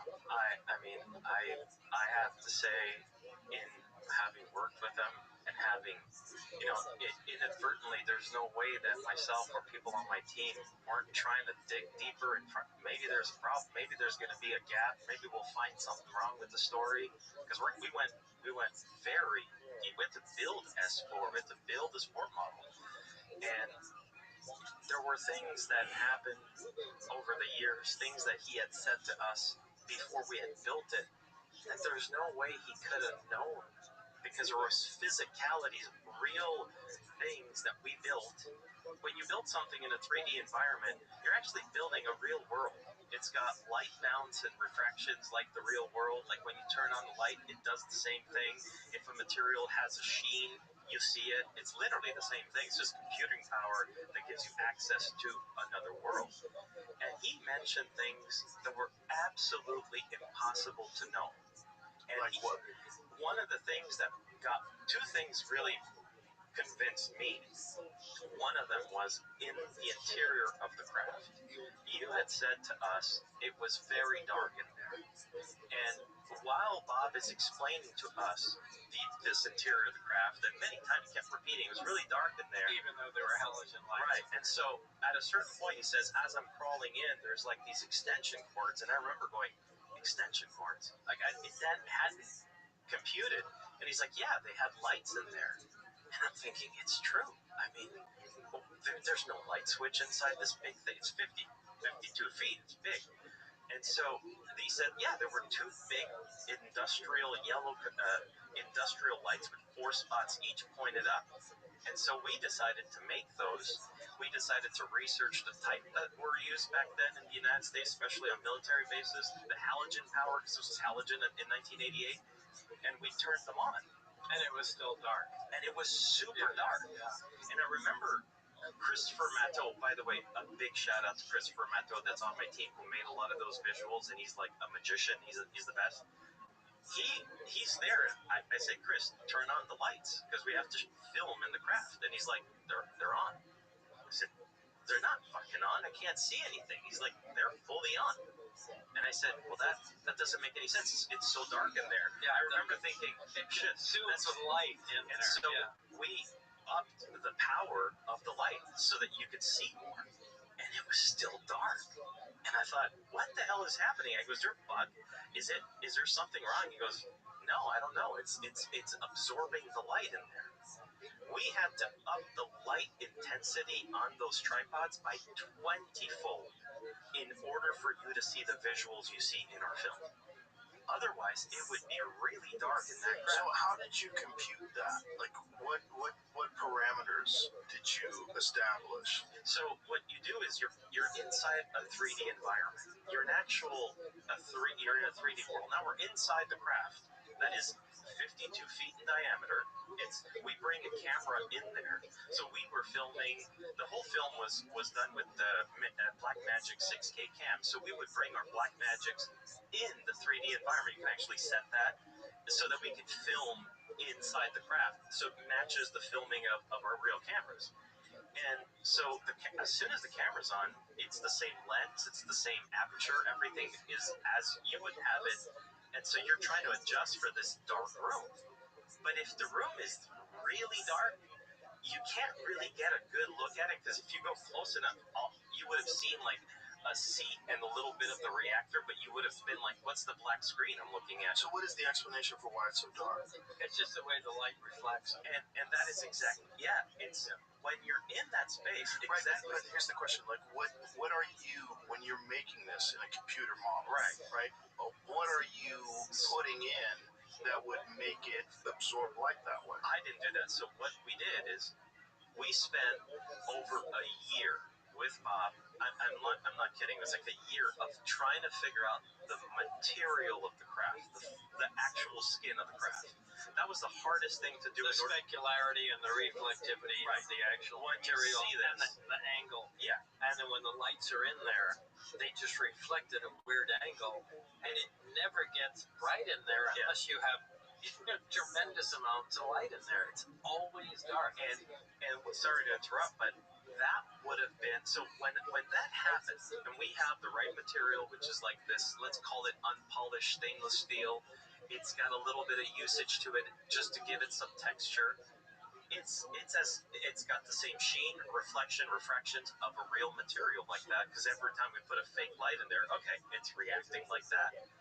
And now you turn these big halogen lights on, and it's like the part of where the halogen is hitting the ceiling of the craft, because they were turned upwards. Remember, Bob said they were not pointed like this. They were pointed to the ceiling of the craft. So you got two of them. It's like wherever the light was going was getting eaten up by that portion of the material. So it's not reflecting all the way. So you have a 52-foot distance, and it's being lost in a maybe 7-8 foot diameter environment, the area where the light is. And we're like, why is that happening? But that's how it does. Well, that's the reality. He could not have known that. If he's trying to make that up, anybody who's inventing a story says there's two industrial light with four bright halogen spots in there, a liar would not say it was really dark in there. You don't know that. You have to build it. Right. So to me, that was a physicality of being inside the craft that made me go, Lazar could not have known that if he was making that up. You wouldn't know it until you experience it. Exactly. Right. So I'm like, unless Bob back then decided to go in his garage, build himself a fake dome, which I don't think he did, I'm like, how would he have known that? We didn't expect that. We were struggling with, why is it so dark in there? And you make films, so you're used to using lighting. Exactly. And Chris was like, dude, this thing is just eating up the light. And I'm like, Bob kept saying, it's so dark in there. And it just, how is that possible? What were the other things? The other one, I laugh about this with Bob all the time. It's about the flag on the craft, that you could have seen it. I don't remember. So when he walked into the hangar the very first time, he saw the very first time he saw the craft, and he saw the reversed American flag sticker on the craft. I wonder why it was reversed. I'll get to that in a sec. I think I know, but I'll say what I think. And there's a lot of stuff. I researched a lot of stuff on Bob Lazar before I did this, and there's a lot of bad information out there. So I really tell people, if you really want to see what he saw, don't go read what's out there. Check this out, because Bob actually vetted everything, so it's not the wrong information to read. But anyway, there's a lot of detractors saying there's no way Lazar could have seen that flag. If the craft was that size and it was on the hull, on the craft shell, there's no way the angle, he's 5-something, he wouldn't have been able to see it. So we built it. We built a 52-foot diameter craft. We put it in the hangar. It's there. And my team, Chris, gives me the goggles, the ones I made you try on. And it is the very first time I go in there. And I know the craft is there, so I put them on. And now they're hoping, because they're there with notes, they're hoping I'm giving them all the notes. Oh, no, that's not good, that's not good. And the first thing I did is I looked to my right, I'm looking at the craft. And I asked Chris to put me at 5'10", which is your height. So I said at 5'10", I'm Bob's height with the goggles. I want to see. And the first thing I said is, there it is. And they're like, there what is? I said, the flag. And they thought I was pointing at a flag on a wall. And they're like, there's no flag in the hanger. I said, no, on the craft. And they're like, yeah? I said, you can clearly see it. It was clear. That was something that also made me go, yeah, this is it. This is the real size. So had Bob Lazar not actually seen that, the majority of the detractors out there kept saying there's no way at that angle a human eye could see a sticker on the top of the craft, which is on the top shell, but you can. It's as clear as day. So those were two things that I considered to be like, it's there. So I know to maybe some people that's not a lot, but as a person like I am, who's very technical and I'm super difficult. It took a long time to do this because I'm a perfectionist, and I wanted to make sure it was accurate to what he saw. I look at stuff like that because I analyze everything like that. And I analyzed this story inside out. And if you couldn't see the flag from that position, that would have been a big, that would have been a red flag for me. I would have been like, wait, you can't see it, but you can. So you can't put enough of a value on little details like that, because he didn't say this in 2026. He said this in 1989. Right. Why? Why do you think the flag was reversed? In American flag use law, the only thing we were able to ascertain is the fact that on military or on vehicles, anything military on a uniform, if ever you see an American flag on your right shoulder, it's reversed because it's how the wind is blowing the flag. On your left side, it's like the flag is because the wind is blowing this way. If you look at vehicles, let's say a Greyhound bus, they have American flags on each side, and they have a normal one on the left side, and a reversed on the right side because it's the right side of the vehicle. So it's blowing because the the wind is flag blowing the flag that way. So the reversed American flag is an actual. It's the law of how to use the flag in the United States military or on vehicles, and it has to be like that on the right side. So to say, is that the right side of the craft? Yeah, it must be because if you go into the craft, the seats when you go into the craft, I can't wait for you to go in the craft. When you go inside, the seats are facing the right side, meaning the hatch is the right side of the craft. It's the only thing that came to mind. I mean, is that what they did at S4? They fucking put a sticker on it? I mean, it's the only logical thing we could think of, is that's why it was there. I don't know. My other, because if it was an American flag, if it was just for identifying this as America, why would you reverse it? Right. Right? You're reversing it because it's indicating the direction in which it travels. Exactly. So it's just an interesting, right? It's all interesting. The goggles is a trip.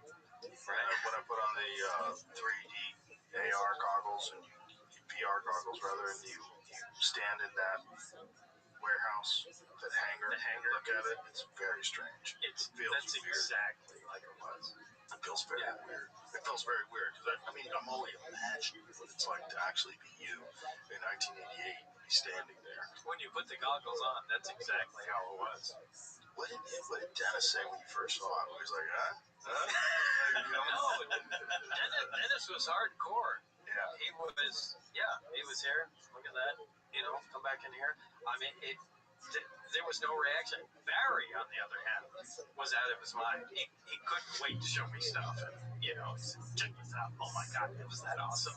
But Dennis was, he was like a hardcore, military guy.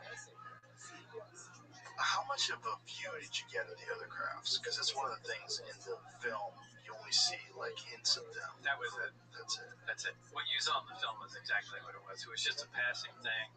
And as I was walking out there, going, wow, there's more. Everything looks different. And other than the first two hangars, I really couldn't tell what was passed out there. But there were other hangars and there were things inside them. But it's also interesting that at the time in 1988, this site was not even confirmed. This was like for you to have to know about this and know the exact location. Is kind of strange. Right. Now, Luigi did that. I mean, I gave him the general idea. I said, you know, I know what time I got out there, and I could see Papoose Lake, and behind me, he pulled up a lot of stuff from there. But another interesting thing he pulled up was there was an old silver mine exactly there, in the exact same place, and I wonder if they used that as it was already drilled. There was already corridors in there. I actually held this for this show. What I'm about to say is the first time ever. It's not even. It didn't make it in my film. I wish it did, but it didn't make it in the film. Veronica on our team. She's my sister. She's like my right hand, and if I didn't have her, I wouldn't be here right now. She found this, and at a certain point, we were looking at the maps out there, and you'll see in my film that Gene Huff sent us some U.S. Department of the Interior official maps of that environment at the Groom Lake, Papoose Lake. But we weren't satisfied. We wanted to go deeper. We said there's got to be more. And there's one map in that is a publicly available map. It's super not easy to find, by the way. That is in the hands of the U.S. Department of the Interior. I can get it to you if you want. I can email it to you. That map is the oldest map of Papoose Lake known in the hands of the government that is public domain. That map, and everybody's going to be listening to this, clearly shows a road that goes right into where S4 is. It doesn't show a road near it. It shows a road going right in the mountain. And they removed it. That map is from 1941. Okay? Right after that, the map is 1950 and 1952, and those roads were removed. But the oldest map we ever found, it's going to be available. We're going to post it on our website. It's going to be everywhere. It shows clear as day a road that goes right into the mountain, exactly where Bob Lazar said S4 was. So do you think that was the road to the silver mine initially? Yes, I believe that, yeah. It makes sense that they would use an existing facility and just enlarge it instead of start from nothing. Right, of course, especially if it's abandoned. Yeah. And it also makes sense that if Roswell was real, and if they really did find a crashed UFO in 1947, like in the 1950s, they'd be like, let's get rid of this fucking road. Right? Yeah, if we're putting this out there, if we're building this facility out there, and if they did have it, that also makes sense that they've been working on this for decades. You come along in 1988, they've got this happening in the 1950s, and it's still there. Yeah. I think what happened is when the CIA took over, because CIA is the one that took over they're the ones at Area 51. I think what happened is as they took over, they just removed the road. It wasn't even because there was a flying saucer there. I just think they got in there, took control of that terrain, that whole landscape, and said, remove it off the maps. Because it's there prior to them taking ownership of that land. So, I mean, it's clear that there was a road there, and then they came in, CIA said, take it out, and S4 might have had already an installation. It wasn't an installation, but they probably had a tunnel in there already because it was a mine. So it was an easier way to build a big facility in the side of the hill. Makes sense. It does make sense. And then there's also the images that you got of what looks like the hangar bay doors that are camouflaged. And I have to say that. Gotta go again? No worries. That's all good. Technology will fix that. It'll remove your prostate. I turn you into a fucking alien. So that image that you got of unfortunately, it's kind of blurry, but you do see something that looks very similar to what you'd expect to be camouflage garage bay doors. I got contacted by a guy called Scott Mitchell, and I was getting contacted by everybody, Joe. Everybody was trying to get in and getting to make me work with them or use something they found. So I was ignoring 99% of people's, like, it's getting tiring. Everybody's like, you got to listen to me. I know stuff about that. And I'm like, what? I'm working with Bob Lazar. I have enough right now. But this guy, we had built the base, and I knew exactly where it was. I knew exactly the layout. This guy, he not only contacted me, but he sent me an image that he had drawn. He didn't want to send me the way it found, but he says, here it is. This is where the doors are. This is exactly where they point to. I looked at the image and I said, not bad. I mean, you really nailed it in the image. And I thought, okay. At first, I thought somebody on my team leaked something we had. To be honest, I'm like, God, who did that? Who sent out one of our renders to somebody? And because that's what I thought. And they're like, no. This is what? So I talked to this guy, and he's really, really good at researching, and he ended up becoming probably one of the best he's one of the best I've ever seen. His name is Scott Mitchell, and he says there are pictures that were taken in 2020, and ironically, those pictures were taken on December 25th, 2020, which is Christmas Day in the middle of COVID, which means the base might have been shut down. If you think about that, you know what I mean? Like, it's COVID, it's like in the heat of it, plus it's 25th of December, so there's probably nothing going on there. And this private pilot in a small Cessna requested access inside the perimeter, and they granted him permission. And he had a big Nikon camera on board with a big telescopic zoom, and he took a shit ton of pictures, and they're amazing. They're all public. They're all available. You can download them. And there's these pictures of Papoose Lake and the hill, but they were being used on the internet for a long time. Everybody was like, see, Bob Lazar is a fraud. It's not real. There's nothing there. Well, of course you can't see it. It's, first of all, 17 miles away. And secondly, they're not designed for you to see it. And that also, let's talk about something that Bob was talking about in 1988. The picture was taken in 2020. I mean, there could be could be a different landscape now. Anyway, so he said, look, this image, if you change the contrast, you got to keep the original, but just move and try to extract data from your image. You know, anybody who knows how to do that with photography, you can do that. And he pulls out these geometric shapes. You can see them. They're like little. They look like rectangles. And I thought, what if this is not real? I was super skeptical. I'll be honest with you. We're talking about the picture with the doors on the hangar doors, the one from Scott Mitchell, the one that we have in the film. Oh, right. And so I didn't believe it. I thought, there's no way. I go, there's no way this is real. I don't believe it. So Scott was really cool. He said, look, man, I understand you're skeptical. I get it. I want you to do me a favor. Go online, search it yourself. I won't even tell you where it is. I'll just tell you who took the pictures. The only thing he gave us is the picture number is 0501. That's what the picture number is. He goes, if you find it, have whoever on your team playing around with it until you see it. That was fair, because I said, okay, because I mean, if it's out there, there's two different places. It was online, and the one place we got it from was the source of it. Okay, was from the photographer, the guy himself. We take it. I had 3 different people on my team. Everybody's really good at all this stuff on my team. So I said, guys, this is what we need to see.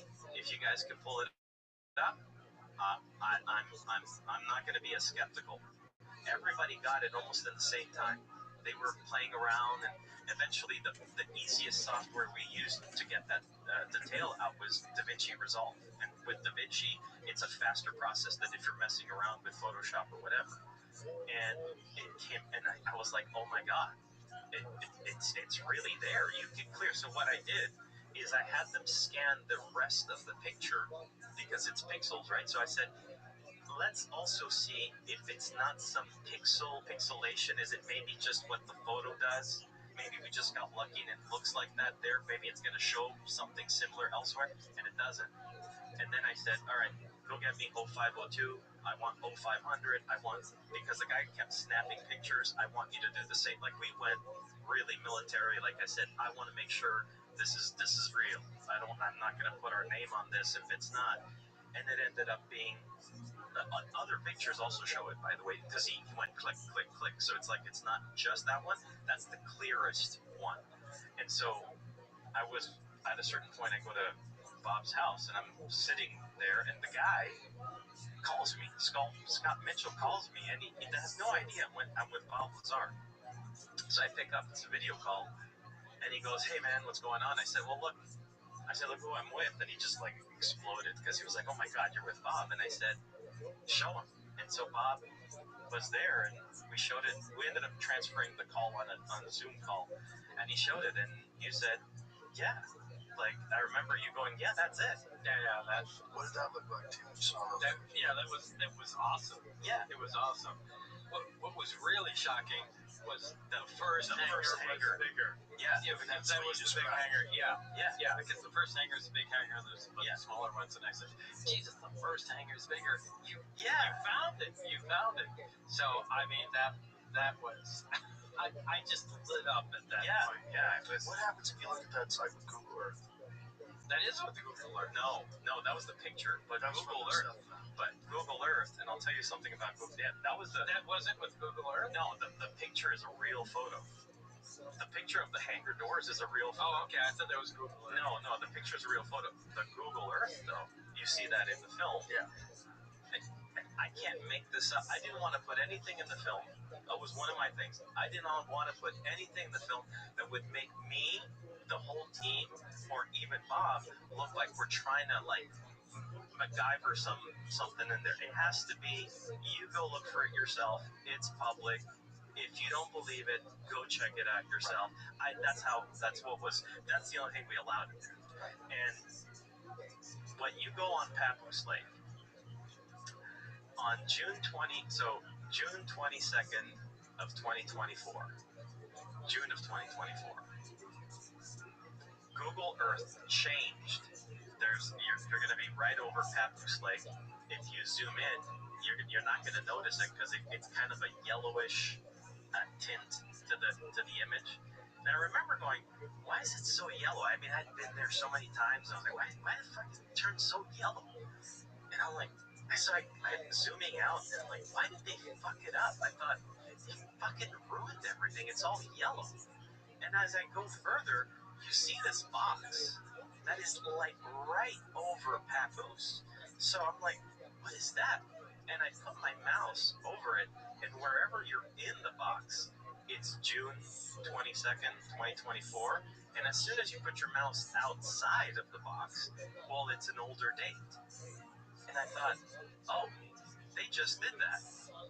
And so I think what they thought they were going to do is that new filter right over Papoose Lake removes every possible detail on the terrain, the landscape, where the brushes are and the Joshua trees are. It really, really removes all that. It blurs everything out. But they made a mistake. They made a huge error, I believe so. And I think if they're listening, they're going to go, yeah, our bad to the DOD, because you see all the tracks on the lake. If for some reason that filter accentuates the tracks on Papoose Lake and removes the landscape brushes. I don't know why. It just did that. And I was like, holy shit, you see all these tracks. What it looks like is they're trying to purposely obscure the area. Yes. And the fact that it's in a very clear box. Yeah. And you talked about that in the film. Yeah. It's kind of bonkers. And what's There's really no reason. There's no reason to pick one little square box at a why that nobody goes to. Yeah. Right. Yeah. So try to obscure it. Yeah. And so I thought, geez, we gotta put this in there. I mean, it's so cool, right? It's all very compelling. I think we should wrap this up. But the film's excellent. Thank you. Congratulations. You can tell it took a tremendous amount of effort, and I could tell by watching watch it together, it had an insane impact on you. And you'd already seen it before. I saw it with you, so you're just seeing it again. It's just like it's bonkers. Yeah, it really affected me. And is there anything else you want to say? There's a couple things I want to bring up. Okay. You know, just because I've heard stuff Luigi has told me, people think that I make millions of dollars off of this stuff. And I don't. I would love to sign on to the millions of dollars program. You know, Jeremy made his movie, and I didn't get a cent from Jeremy's movie. I said, anything you make, you give to George. You know, Luigi has spent millions of dollars of his own money, literally, right? And you know, making this stuff, and I can't see how he's ever going to make the money back. If he does, that's awesome. I drive a 1980 something, not a 1980. You drive 2018 Chevy Bolt electric car. I mean, it's a car you buy for your teenage daughter. It's embarrassing to drive. It cost me $18,000. You know, my house on the 10 acres cost $450 grand, and you know, back when I got it, I mean that's I work 6 to 7 days a week at United Nuclear, my business. I mean, if there's anyone that wants to give me millions of dollars, please contact me immediately, because I would like to retire. But no, I don't make millions of dollars off this stuff, and my wife and I do fine. We grow our food in our greenhouse, and we live in our little place up in the mountains, and that's it. But you know, this is Luigi's thing. That's why he's here. I think the film's going to be very successful. I think you're probably going to make money off of it, at least I'm No. Well, you know, thank you, Joe. I think we should wrap it up. Thank you very much, Luigi. Thank you, Knocked it out Joe. of the park. Thank you. It's fantastic. Bob, great to see you again, as always. I'm sorry I didn't mean so much. That's okay. It's understandable. It's understandable. And again, the film, let's show it on the screen, Jamie, so people can know where they can see it, when it's available. Yeah, it's available actually as of right now. Let's play the trail. We'll end it with let's do that. S4, the Bob Lazar story. We'll end it with a trailer. It's on Amazon, and we are not alone. We are not alone, right?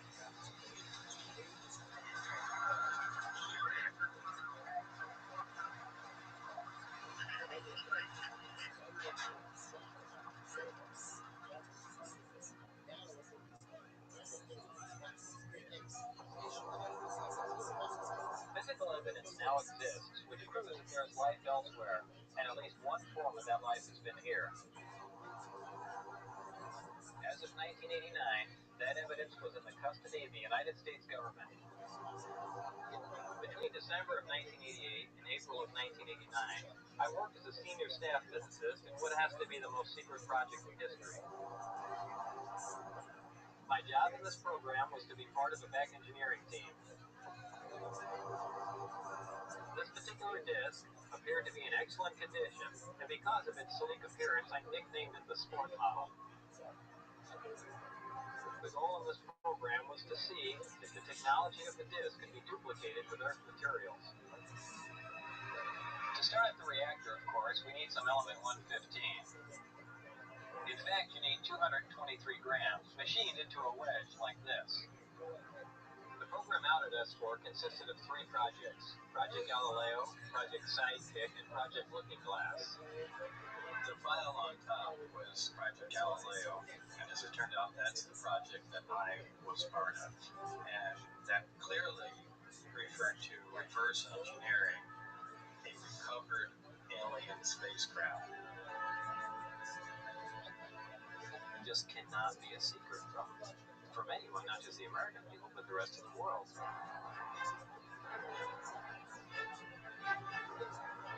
All this stuff is something that happened to you. It's not who he is. They're doing everything they can to keep this information secret. That's a critical evidence. I saw Brad do that thanks to him. his story spills. And the world changes.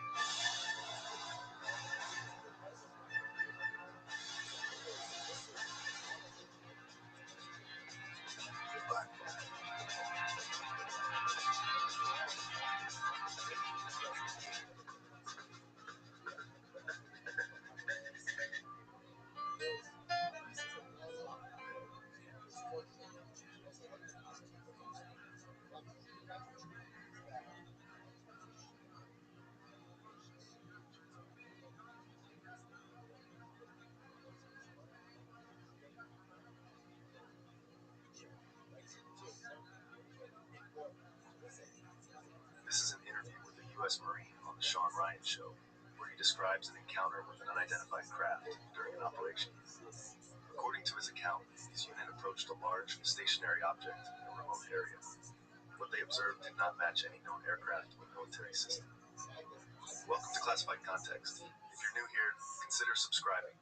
We analyze real conversations and provide missing context. So going back to the event, we decided to get in the tactical column and approach this, right? And we got down the slope, and it's just like a clearing, and it just has this big opening. It's almost more than the football field because this craft took up the majority of that. So let's describe the setting, because at first you said there were helos going doing racetracks around. Is this the same opening that you described earlier that you were watching helos drop supplies in? No.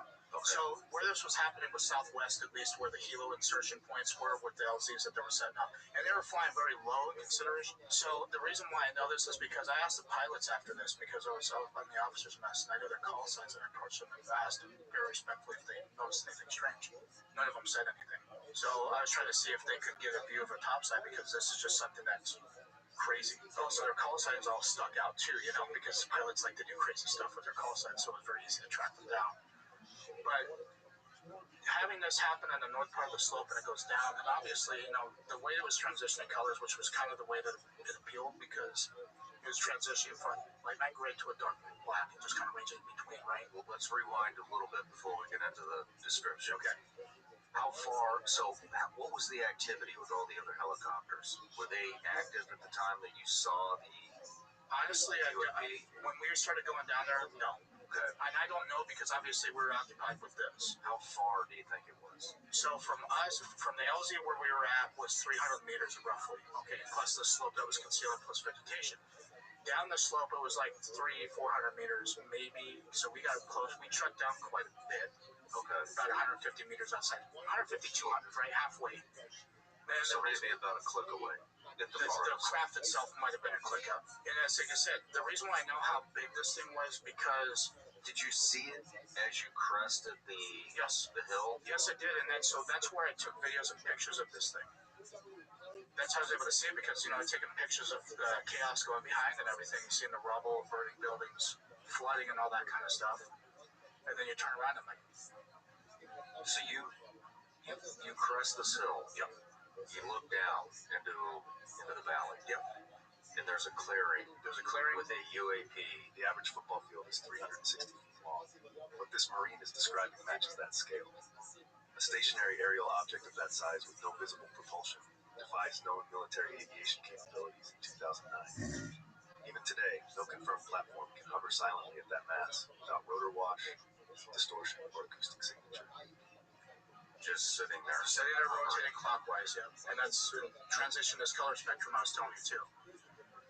And that's why it's something that stuck out. It's not a building, It's not something that you're used to seeing. Maybe topside it could have looked like a building or something that, I don't know. I don't have that perspective. I wasn't a pilot or anything, but I can tell you from our point of view, it's something that just looked very unnatural and abnormal. And that's what got our curiosity to go investigate this. Now, normally, because we would have had comms, you're damn right would have called it in.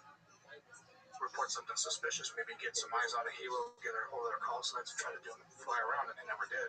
But obviously, we didn't have comms to do it, but they were more occupied with what was going on behind us. In modern military operations, loss of communications is a critical failure point. Standard protocol dictates fallback, not forward. Advancing toward an unknown aerial object without command authorization places the unit outside the chain of command. At that moment, they were no longer operating under control. They were operating blind.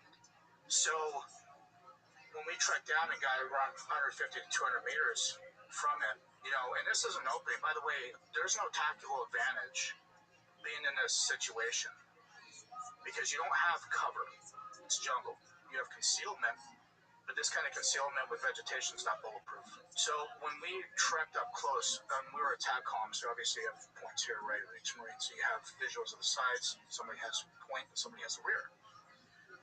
And all of a sudden we're enveloped by this military force of, I still to this day don't know who they are. How close did you get to the craft? Roughly 200 meters, 150, 200. So you could see the top of it, and then you could see underneath of it. And underneath of it had this platform that was on the ground that was separate from this craft hovering. And it was very weird to see, and I was like, okay, I don't know if it's kind of like a cement pad or something. I don't know if it was like a helo pad or anything like that at first, but I started seeing how the material kind of looked very similar to what the craft was. It's like, that's separate.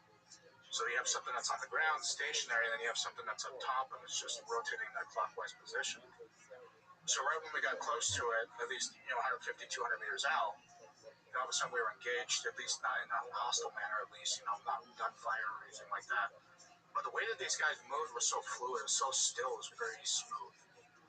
And it kind of indicated to me, after thinking about it for several years, is that these guys have done it for a while because of how smooth this operation was. So when we were in a tactical column going towards the center of this thing, they actually came from the flanks, but it was more of a diagonal, like a corner of the room, so to speak. A diagonal flank envelopment is a Tier 1 maneuver. It creates interlocking fields of fire while eliminating crossfire risk. This is not standard infantry behavior. It's elite-level coordination.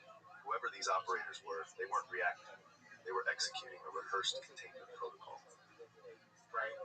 For them, in a tactical advantage, they have interlocking fields of fire on every single person, and they had a team of 8, right?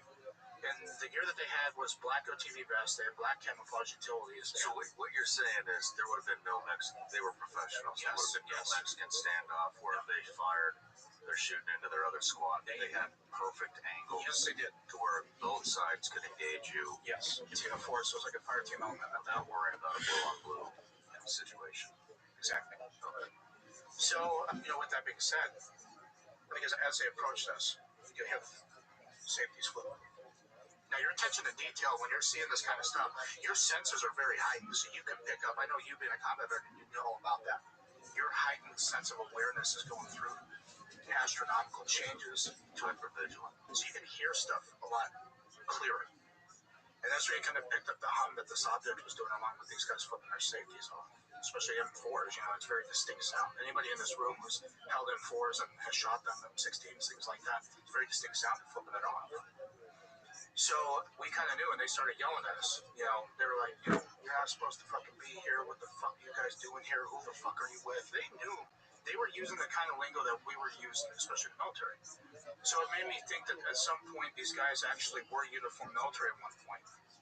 Any accents? And not accents, it's just like American dialects, how you and I are talking. At one point they said they were going to smoke us, they could throw us out of a helicopter. It's very easy to get lost in the jungle out here. They kept saying stuff like that.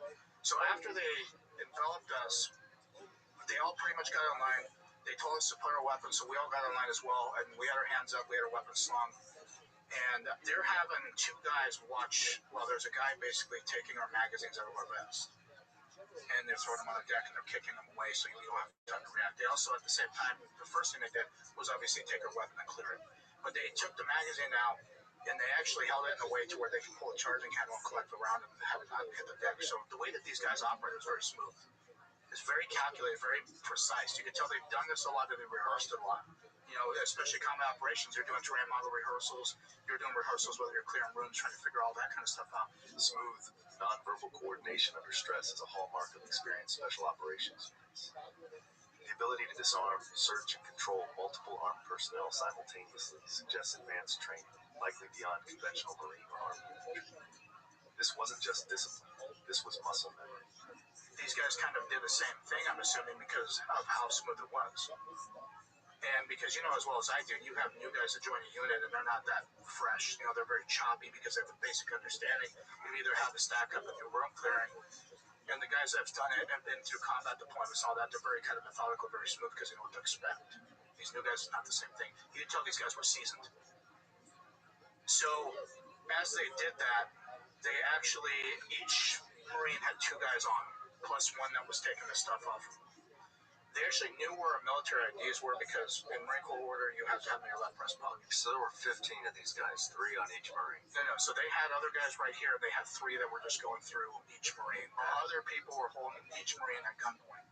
And they're not like super close to us range-wise, because if you get a muzzle close, I mean, it's easy to grab it and kind of fend off, especially with a rifle. But these guys were at the standoff distance, and even if you try to move, they get smoked. One search team of 3 guys. Yes. And then the rest of the squad was aimed in. Yes. Oh, okay. Yeah. So, and again, they're not anywhere where they could actually, there was people behind us, because obviously if they had to engage, they're going to hit one of their own guys probably. So it's more like they were kind of moving the same way through all of us, all 6 of us, taking our stuff, taking pictures of our military IDs, So they had like these devices that kind of look like a very thin, it looked like a smartphone modern day right now, because in 2009 it wasn't the case.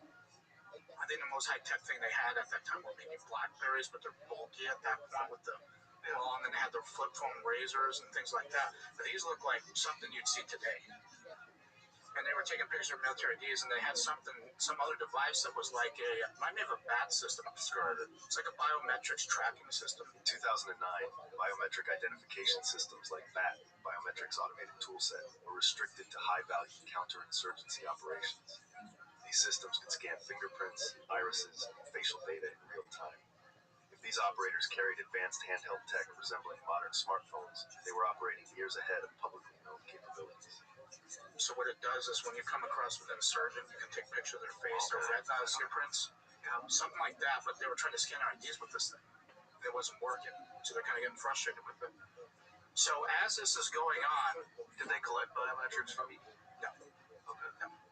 Which, they took pictures of us, but that may be enough, and then they took our IDs, because some people I talked to that are in the special operations committee with that, they said, yeah, we have the ability to scan IDs, and it tells us everything about you. Military IDs, driver license, things like that. So it's very high-speed stuff. And considering this was in 2009 compared to now, of course, they had this thing that they were using to load up stuff. It's very advanced physics, something hovering off the ground, not making any sound, but an audible hum, like a guitar amp or something that's like a transformer. So it didn't sound like a jet. No. It didn't sound like a helicopter. No. There was no engine noise. Nope. Just a hum. Just an audible hum. It's very creepy to see because it's not normal. Was it like a bassy hum? Yeah. Yep, like a guitar. Like if you were to unplug it, it wasn't the same pitch, but it was like the same kind of sound, same kind of noise that it emitted. And so as they're searching us, we're watching this thing happen, and that's when we start seeing trucks come from our left and go onto this platform. And they were up armored 350s. I know exactly what 350s are. They're kind of beefier trucks. They were matte black. When they were coming at us, they go left. Up-armored Ford F-350 platforms are commonly used in covert logistics operations due to their civilian profile and high payload capacity. Modified with military-grade storage, such as Pelican cases, they can transport weapons, tech, or something else entirely. What matters is not the trucks, but what they were delivering. I was glancing between what was going on in front of us with these guys, and then all of a sudden glancing over to what was going on behind them. And that's when I started seeing the key details of this thing. Like it had like a scale pattern on it, kind of like an octagon. Because the craft itself was like an octagonal shape where you could see points. It had a pyramid structure on top that was black, and you can see the shadowing of it as it rotated. But it was rotating very slow. And then it had like these vents on every single corner on the middle part of these platforms, the panels anyway. It was like a Vanta black. It was like a dark black that would like absorb light. Very weird. But what do you mean by that? A dark black that would absorb light? So if you're ever familiar with the BMW, they painted Vanta black. It was like a very super dark black. It's not like a reflective material. Like a matte black? Yeah, but very, very, very even darker than matte black. Okay. Like you can shine a light at it and it won't even illuminate. Like the Batmobile? Kind of. Something like that. Vanta black is one of the darkest materials ever created, absorbing up to 99.965% of visible light.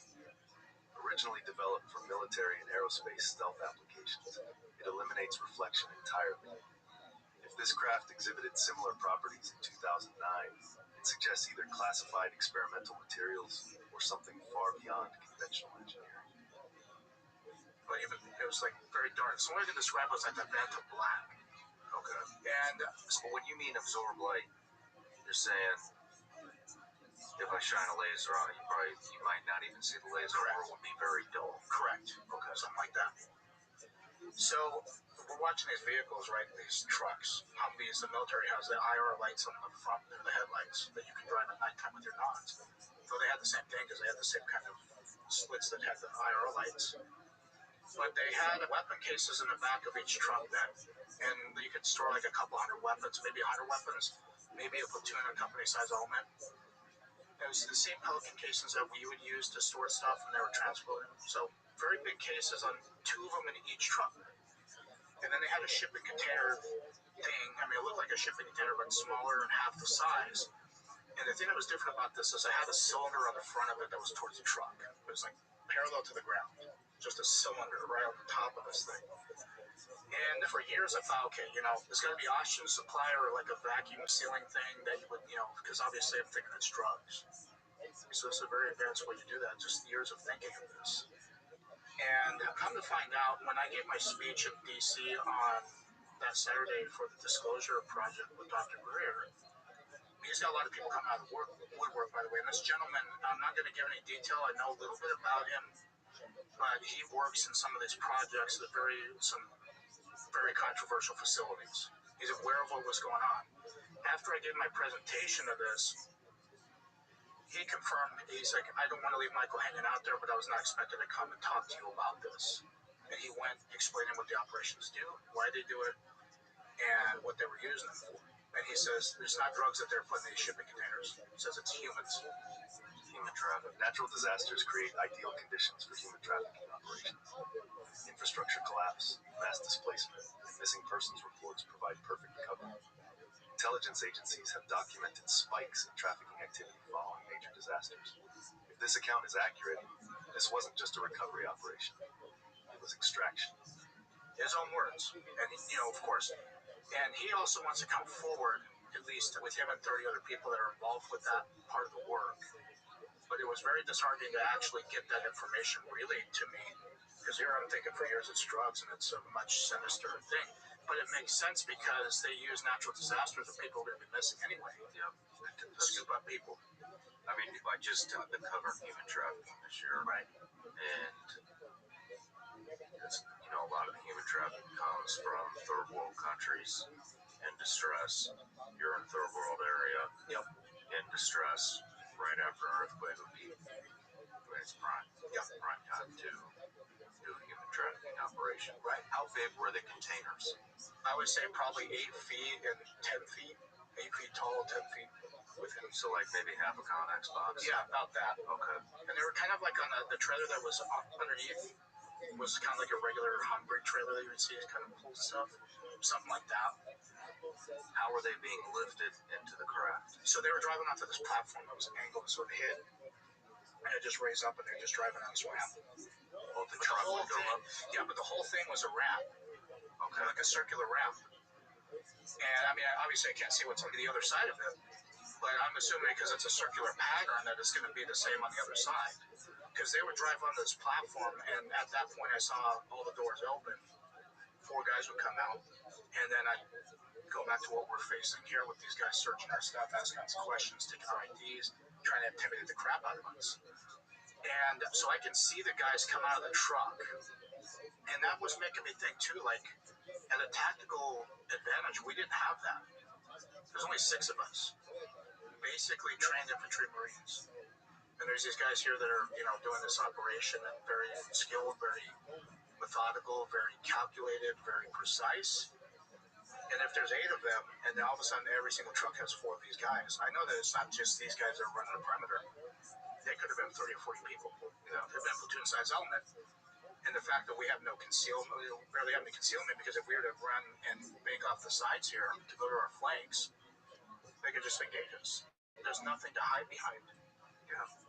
Vegetation ain't gonna stop bullets, but so there's a lot of questions I have too, because it's, obviously if we would have engaged them, then the whole rest of the force behind us would know about it because they'd have heard the commotion.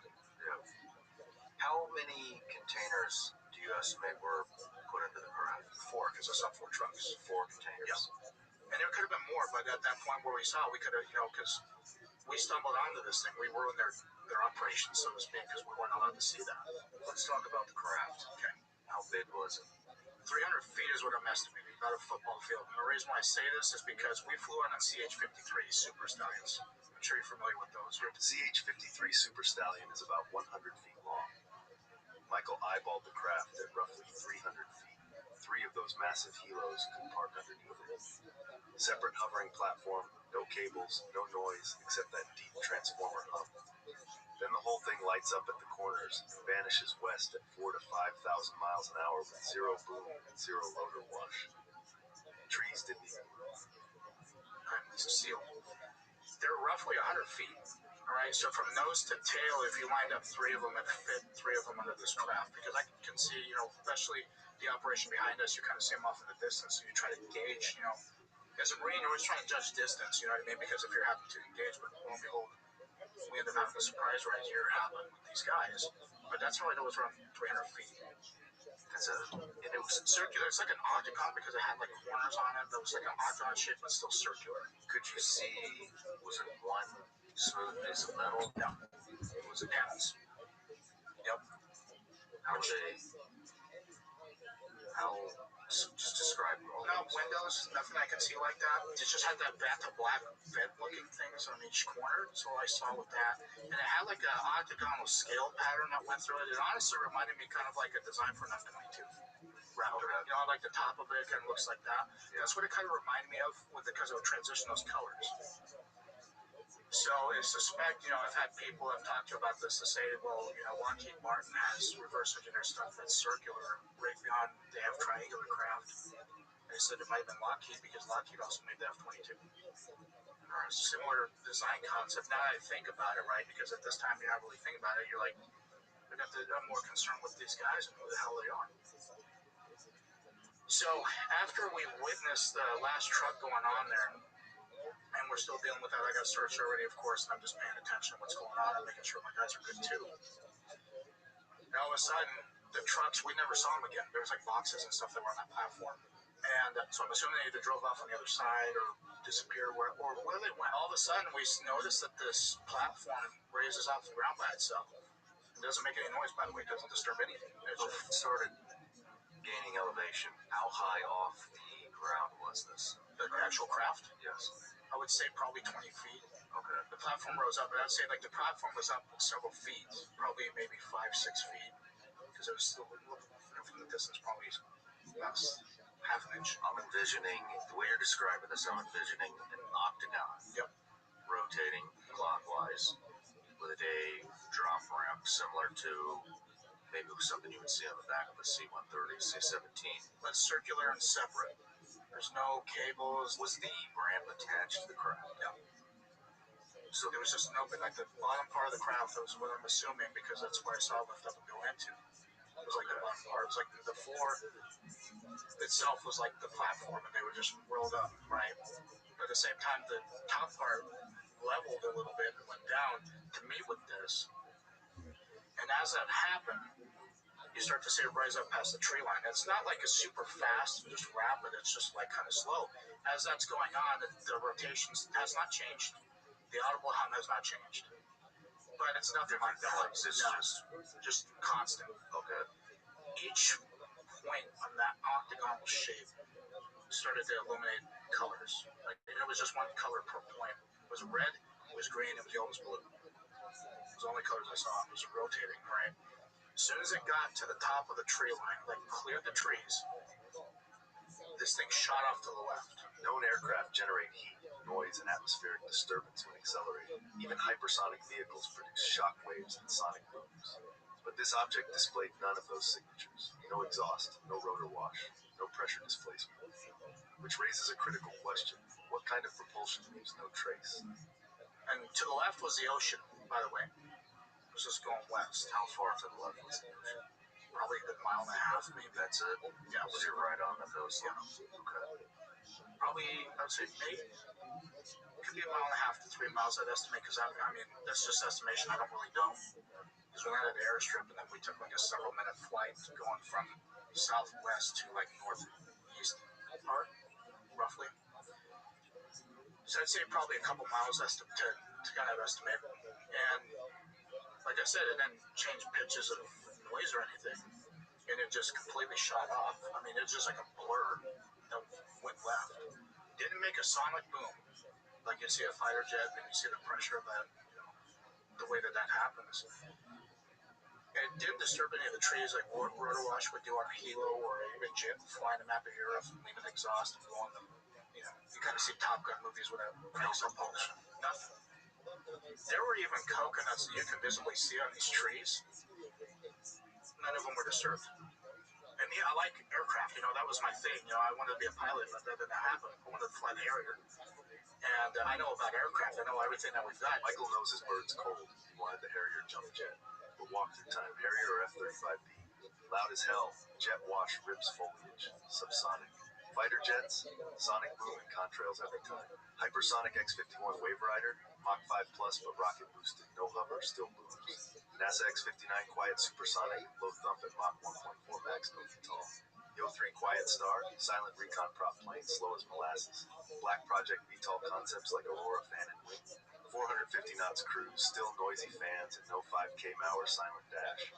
Nothing in 2009 inventory or even today checks every box. This was something else. Another thing about him, from a little kid, that's all I wanted to do, but obviously being infantry was the next best thing. So it wasn't something I've never seen before, something I know that we didn't have, at least in the conventional wise, on top of the military force that was there. So as that took off, we're all of a sudden ordered to face that slope that we came down. And it's high enough to obscure everything as you kind of go down the valley. And so as we turn around, I'm like, fuck, they're going to do it. I think they were just going to, fucking rip us right there. Yeah. And They're going to kill you. Yeah. Before we get to that, when you saw this thing take off, do you have any estimation of speed? Have you seen anything?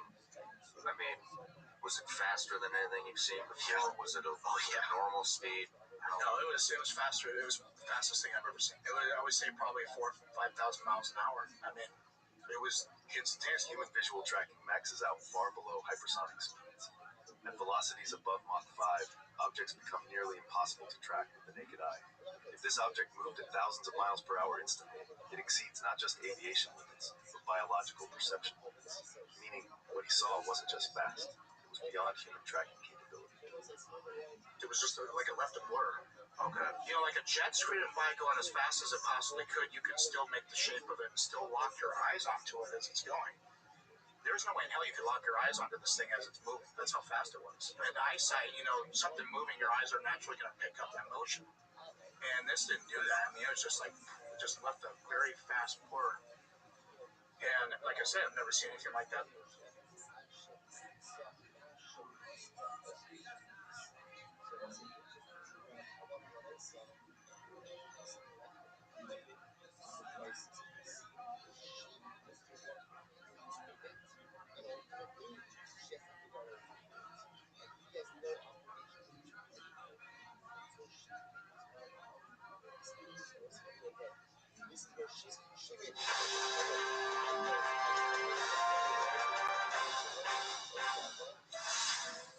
G'day and welcome back to Reality Check. It's my great privilege and honour to welcome back to the show one of our favourites on Reality Check, Representative Tim Burchett from Tennessee. We love Tim Burchett down here in Australia, not least because of his illustrious family history fighting in the Pacific. I got to know Tim a couple of years ago, and his dad served in the Pacific Campaign, in the Okinawa and Oahu campaigns as a Marine, no less. So, Tim, thank you for your family's service, sir.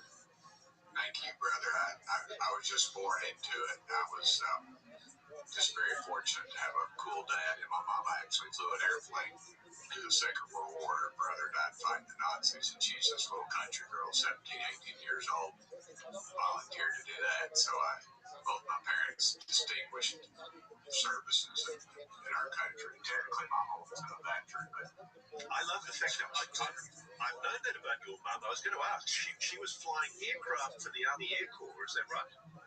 it was actually what was called the Civilian Air Corps at the time of what she was in, and it was later in the war, so it wasn't extensive, but still, My little country girl didn't have electricity till she's a senior in high school. Flying an airplane is a pretty cool thing.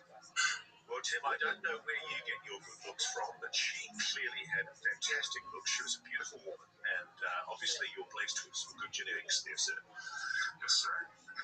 Let me ask you then to make the segue from your father being a Marine to the subject today. We're talking about unidentified submerged objects, USOs. You've been quite outspoken on the subject of USOs. Why is that? What prompted your interest? Well, my conversations with pilots, they seem to always be over water. And then a chance conversation I had with a former admiral, who, or I guess you're always an admiral if you want, about these 5 or 6 deep water areas. And it just seemed to make sense. That's where you're seeing a lot of the observations of the UFOs. And then when I'm told something big as a football field is moving at 200 miles an hour underwater, when I know the best we have is around 30, and I'm pretty sure there's no fish that big in the ocean, or a whale, which is a mammal. So, but it lends itself to a lot more questions than answers. So I just wanted to go through the detail of that. So I understand you've spoken to people who are direct witnesses to claims that there are objects that have been detected underwater moving at hundreds of miles an hour. What more detail can you give me on these particular incidents?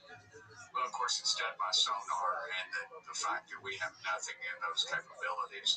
And if you shoot a bullet literally into a swimming pool, it's going to go just a few feet before it just stops.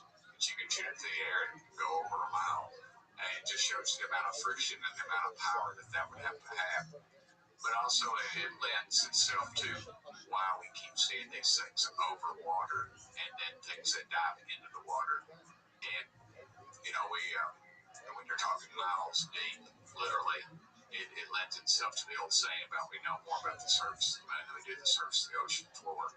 And in my belief, that if something could travel light years, I mean, to me, that's still almost an impossibility. But if something were to be here that had traveled centuries ago, millennia ago, and had established itself one way or the other, to me that makes a lot more sense. And of course, every time you come out with a new theory or new observation on the UFO or USOs, as this case is, it's always downplayed. But when you talk to people that have seen them, it's or seen them on radar or sonar, as the case may be, under the water, to me, it lends a lot of credibility to that subject. So you've been told what exactly about these large objects moving underwater at high speed? What were you told specifically? Well, just the mystery of it, and the rechecking and double checking of their facts, and in fact that they were. And they've been told to keep quiet, and the usual things that you hear. But still, you have to ask yourself, why are we being told to keep quiet? Why the secrecy? And it lends itself to Washington in itself. It's about power. It's about control. It's about secrecy. And therein lies some of the power and control over all of us. And I suspect all governments across the globe are the same way. One of the things you've spoken about is the speculation of underwater bases, not human bases, but bases by non-human entities. What can you tell me about what you've been told? Well, that the concentration would be such that that's where they would be, and that we have not been able to explore any of these areas just because of you saw the sub that went under a few, I don't know, maybe it's not even a year ago, that literally imploded just because of the incredible pressure. So there's a lot of questions of that. You figure if something can travel at 200 miles an hour underwater, then it would have the capabilities to withstand that incredible pressure. So, Matt Gaetz, the guy who was in Congress with him before, now has gone on to his own career outside of politics in the media. I guess he reports on politics. Can't really ever escape it.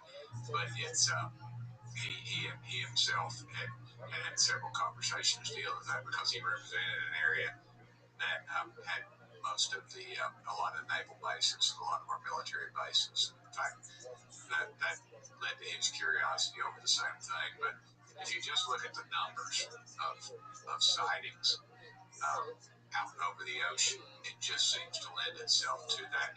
If you wanted to be undisturbed, where you wouldn't go in the middle of New York City or Knoxville, Tennessee, you'd go, although there's some strange things I've seen here, you would go where you would be least disturbed. And so the most unexplored area in the vastness of our great oceans is kind of hard to comprehend at some point. You've speculated about 5 or 6 bases of non-human entities. Where did you get that number from? From some Navy officials that had, in fact, had broached that subject to me. I always remember the last thing this one fellow said, because if you've been in my office, but you come in one door and you can go out the other if you choose, and nobody ever does. They just go out the entrance that came up. He chose to go out the other door so he could kind of get away from all the other. And the last thing he said was, he looked at me and said, "Tim, they're real," and I'll never forget that. And it led me to believe that he had more information.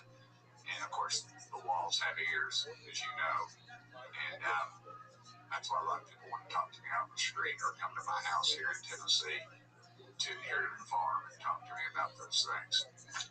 And to be very clear about this, Tim, what you're saying is that these objects underwater, these bases underwater, they are non-human. You're clear about that? That would be my belief, yes, sir. Again, we don't have the capabilities of traveling there or doing anything else. But again, I can't tell you how many Navy folks I talked to. One of the first times I was on a TV show when I first got elected, talking about just UFOs. I refuse to call them whatever UAPs. To me, that confuses people. But a friend of mine that I had served in the legislature with, who was in the Navy in the 50s, had seen me on a television show and had called me. He said he's retired, and had an incredible conversation about an encounter that he'd had, how this thing had out in the middle of the ocean had come upon them. And the interesting thing about it was the description he gave was very similar to what a description that an actual naval officer gave me and wanted me to know about. Just, it was just, he got me on the phone and I called him back. He was surprised that I ever even called him back.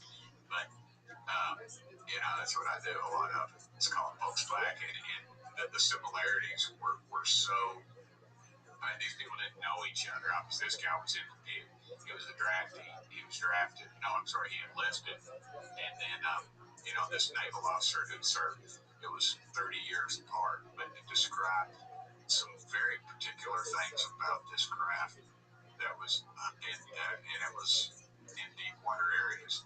And so, and since then, I've heard similar stories. And the color, the lack of noise, just everything was just so similar. And to me, that lends itself to a lot. And I suspect if somebody did some studies, I don't have the capabilities of doing that. Frankly, I don't need to believe it. But I bet the statistics would show that you would have a higher propensity over these deep water areas than you would anywhere else. Are you able to share any of the details of the specifics of what he said he saw, or that he was? Yeah, the color, grayish blue. Oddly enough, they were both the classic saucer size, saucer shape, and with the dome on top. But the size, the large. He said this thing was. I remember he said, "Jimbo, that thing was." He's kind of country like me, and he said, he's a very successful guy. He said that thing was it was a city block if it was a foot long, and and the officer described it of I think he said 200 to 300 feet, which the size of a football field, obviously. And again, I guess I go back to the thought that if something came here, that the place they would go would be the water, and they could stay there in their base of operation. They might just, I don't know if they live there or not, but I think the more we explore, the more these things become visible, and that's exactly what you're seeing now. The more we fly, the more we're under the water, the more we investigate, the more these things are becoming visible. Tim, the thing that I find profoundly disturbing is whatever these objects are, they're clearly monitoring us, they're watching us. There's people I've spoken to who've described these objects taking a very close interest in the nuclear attack submarines of both Russia and the United States, aircraft carriers being completely disabled by some kind of electromagnetic interference. This is what we call in the military intelligence, surveillance, reconnaissance, ISR. Should we be concerned that there does appear to be this kind of monitoring going on? I think we should, but the thing is that when you talk to some of the, they have these, we monitor our military and have civilians that work within these things, and there's a tone of arrogance, and I think an ignorance that's involved with those people, and because I won't tell you where, but I'll just say, I asked about one of those incidences where our nuclear facility was literally shut down. And almost the exact words by this little arrogant jerk was, I always remember he had a man bun, and he was sitting there with a couple of military guys, and they were obviously, everybody has gifts. I guess my gift is reading people, and I was reading these military guys, and they were just thinking, he's a total jerk. I can't believe we're stuck here with this, but that was under previous administration. And I remember he said, I asked him about the specific things, and I asked him about some other specifics, but he said, we don't have any data points on that.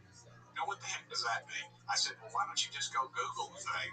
I said, everybody in the world knows about it, except for you. And he took offense to that, and then you could see the military guys were like, looking around, and I thought, yeah, we've hit a sore spot with this guy. The huge frustration for me, and I know it is for you, Tim, is there are people that have come forward to me.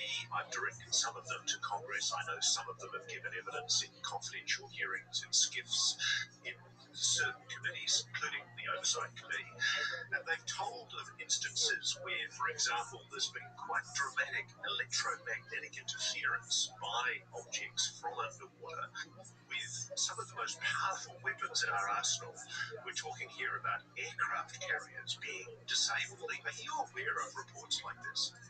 I've heard of that. I've never been briefed on that, and I've heard from some pretty reliable sources that, in fact, and that's what happened at one of our nuclear facilities that was just completely shut down. And they'd seen, there was some UFO activity that they thought was around it, and yeah, that would be of great concern. And there's actually groups that are studying that, the effects of that they think people have had, and there's some radioactive material, I think, or it mimics that, the injury or the effects that it would cause on humans and others, and on some mechanical abilities, I guess I should say. I had a conversation a few weeks ago with a young man who served on land, a guy called Joshua Shelton, talking about service that he gave at a place called Area 2, where nuclear weapons are stored very near to Area 51. And in the course of that conversation, he talked to me about shadow figures that were seen inside nuclear weapons storage areas, shadowy black mass figures that were witnessed by multiple witnesses. That conversation has prompted a number of calls that I've had and messages that I've had from people who've served as submariners in the submarine fleet, the nuclear submarine fleet for the American military. And they've described being deep underwater in American nuclear nuclear attack submarines, and there are these shadow figures seen in the nuclear weapons storage areas on board the submarine. Have you had any of these accounts reported to you? I've heard some talk of that, but not in that submarine, but in other areas that people that I've talked to. Because, people talk to me about so many broad covering issues that I try to just focus on a few things. There's some others in my delegation that delve into those other so-called. Some people think it's supernatural. I just think it's. I don't think it's that. I think it's something else. I think there's an entity that's done these kind of things. But what's certainly very real is, I think you were recently commenting on the findings by an organisation known as Enigma Labs. They've reported on as much as 9,000 plus USO reports within 10 miles of the US shoreline. 389 reports in California, 306 in Florida, 150 plus trans-medium entries and exits without any discernible splashes. Clearly, something is operating in our oceans very close to the continental United States. And as you've speculated, it's perhaps using it for some kind of surveillance. 100%. That's the only reason they would be doing it. When the numbers go up and then they drop off to almost nothing, and then you have these clusters that occur, and that would lead you obviously to believe that something is observing us, or we're observing something, and we're observing them. But I guess it still just bothers me that our government won't come forward with it because, and the guys on the intelligence committee. I think, and gals, I think you have a few in there that just want to dissuade us from finding out what the real truth is. And I won't call them plans, but I think they're being used by some folks. They give false information and then they kind of laugh at you and me. But over 55% of the population of the United States of America thinks that we're not alone. And I think it's about time we pull the covers off this thing. Well, let's go to basics, Tim. Do you think we are being lied to by the government of the United States about the nature of these threats from the ocean? Yes, sir. Yes, sir, I do. I think we're being lied to about a lot of things. I am the part of the government. I don't trust it. I don't trust what's going on. If they told me the sun was going to come up tomorrow, I would probably walk out early in the morning just with my phone and see if I could document that the sun did not come up because they just why do they do that? A lot of it's tradition, but a lot of it's covering whatever they need to cover up for whatever reason. And they sort of told me that I've been told to back off this thing, and I've also been told that it's our enemies and things like that. I just have a hard time with all that. I think that's a lot of disinformation, isn't it? And I'm sure you've had people come to you and they're lying. And they want me and you to come out with some big preposterous story. Yeah. But just like this underwater thing. But when you talk to a guy who has nothing to lose, all he is going to suffer is humiliation. Why in the world would he come to a United States congressman and tell that to him? I just don't buy it. I just think there's something's going on and we don't understand it.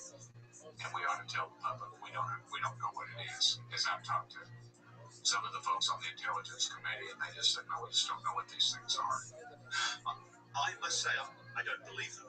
I truly do not believe them, and I know that there are people that I've spoken to who've given evidence to the Senate Select Committee for Intelligence and the Senate Armed Services Committee. But they are the two committees that you and I both know have the power to inquire into both the intelligence community and the armed services in ways that other committees in Congress can't. Can I ask you this? Do you think it's possible that what's happened inside Congress is clearly there's been a shift in the willingness to be more open about the UAP issue? What do you think is President Trump's position on this? Do you think he's still amenable or open or receptive to the idea of being more open about UAPs as he promised during his campaign for the second administration? I think he is. I still think he is. I've put a lot of faith and trust in mine and his relationship. I don't bother him about stuff all the time. I've asked for a 15-minute meeting with him, and I would like to discuss. There's 2 or 3 things I want to bring up to him that I think would go a long way. One of those is this issue. But I also think, though, that you've got some people who are compromised, frankly, in Congress for whatever reason.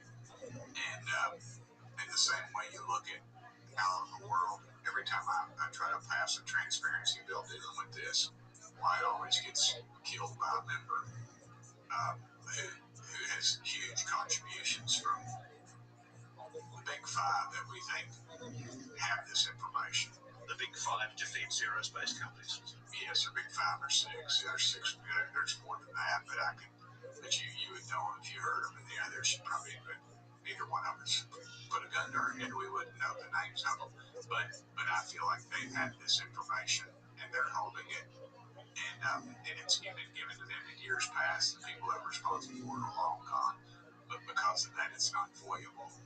Voyable, I believe is the correct word. You can't Freedom of Information Act. You can't put it out on a private entity like you can Ford Motor Company. I mean, you can hit them with it, but that doesn't mean they got to come to. They got to give us that information because it has nothing to do with the federal government because they've separated it from that over a couple of generations. So I think we've got a lot of work to do, but I hope we can keep the pressure on these people. So just to give our audience some background on the work that you've been doing, you've been very, very prominent in both congressional hearings, interviews, and pushing for legislation on the UAP issue. You co-chaired the bipartisan UAP caucus that was launched in August of 2023, and you've introduced key bills like the UAP Transparency Act that came in May 2024 and the UAP Whistleblower Protection Act, November 2024. The simple fact, though, Tim, is we've been snookered, haven't we, inside Congress? There are forces that have essentially nobbled those disclosure law attempts. True. 100%, 100%, and it primarily is on the U.S. Senate side. I would love the opportunity to get to the U.S. Senate in the future and shake that little deal up a little bit. I think that would be a very very good spot to be in to try to do that because I think we've got the support in Congress. Yet it always, we've got the bill I sponsored was 3 or 4 pages long, and then the Senate, Schumer had a 60-page bill that mimicked the Kennedy assassination hearings and stuff. And we still don't know what happened to Kennedy. That was over 60 years ago.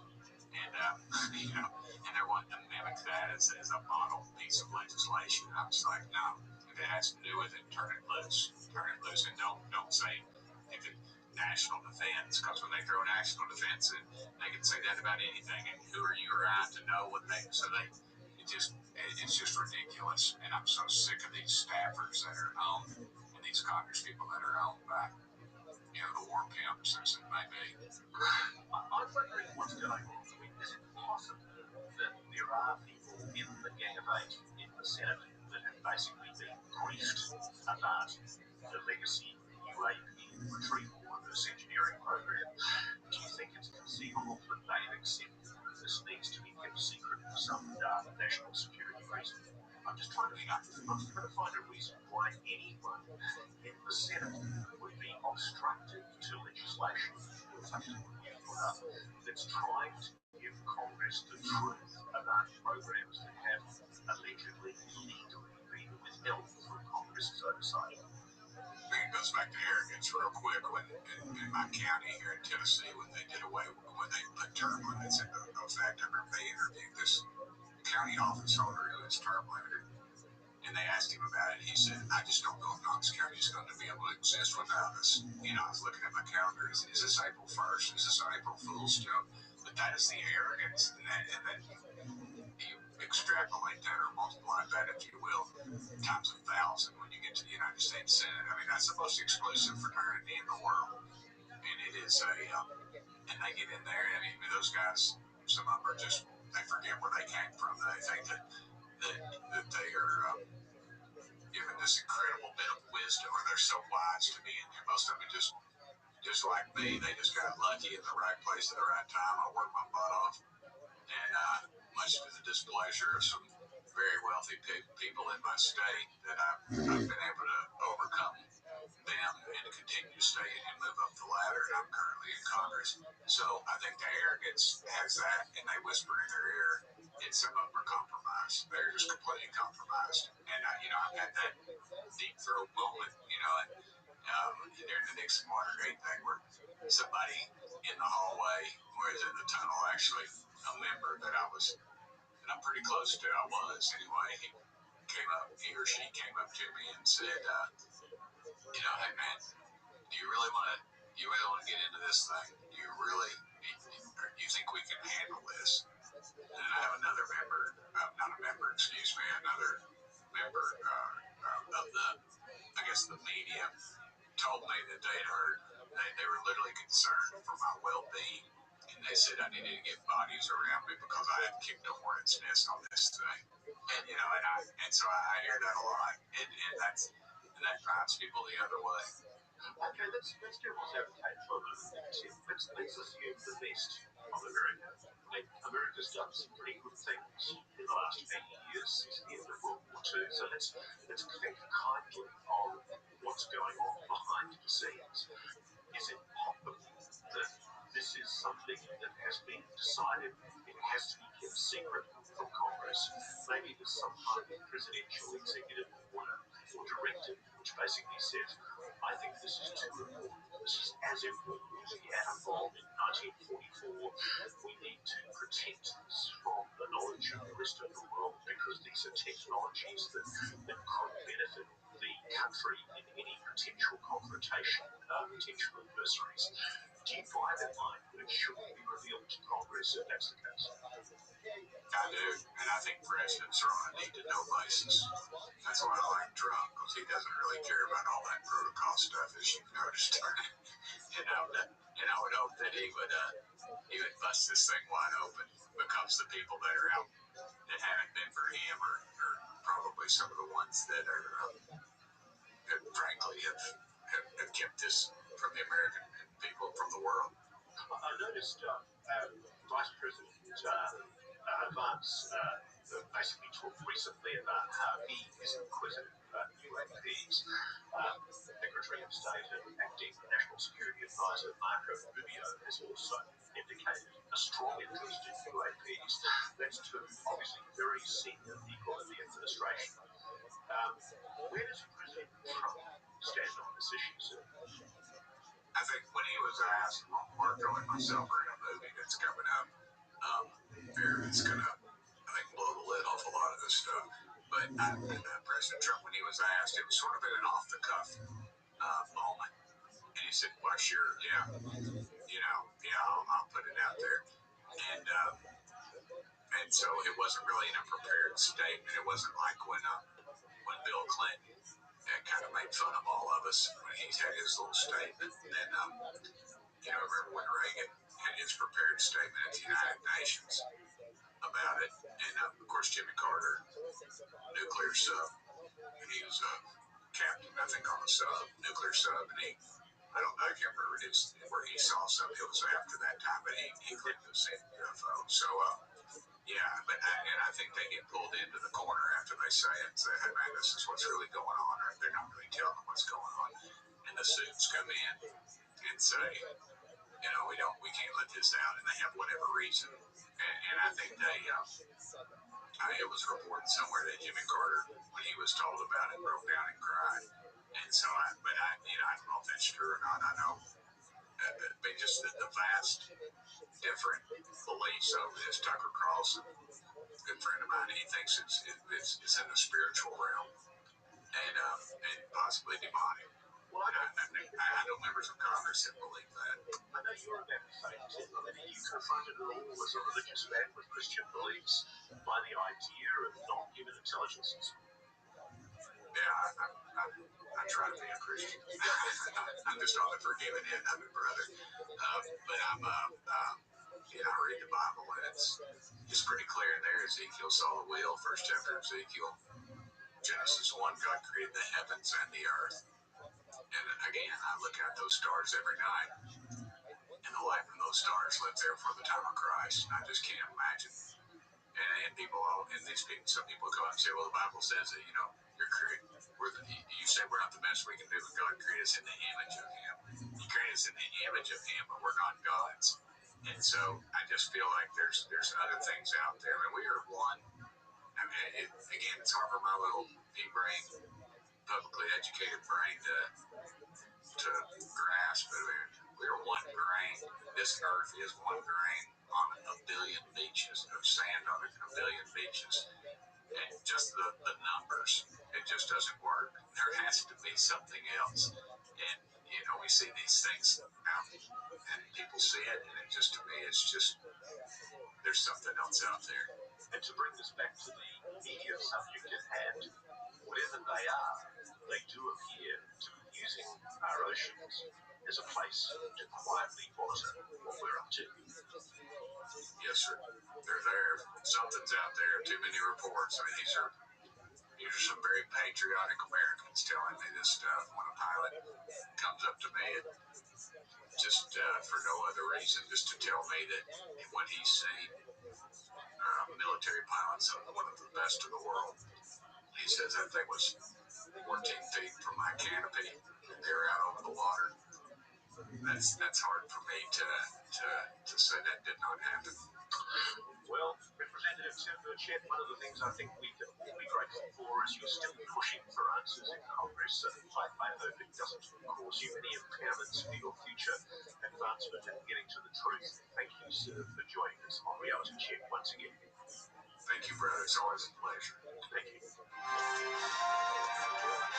And before we go, please don't forget to send in your questions for our weekly question and answer. You can email us at realitycheck@newsnationnow.com. We look forward to hearing from you. Thank you for watching. Subscribe below and download our News Nation app right now on your phone, and you will get fact-based, unbiased news for all Americans.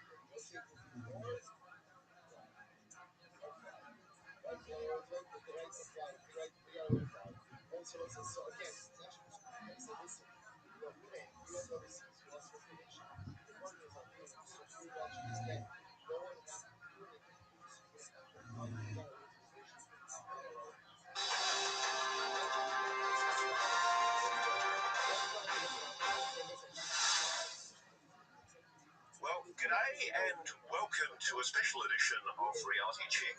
We're on the ground with reporter correspondent from News Nation, Alex Capriello, who's been in Albuquerque since Monday, since the press conference by the local sheriff, and he's been following the search for General Neil McCaslin, who's now been missing for 3 weeks.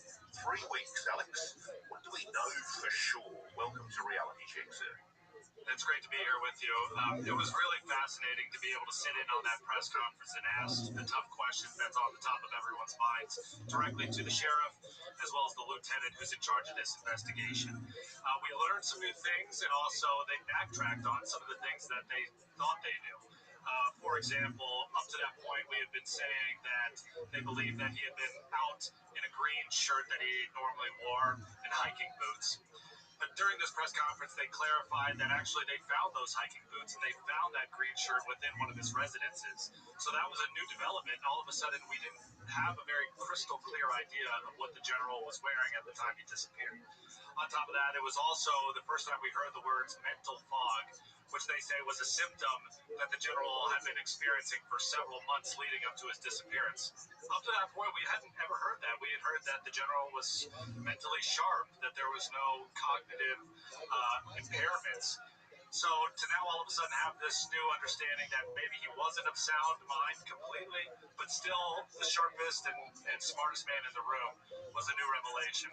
But in general, Ross, the interesting thing is there is very little facts that we know up to this point. The investigators don't have very many strong leads to go on.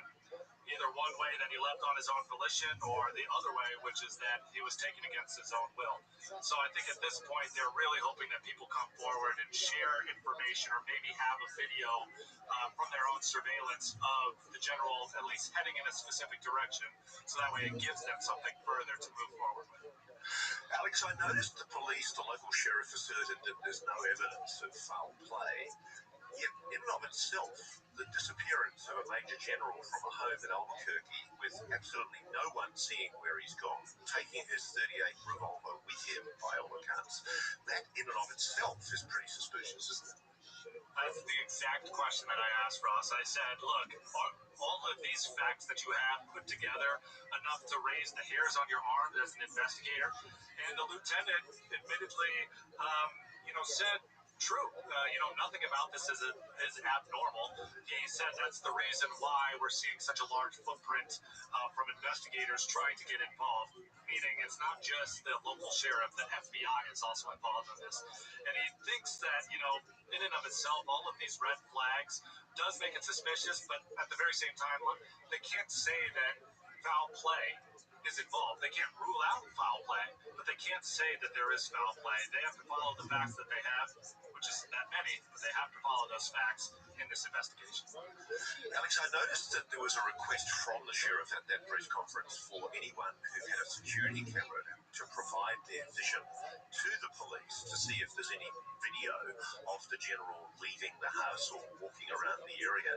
Is there any evidence at all to substantiate the assertion that the general, in fact, left his home that day? Because it's such a narrow window. As I understand it, there was a handyman that was in the house about an hour earlier, and then his wife came back an hour later, and the general had disappeared at that time. Is that correct?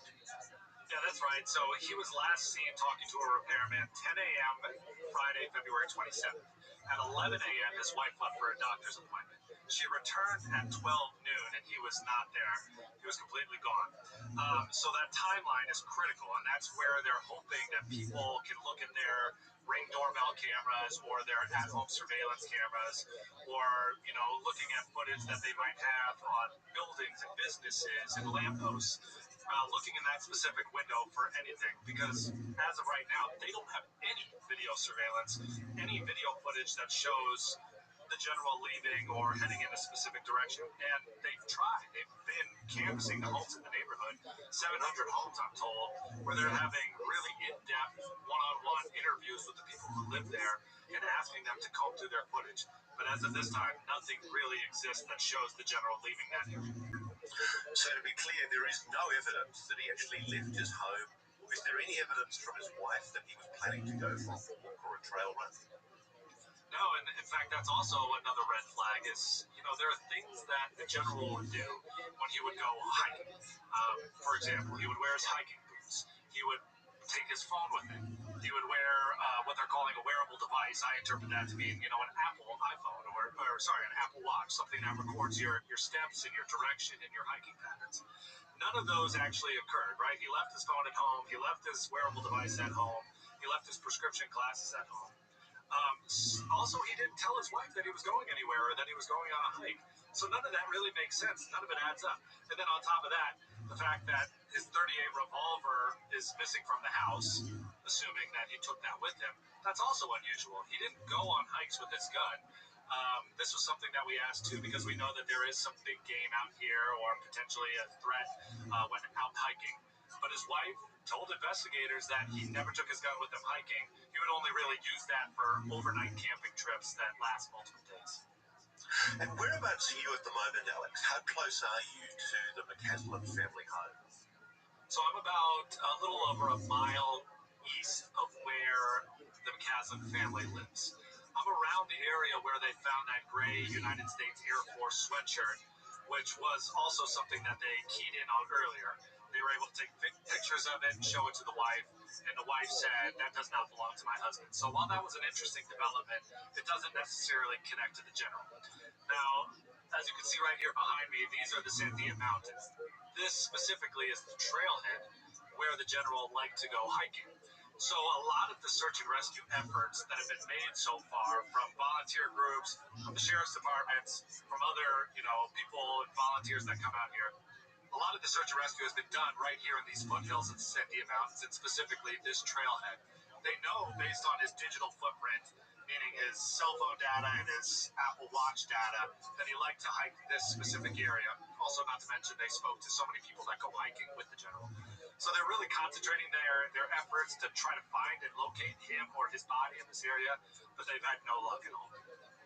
Is there any detail, Alex, at all on the extent of or the cause of the general's alleged mental fog?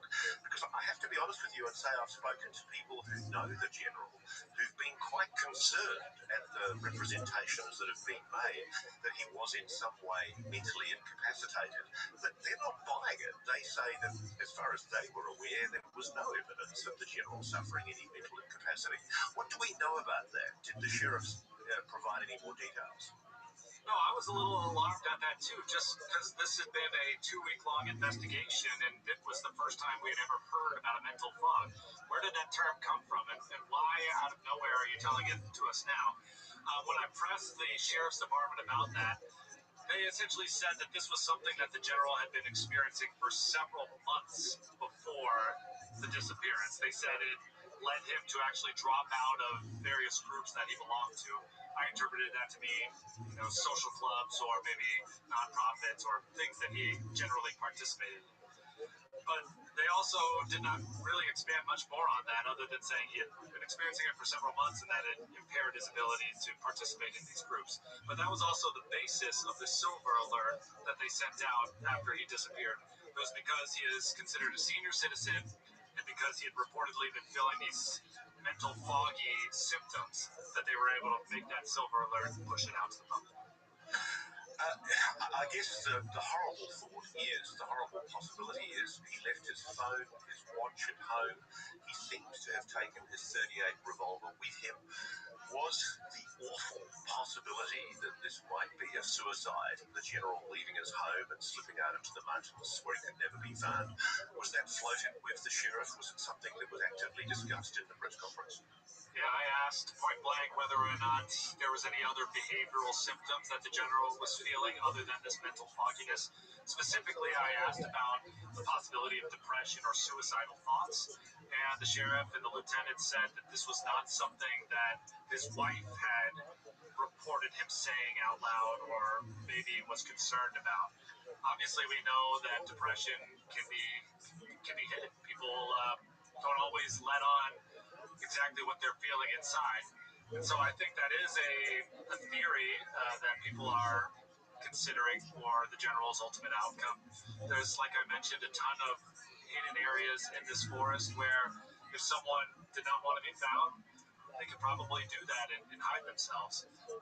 But there's just really no evidence to say that is what is the most likely outcome. It is a possibility. But again, the wife did not report saying that he had been experiencing symptoms of depression or suicidal ideations.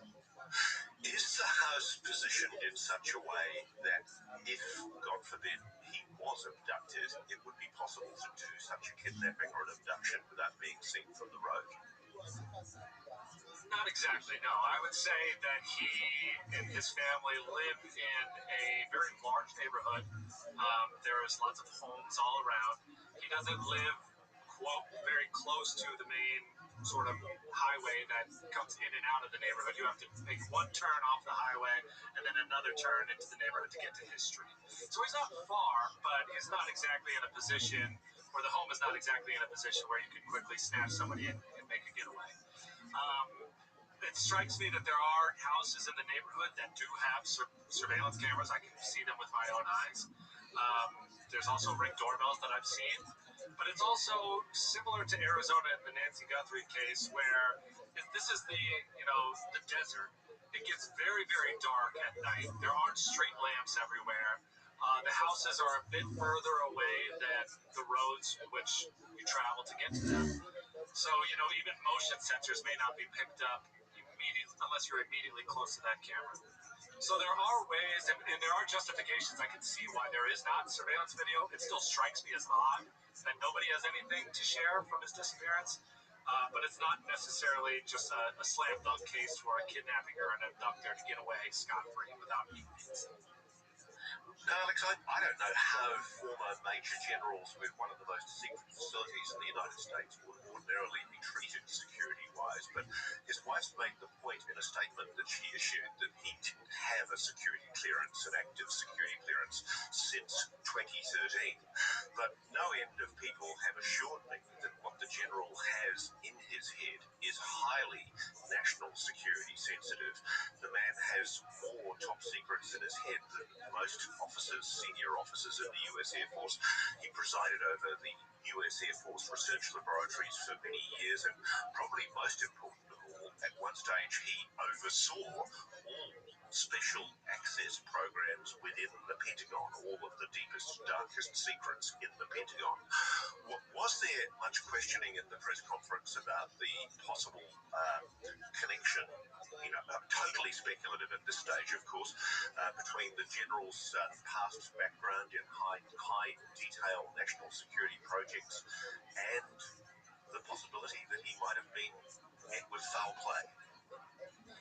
Yeah, I think that question was met with very deliberate and cautious responses from the sheriff, from the lieutenant, and from the FBI that was on hand there.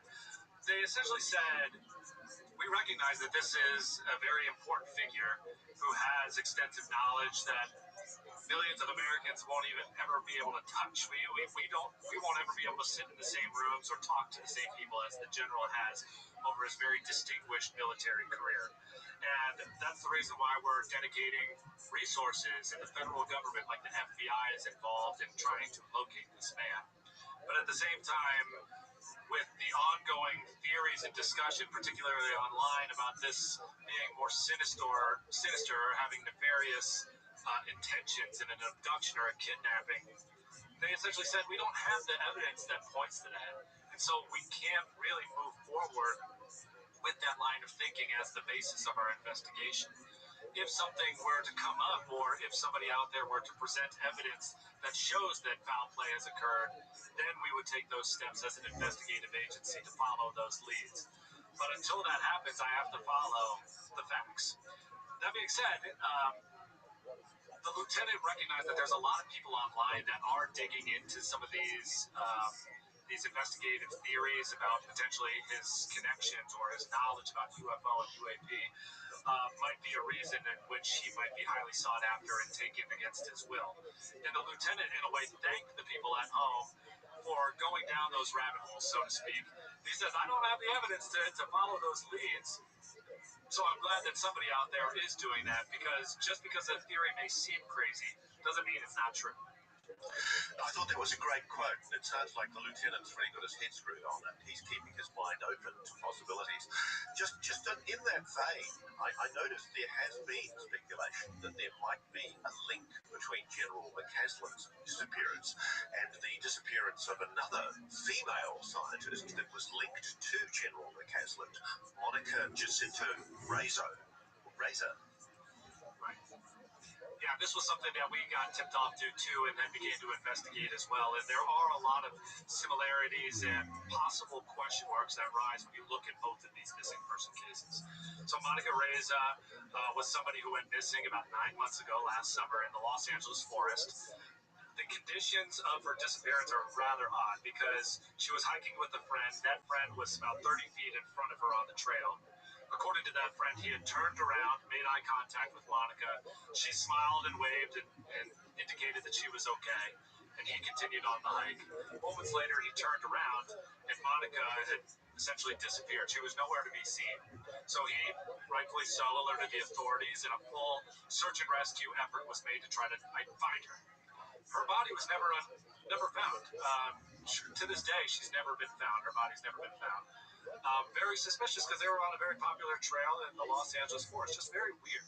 But obviously what connects this to the general is that they have a history and a past of working together. Monica Reza was an aerospace engineer who developed, invented, and patented a special type of metal that's used in rockets here in the United States. And the United States government funded that project, and that project was overseen by General McCaslin. So now we have two very separate missing persons cases that have all happened within less than a year of each other. And these two people are known to have worked together on these very important United States government projects. So a very interesting twist to this story with the general being missing here in New Mexico and his former colleague missing about 700 miles away in the Los Angeles forest. The other thing about the disappearance of Monica Razor is there was, I don't know whether you've seen this in Albuquerque, but apparently a Find a Grave memorial was created on June the 26th, 2025, only 4 days after Monica disappeared, while search teams and helicopters were still actively searching. And it declared her to be dead. And it listed the exact death date as June the 22nd of 2025 in the Angeles National Forest with, quote, a green burial. And this happened, allegedly, despite no body being recovered, no official death certificate, no obituary, or any announcement by her employer. Is that something you've heard about where you are? Yeah, I have heard about that, and I've seen people talking about it. And I think a lot of people are looking at these two incredibly similar cases, not to mention the connections that they have, and they're admittedly a little bit suspicious as well. They're wondering why, and how these two people could have succumbed to the same mysterious fate, especially when they have the connections that they do. And I think you pointing out the fact that essentially she was declared deceased before the search and rescue was even over says a lot. So where are we at now then, Alex? What more can the police do? Like, obviously the FBI is going to maintain its search, but unless we find a body, unless we get some kind of a breakthrough, is there the possibility that the general's disappearance may just be put down as a mysterious disappearance and that's the end of the matter? I mean, if we look at what happened with Monica Reza, her body still was never found. She was declared deceased, as we just reported, but nothing ever really came of identifying or finding her body. You hope that the same outcome won't be said for the general. Hopefully somebody out there either knows where he is or they find something that points them to his body. But at this point, it seems as if the investigators in the sheriff's department don't have much to go on right now. They're hoping that somebody comes forward and helps them uncover the whereabouts of the general, or maybe has a video that shows the specific direction he was walking, and they can sort of reinvent their search. Because right now it seems as if it's really quiet out here in the mountains. I was kind of expecting when arriving in Albuquerque to see an all hands on deck effort to have search teams and drones in the skies and helicopters and everyone out here to try to find the general. And they say that they've done that, but it's just not really happening right now at this time. So I don't know if that means that they've scaled back the search and rescue or if they're just waiting for a weekend in order to bring out the most volunteers. But it just kind of feels as if they've hit a dead end right now until they get a better lead. Have they used dogs, Alex? Are dogs part of police procedure in that part of the world? Absolutely, yeah. They said that they used canines, that they've used drones, and that they've used helicopters. And the canines really did not pick up a scent out here. The helicopters flew. But what's interesting about the drones, too, and I'm sure you know the drone and the capabilities they have nowadays, but they were really utilizing the thermal technologies on drones, specifically to try to find a warm body that might be out here in the Sandia Mountains. But Albuquerque has had an unseasonably warm spring.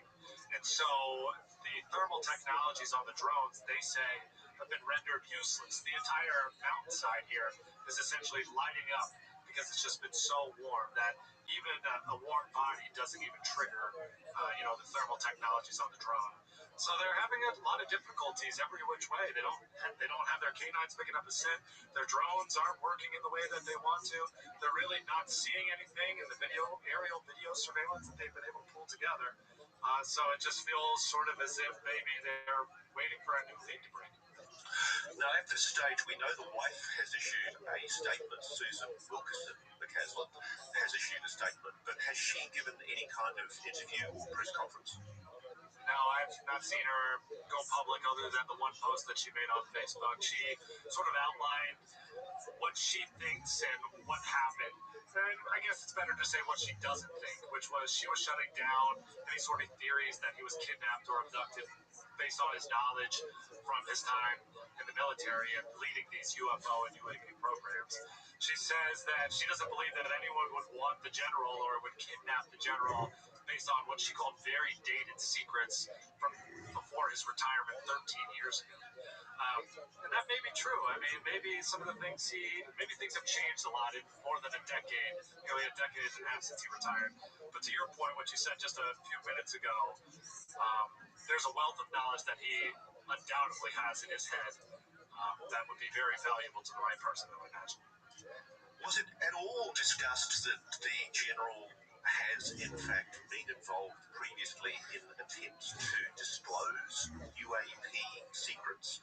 I don't know how commonly known it is amongst the media covering this issue in Albuquerque, but it's a matter of public record that emails were leaked that were formerly held in the Gmail account of John Podesta, the campaign manager for Hillary Clinton, and that back in the period 2015, 2016, 2017, there were clearly conversations going on between General McCaslin, General Michael Carey, John Podesta, the campaign manager, and even a guy from Skunkworks, Robin Weiss, believe it or not, also with Tom DeLonge, the Blink-182 rock star. It is curiously synchronistic timing, isn't it, that the president makes an announcement about UAPs, transparency, and the general disappears just a short time later. No, I think these are all rightful points that people are looking at with a suspicious eye and saying this is all, I don't know if you want to say too good to be true, but it's all connecting in a way that makes me feel uncomfortable, I guess. And so during the press conference or speaking with these law enforcement detectives and investigators, they didn't really go into that or his experience as somebody that's seeking just full disclosure. But it did catch the attention of some lawmakers on Capitol Hill, namely Representative Tim Burchett of Tennessee. He's one of the more outspoken advocates for full disclosure. And so he saw what happened with Monica Reza. He saw what happened with General McCaslin, or at least what people are alleging happened to General McCaslin. And he's also wondering whether or not should be more suspicious, or he also has an understanding of why UFO whistleblowers fear for their life and for their safety. Well, yeah, I guess, if nothing else, if there is a sinister explanation for the general's disappearance, and I hope that's not the case, I hope there's a prosaic explanation, it's certainly sending a message to whistleblowers. Alex Capriello, thank you so much for talking to Reality Check, and thank you for getting on the ground there and doing the digging on the ground. It's so great to be with you. Thank you very much for having me.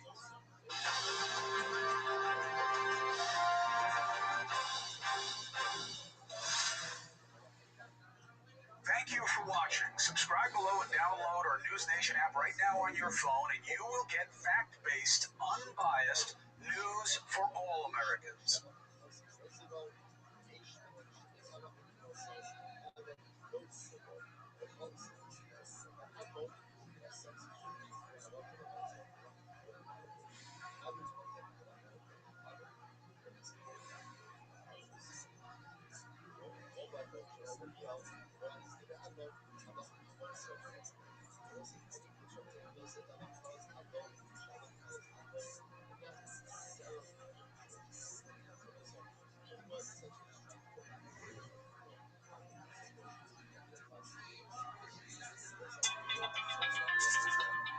It's been weeks since the disappearance of General William Neal McCaslin from his home here in suburban Albuquerque.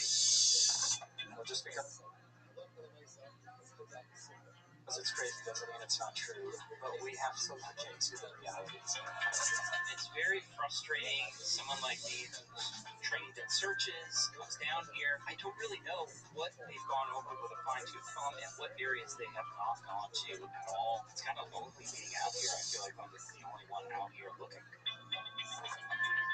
Talked to a lot of those folks that are a little bit afraid of being whistleblowers. So if something is awry, you think it would be related to a UFO issue? I think it could be related to that or a nuclear issue. I think.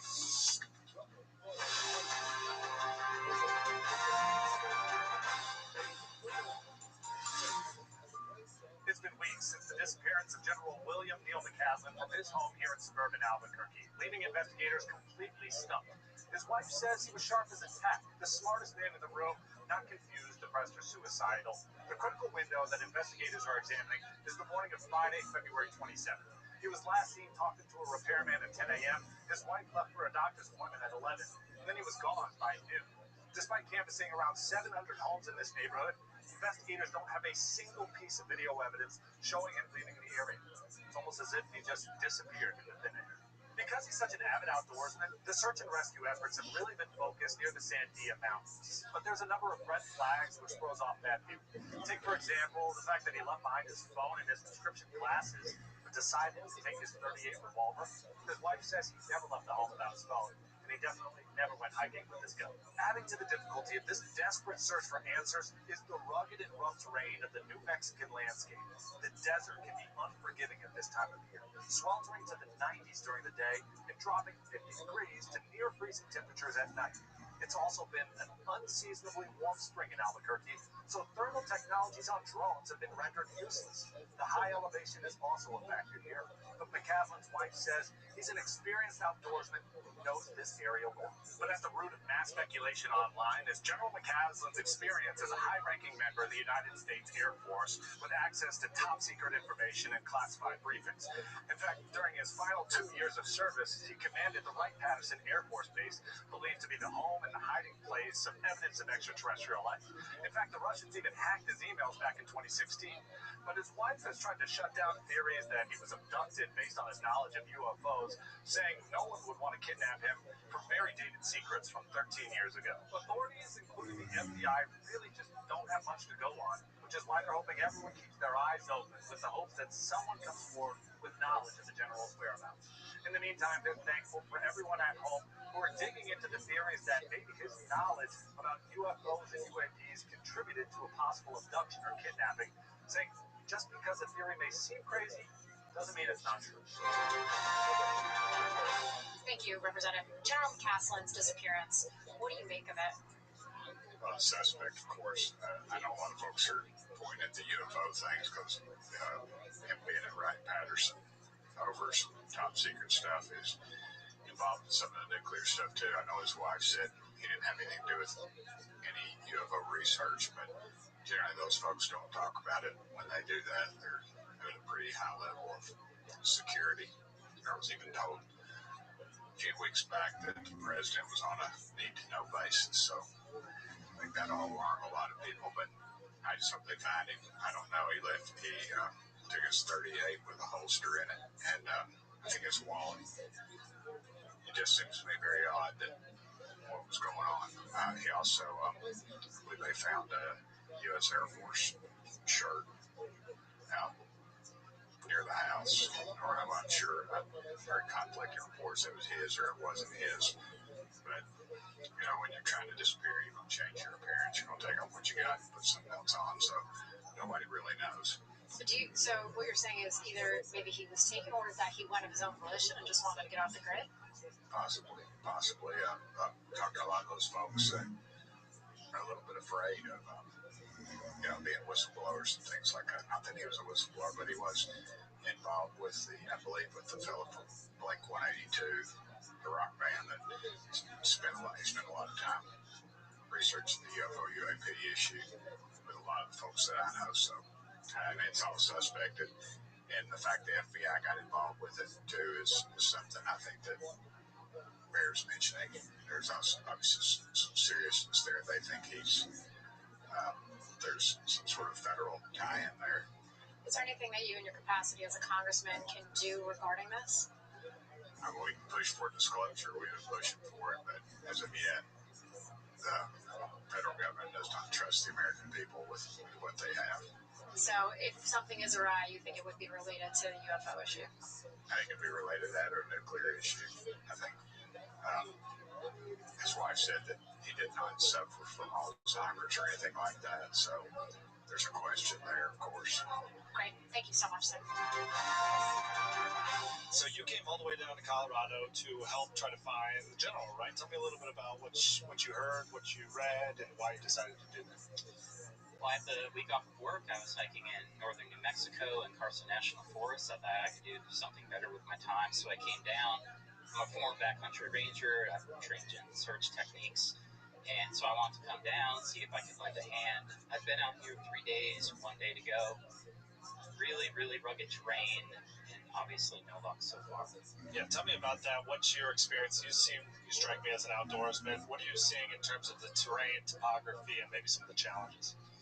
Well, I think the trails have gone over really well already, so I've been spending most of my time off trail, and it's very, very rugged. A lot of loose rock, soil, cactuses, boulders, extremely rugged terrain. So down here, it's very open, really hot, but once you climb up maybe 1,000 vertical feet, now you're into a really thick pine and juniper forest, and I can see maybe 30 feet at a go.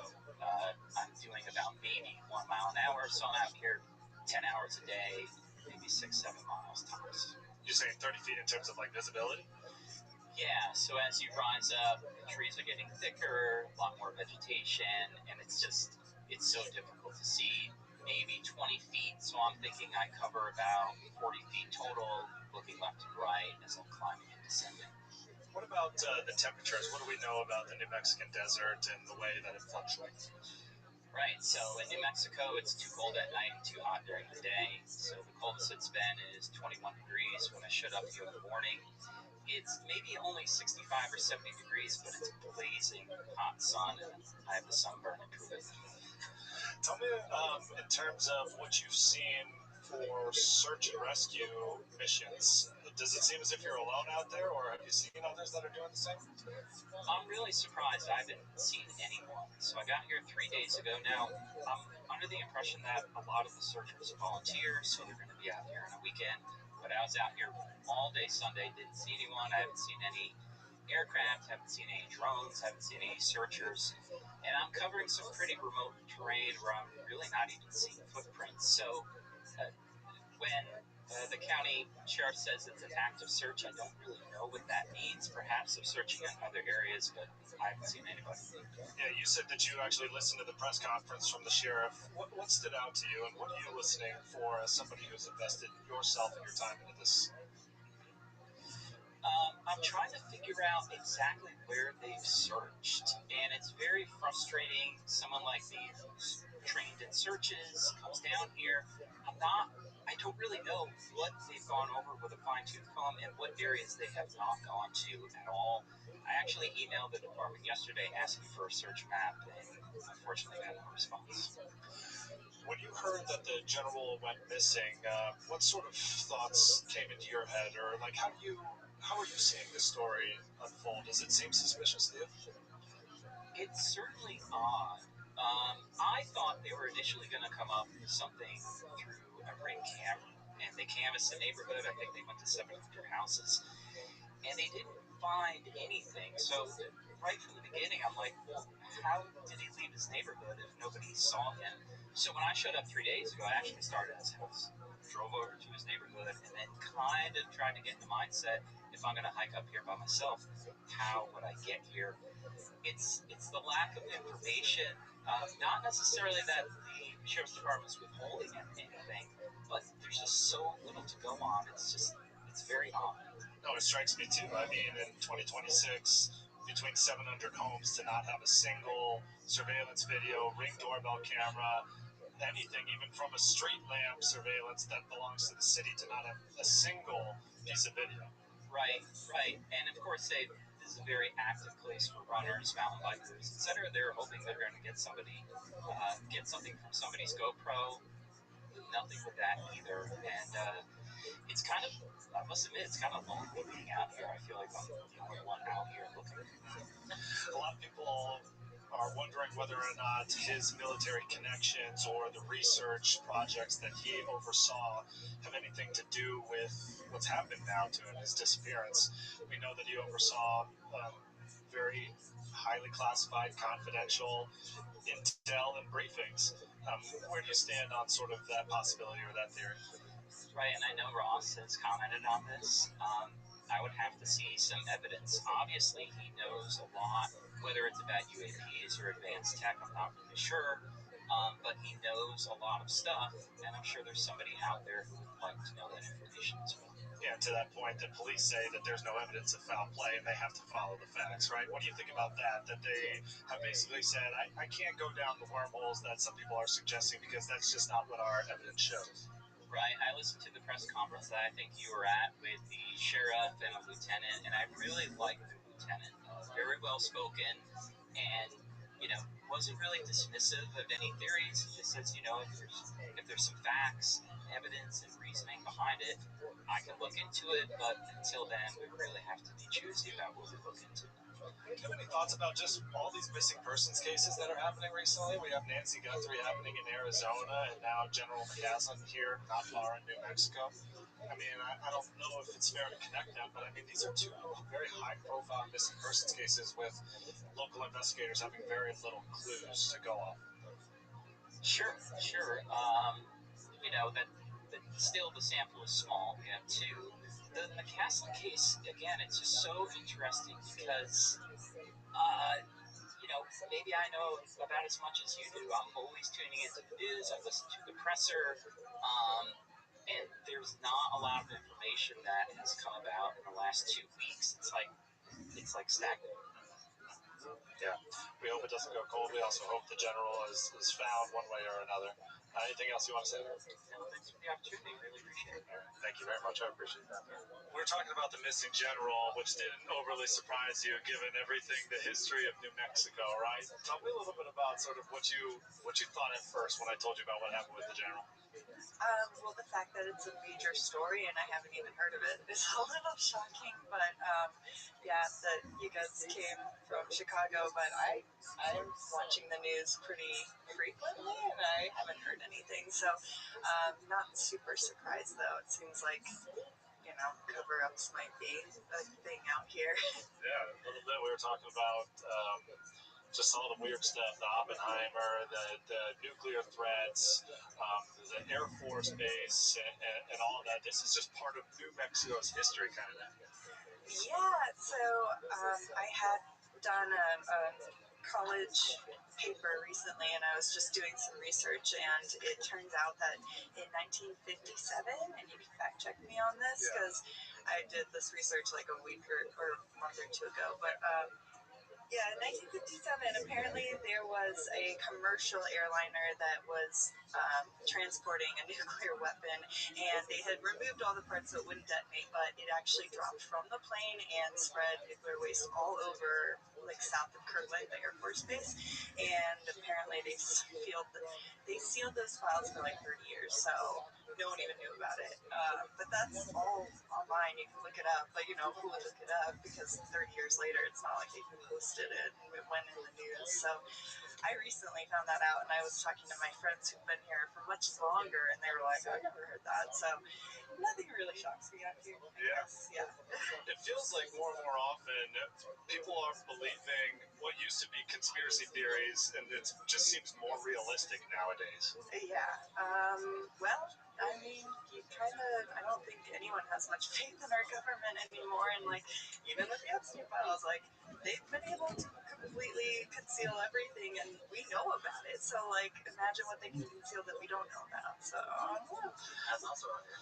Yeah, and he also had a giant ranch out here. So yeah, I mean, I wouldn't be surprised. Yeah, and then we talked about Rio Rancho, and this I looked up years ago. So when I first moved to Rio Rancho, but originally, apparently, it was like witness protection. That's the reason it exists. And that makes sense too. But, we have a lot of nuclear capabilities out here and a lot of kind of desert wasteland. So it's kind of like the perfect mixture for that.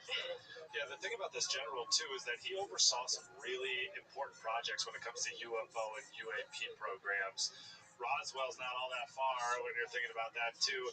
I mean, what do you think of just the fact that this general just went missing, especially somebody that has been so highly involved in these big government discussions?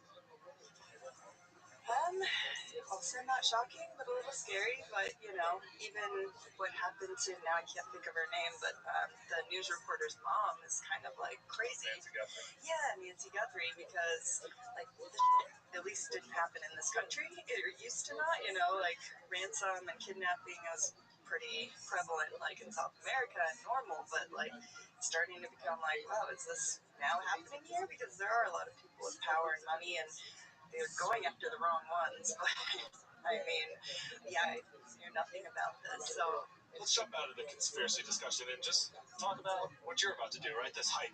What, for the people that don't know these foothills, but we know the general like to hike here. Like, what do you see and what's it like up there? The terrain, the climate.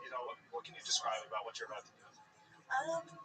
There's generally, Nick could probably speak more to like some of the more steep and dangerous areas, but a lot of these trails are like pretty mild. So, you really just kind of come like today for a stroll, nothing too crazy.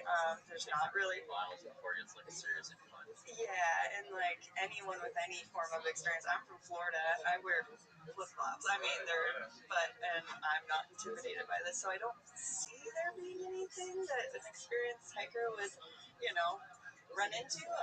Yeah, this is an experienced military man, a self-proclaimed, and friends and family would vouch, outdoorsman. He just did a 60-mile hike a few weeks before he went missing. He lives a mile away. He hits these trails all the time, so it would be a little out of normal, right, or out of character for him to just go missing up in here. Yeah, I mean, yeah. Unless he was planning on doing some like week-long backpacking excursion or something, I don't see, why he couldn't get back within the day. Yeah, he didn't tell his wife where he was going. That's out of the normal. He didn't bring his phone with him. That's out of the normal. He didn't bring his glasses. He always wears glasses everywhere. All of these are the reasons why I think a lot of people are raising their eyebrows and are a little suspicious. Yeah. I'm definitely going to go research some and keep my eyes out, but yeah, I wouldn't really be surprised if something were going on. All right, Allie, anything else you want to say? I hope I don't go missing. No, you're good. Anything you want to add about the terrain or whatever she was saying you might be able to answer better about? What do you think about just like an experienced hiker taking these things, taking these trails and So, I mean, what's cool about Sandias, if you keep hiking, you can pretty much connect anywhere in the Sandias. And if you went, it's about 5 miles up to get to like the pass up there, and it gets really icy and windy up there and cold still. Like I went yesterday up to the top, and it was still a lot of ice and snow, and it's pretty slippery. So, I mean, if you're not prepared with like the right, depending when he went missing, because a few weeks ago it was a little worse up at the top with just how icy it was. Like, it's possible to fall, and there is a little bit of a steep cliffside. It's easy to get down underneath, like in the valley. But have you seen search and rescue teams at all out here? We did actually a week ago when we were up here. But yeah, we weren't sure what they were doing. What did you see? Do you remember? Like, was it dogs? Was it drones? Was it? Prius, honestly. We were like, what? But it said search and rescue. And we were like, what's happening? Yeah. But it seemed like an older lady, but I don't know, maybe a volunteer. Yeah, there's lots of nonprofits, and they don't always come equipped with camo and big badges. Sometimes they're just regular volunteers, like you said. Yeah. What do you think, Nate? Just in general, you feel for the family, for the general? Yeah, absolutely. I mean, and it's unfortunate the search rescue team wasn't able to find them. I mean, definitely feel for the family. I'm sorry that they're going through that, and it sucks. Yeah. You might have expressed regarding other behavioral issues, depression, or suicide? Not in regards to the latter half of your question, behavioral issues, thoughts of suicide, no.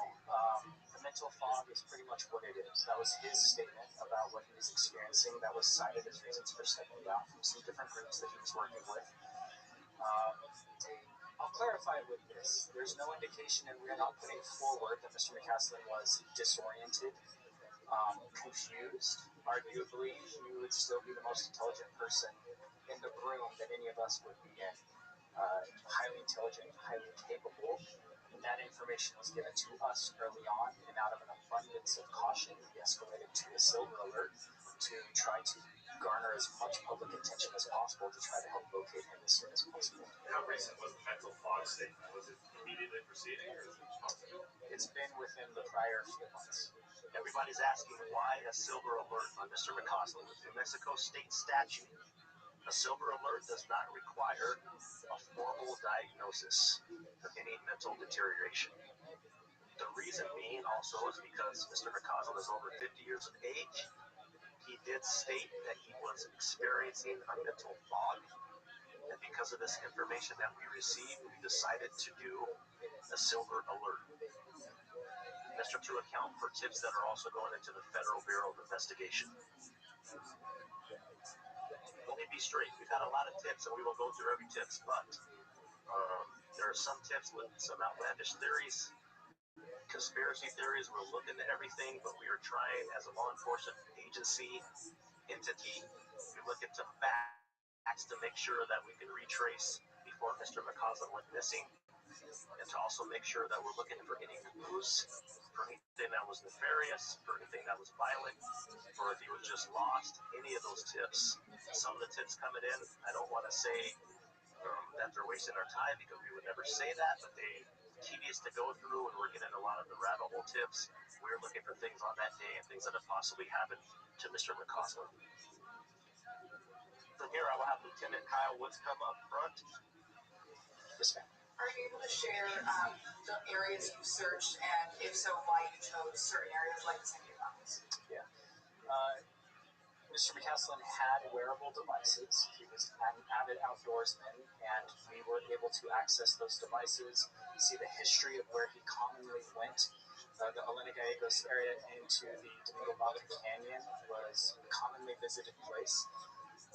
That, in conjunction with interviews with those who were outdoors with him, indicated that was a favored area to go, especially into the upper parts of the canyon. So we focused our search efforts there first, moving east from his residence, essentially due east from his neighborhood into that area. And between us and those who are volunteering with their search efforts, there has been a vast amount of area covered. We do have a map of that area. I don't have that present to show you. But it has been a significant search effort that's covered that entire canyon, except for maybe some very difficult to reach parts of the canyon wall that we wouldn't otherwise be getting onto. But we've covered that with drones. We've covered that with the helicopter. We've flown at night hours, trying to utilize the FLIR to pick up on any heat signatures that may be coming off of the mountain. Unfortunately, we have one of the warmest springs we've had in years, and the imagery coming off of the FLIR, the mountain is just lit up like a candle, even at night. So we flew early in the morning at the coldest hours possible. It was still just lit up like a candle. We couldn't differentiate between a heat signature and the rocks that were just emitting so much. When if he was in this room, he'd be the most intelligent person likely. So is there any heightened reason to find him based on his roles with the Air Force and the security clearance he could have had? I think that'd be a reasonable assumption, yes. But then just the dignity of any individual that goes missing. But certainly, there's that concern, although we have no specific information indicating, again, there's been any form of foul play, there's not been any prior communication that we've identified through his electronic devices or the home electronic devices that would lead us to believe there was anything unique going on with him. Is there a question over here? Yes, sir. Yeah, law enforcement agencies investigate cases like this when there's that conspiracy theory groups that come up with these outlandish claims or rabbit things. Well, just because it's crazy doesn't mean it's not true, but we have to look into the realities. And so we look into what's brought to us, and then we have to pursue what facts we can find, as the sheriff indicated. I appreciate that there's a community that wants to go down the rabbit hole of UFOs. I don't have a way with which to pursue that. So those theories have to be set aside unless we were to find something that indicated that. So we can only go off of facts at this point. Can't speculate about some of that in terms of who may or may not be at risk based on what information he knows. So I'm not going to. To answer your first question, can we rule out whether or not he was taken or something nefarious had occurred? We can't definitively rule out much at this point with what we have, which is why we're investigating every possible lead that we can. We do have surveillance video that captures both ends of parts of that street. We are combing through that, as well as surveillance that we've received from the rest of the community.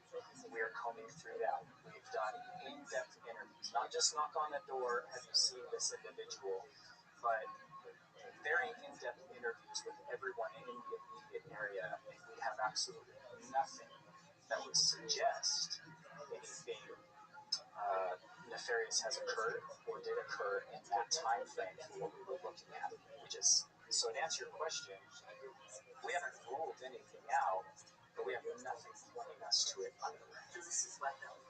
What things are you looking at in regards to that? Well, we've followed up with questions of his wife. He wouldn't commonly hike with a weapon on him. That would be relegated for maybe overnight camping trips and things of that sort, and was for personal protection. So what are we looking for with that? Well, if, say, General McCaslin had recently gone to a pawn shop and sold that off, and we just weren't aware of that, or his wife wasn't aware of that, we want to know that. So that would be something that would be of interest if someone is hiking in the mountains and finds a Spin 38 special casing. That would be unique, that we want to be able to take and process. So that's why we're putting that information out. It's just what we have at this time. Sorry, we're hiking without shoes. Mr. McCaslin was a regimented individual who had preferences for the items that he would go out and hiking with. He was an avid outdoorsman. Just as you may have a preferred laptop for what you work on when out in the field, he was very much the same when he went out on any form of outdoor adventure, be it hiking, skiing, biking, running. He had preferences, and he didn't have a vast collection of clothing. So to answer your question, no, we've not identified any other items specifically missing. It's entirely possible that those boots, there was another pair here in town. Again, we're working with his wife, who, to the best of her recollection, is recalling what was not present, and what she knew of his behaviors. We're also checking with those who were out with him often and could help confirm or not on those items. So I believe he's out in a pair of hiking boots or shoes if he in fact left and went into the foothills. It could be a pair like that. We thought maybe that was them until we located a pair like that in Pagosa. So at this point we're back to I can't confirm what shoes he may or may not have left the residence. What about part of his regimented schedule about leaving or not leaving a cell phone? Is that normal for him? No. According to his wife? No. His wearable devices and taking his phone were common practice with him. That is out of the order. So by these facts alone, should this be considered a more suspicious case? Aren't these raising your hairs as an investigator? We are looking at every aspect of it. This is why it has the footprint it does. We said from the get-go that this was an abnormal behavior by his part, and thus we are looking at every possible aspect of it and willing to unturn any stone that we can in order to help identify where Mr. McCaslin is. Thank you for watching. Subscribe below and download our News Nation app right now on your phone, and you will get fact-based, unbiased news for all Americans.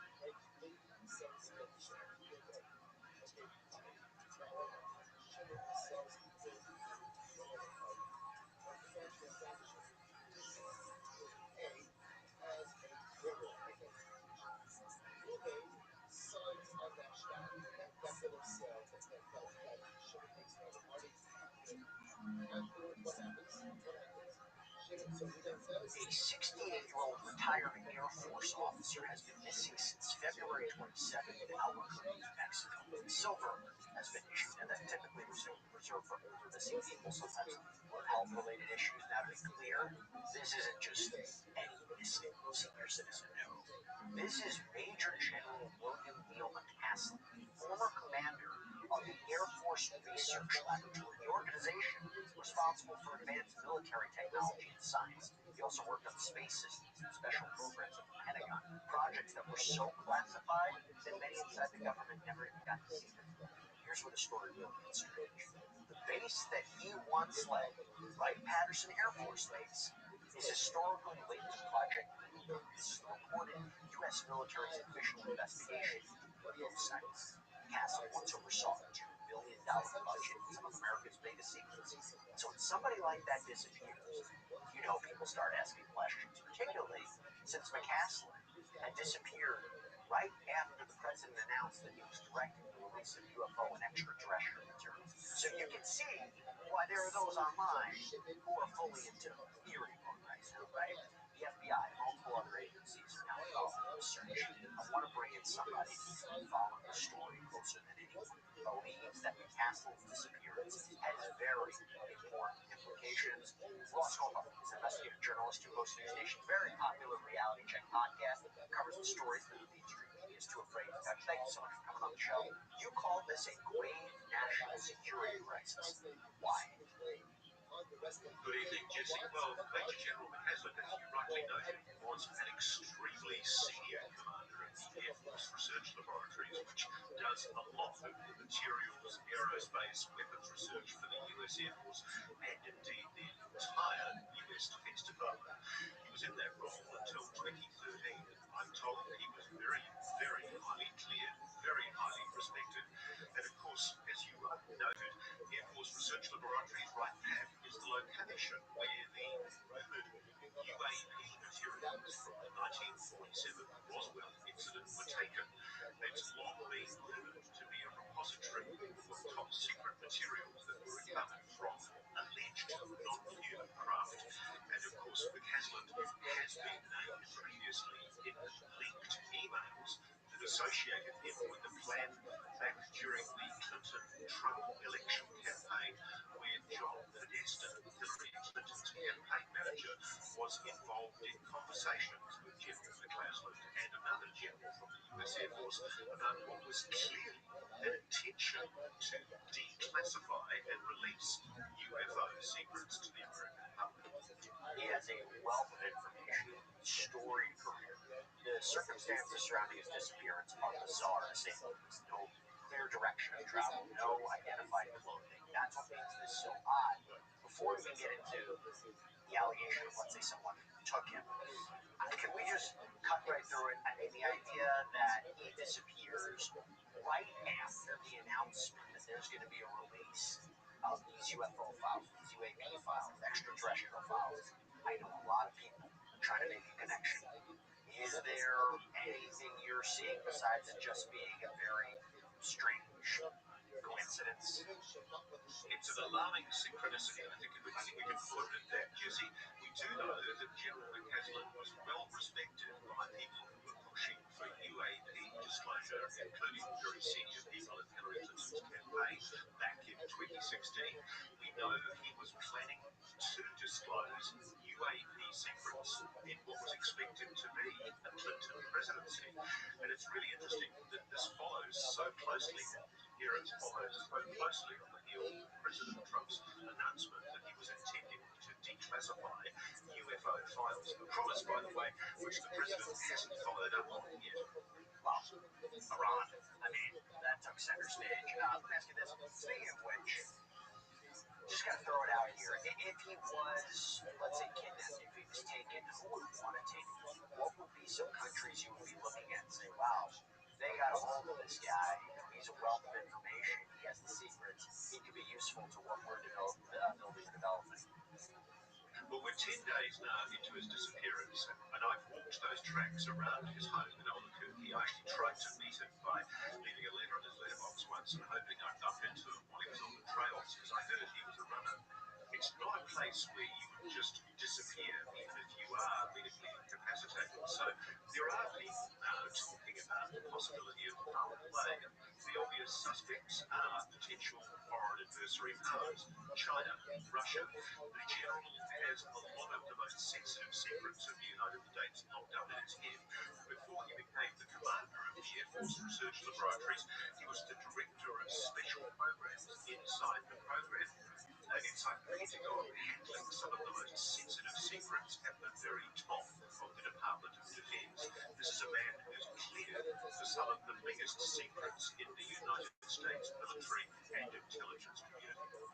The other way of looking at it as well, and again, since there's no definitive pronouncement of foul play, is the silver alert being issued. We've seen it happen before. People low who have some sort of medical issue, perhaps a mental health issue. I'm not saying that's the case here, but even so, it would be strange that potentially disappear on his own and not be found. However, this is an individual who does have experience in the outdoors, right? And then you do wonder, would he have the capabilities to disappear and not be found? I've spoken to friends of his, and I've also read of the statement by his wife, Susan, and they made it very clear that there was no mental incapacity, that the general was extremely fit. He cycled 60 miles the previous weekend. He's known for being a trail runner, an extremely fit, agile, mentally alert man. I suspect the silver alert is purely and simply because he requires medication he has to take, which is prescribed by his doctors. There's no indication that there was any kind of illness that would lead to him being incapacitated in some way and unable to return home. It's also unusual, Jesse, that he left his phone at home. It's a real question mark. It's almost as if, was he going out to meet somebody and he didn't want to be tracked or listened to? What is also puzzling a lot of his friends is the low-key nature of the FBI investigations. This is a very senior former Pentagon general, a man with some of the most sensitive national secrets in his head. It really hasn't featured much at all in any media releases by local sheriffs or by the FBI. It's an extremely low-key approach. Yeah, and they're dedicating a ton of resources to this small agency, Rothschild Hard. Thank you for being on top of this. We're going to be on top of this as well. You can watch Ross's podcast, Reality Check, on Nation's YouTube channel. Thanks so much for taking the time, sir. Appreciate it. I want to talk about another case with the time we have. We're tracking this. A retired Air Force general. He is well known for his research into UAP UFOs. William Neil McCasland. He went missing in New Mexico back in February, and authorities are now saying that they're in fact concerned for his safety here. What are you tracking in this case, especially since this is a military official? Presumably, he has a lot of intel in this space. Tasha, this is the problem. For all counts, he has his faculties. He is very in shape. This is an individual who's just been lost or somehow has some sort of mental issue that took place. So everything is very concerning. Again, he's been missing since February 27th, Tasha. And I think people keep saying he's basically there's somebody to see something. Jennifer Poppendorfer, always appreciate your time. Thank you so much. Trump does not have any special knowledge about the ET bodies and debris from the Roswell crash, nor did Right Pat. At this point, with absolutely no sign of them. Maybe the best hypothesis is that aliens beamed them up to the mothership. However, no sightings of the mothership hovering above the Sandia Mountains have been reported. Now, authorities say that they have received dozens of them so far. No confirmed sightings, and the search continues. So I want to tackle this in a different way. I want to bring in astrophysicist Avi Loeb. He's the Frank B. Barr Jr. Professor of Science at Harvard University, and also former FBI agent and UFO investigator Manny Hansen, who's known as the Discovery Plus's UFO witness. Thank you both so much for taking the time. Avi, we're going to start with you. McCaslin once led this Air Force research laboratory that handles all of this weapons technology. I talked about UFO connection. What kind of projects would a person in that role have likely been exposed to? Are we talking UFO secrets? I guess the question I'm asking about is, what information could he potentially have that would be so valuable for someone to potentially take? I don't think it's very likely that someone took him for that reason. In that capacity, he probably was responsible for developing the latest technological advances used for weaponry within the Air Force. However, it's hard to believe that material retrieved from many decades ago would be a reason for taking him out now that President Trump actually directed the declassification of information that is not important for national security. In the worst case scenario, I can imagine someone threatening him, but not really doing much about it. And also, any technology used for decades ago is not relevant right now. So Smith, I completely agree with his wife. I don't think it has anything to do with UFOs. The only thing I can imagine is, that for some other reason, that maybe completely mundane, someone did something to him, which unfortunately, led to these consequences, but had nothing to do with UFOs as far as I can imagine. Well, Greg, here's the thing. He disappeared on his own. So unusual that he wasn't found. He wasn't found. Yes, I know he has outdoor experience. But let's say it was. What do you believe? Do you think that there's a possibility that this was an abduction, maybe not by a foreign actor, but some sort of personal issue? Or do you believe that what we're seeing right now, his phone there, he goes missing right after the administration announces that they're going to release information regarding extraterrestrials and UAPs and UFOs? Do you think there's something going on? Well, I think it is kind of a leap in speculation to go, down the route of maybe being connected to UFOs, but more likely, I think we have to have an open mind that something that was related to his work.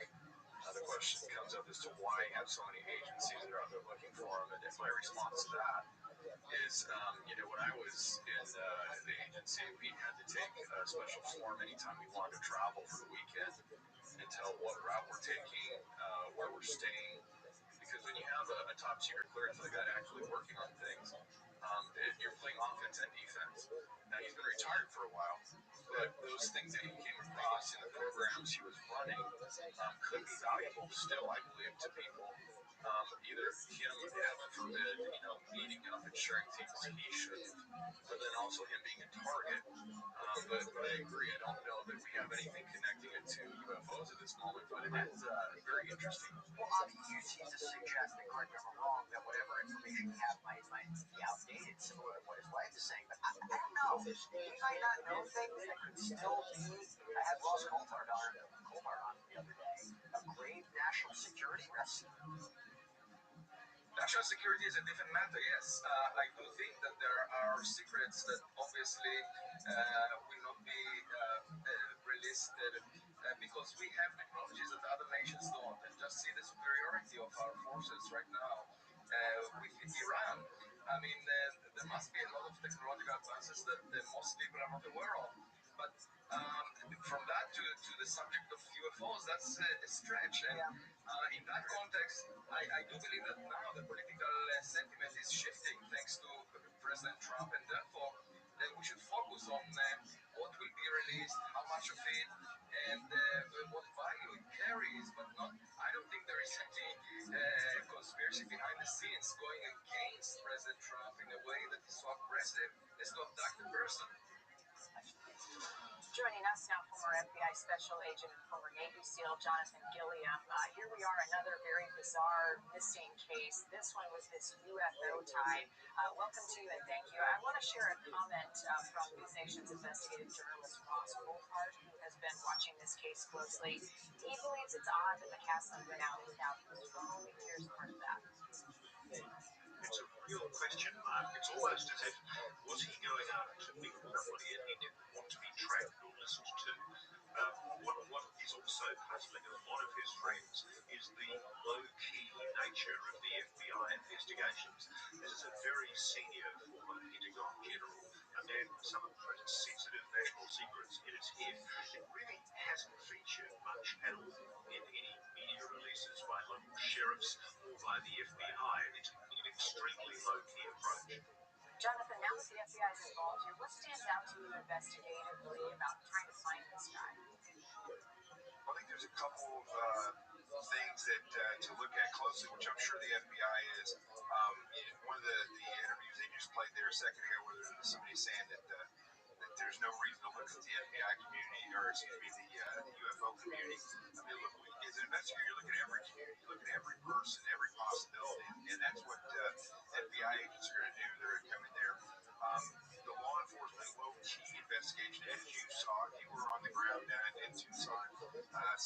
It's hard to gauge what is actually happening by the activity of the sheriffs or local police at times. So what stands out to me, though, is that he left his home and went to a hiking trail from if the information that I have is correct. It's often people go to a hiking trail and they don't take their phone, and potentially they want to unplug or maybe hit an iWatch where he can make calls from his watch. So that would lead me to believe potentially he had a medical issue when he was on a trail. But from a point of security and the potential for who could have had an interest in abducting the general, the fact that he had access and information to some very classified information and technology-driven information for the vital to the United States government, that would be very, very important for the FBI to solve. Because if he was kidnapped, they may not want anything to do with a ransom. If it was a nation state or another country or even espionage, industrial espionage that took this general and tried to get information out from him, that is a real possibility. Marty, these are possibilities. We just don't see them very often. So I think that is something that the FBI is going to be looking into. And his normal movements and his normal activity is going to play a big part in this, I believe. Yeah, and we also know that homeowners in the area, I mean, hundreds of people who live in the area have been contacted about their security footage. What other investigative tools will law enforcement be looking into to try to uncover any evidence, even in his own digital interactions? Sure. Well, his activity, like if that's a regular time that he goes for a hike, of course, they're going to find that out. Where his phone was previous to that, was he meeting with certain people? What phones were in that look? Phones play a huge part in all these. I'm so surprised when bad guys do things with phones on their side, but they do. And who was around him at that particular time, and who has been around him, generally speaking, where he's been at. So they have all the ability to look at all these different things from, of course, the cameras. Now that we know that Google has Nest camera, whether you subscribe to it or not, that may be something that the FBI is looking into now as well. So there's going to be a lot of technology that 30 years ago wasn't used, but it's really becoming mainstay right now. And I would think also if they have the ability to get dogs out there, that's going to be a huge thing because they can track from his house. Even now, that was February 27th. That's nothing for these dogs. They can still latch onto a scent from his home and see where that ended.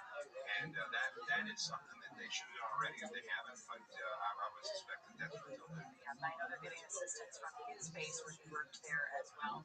Jonathan Gilliam, thank you as always. The FBI and local New Mexico officials have been looking for a retired Air Force Major General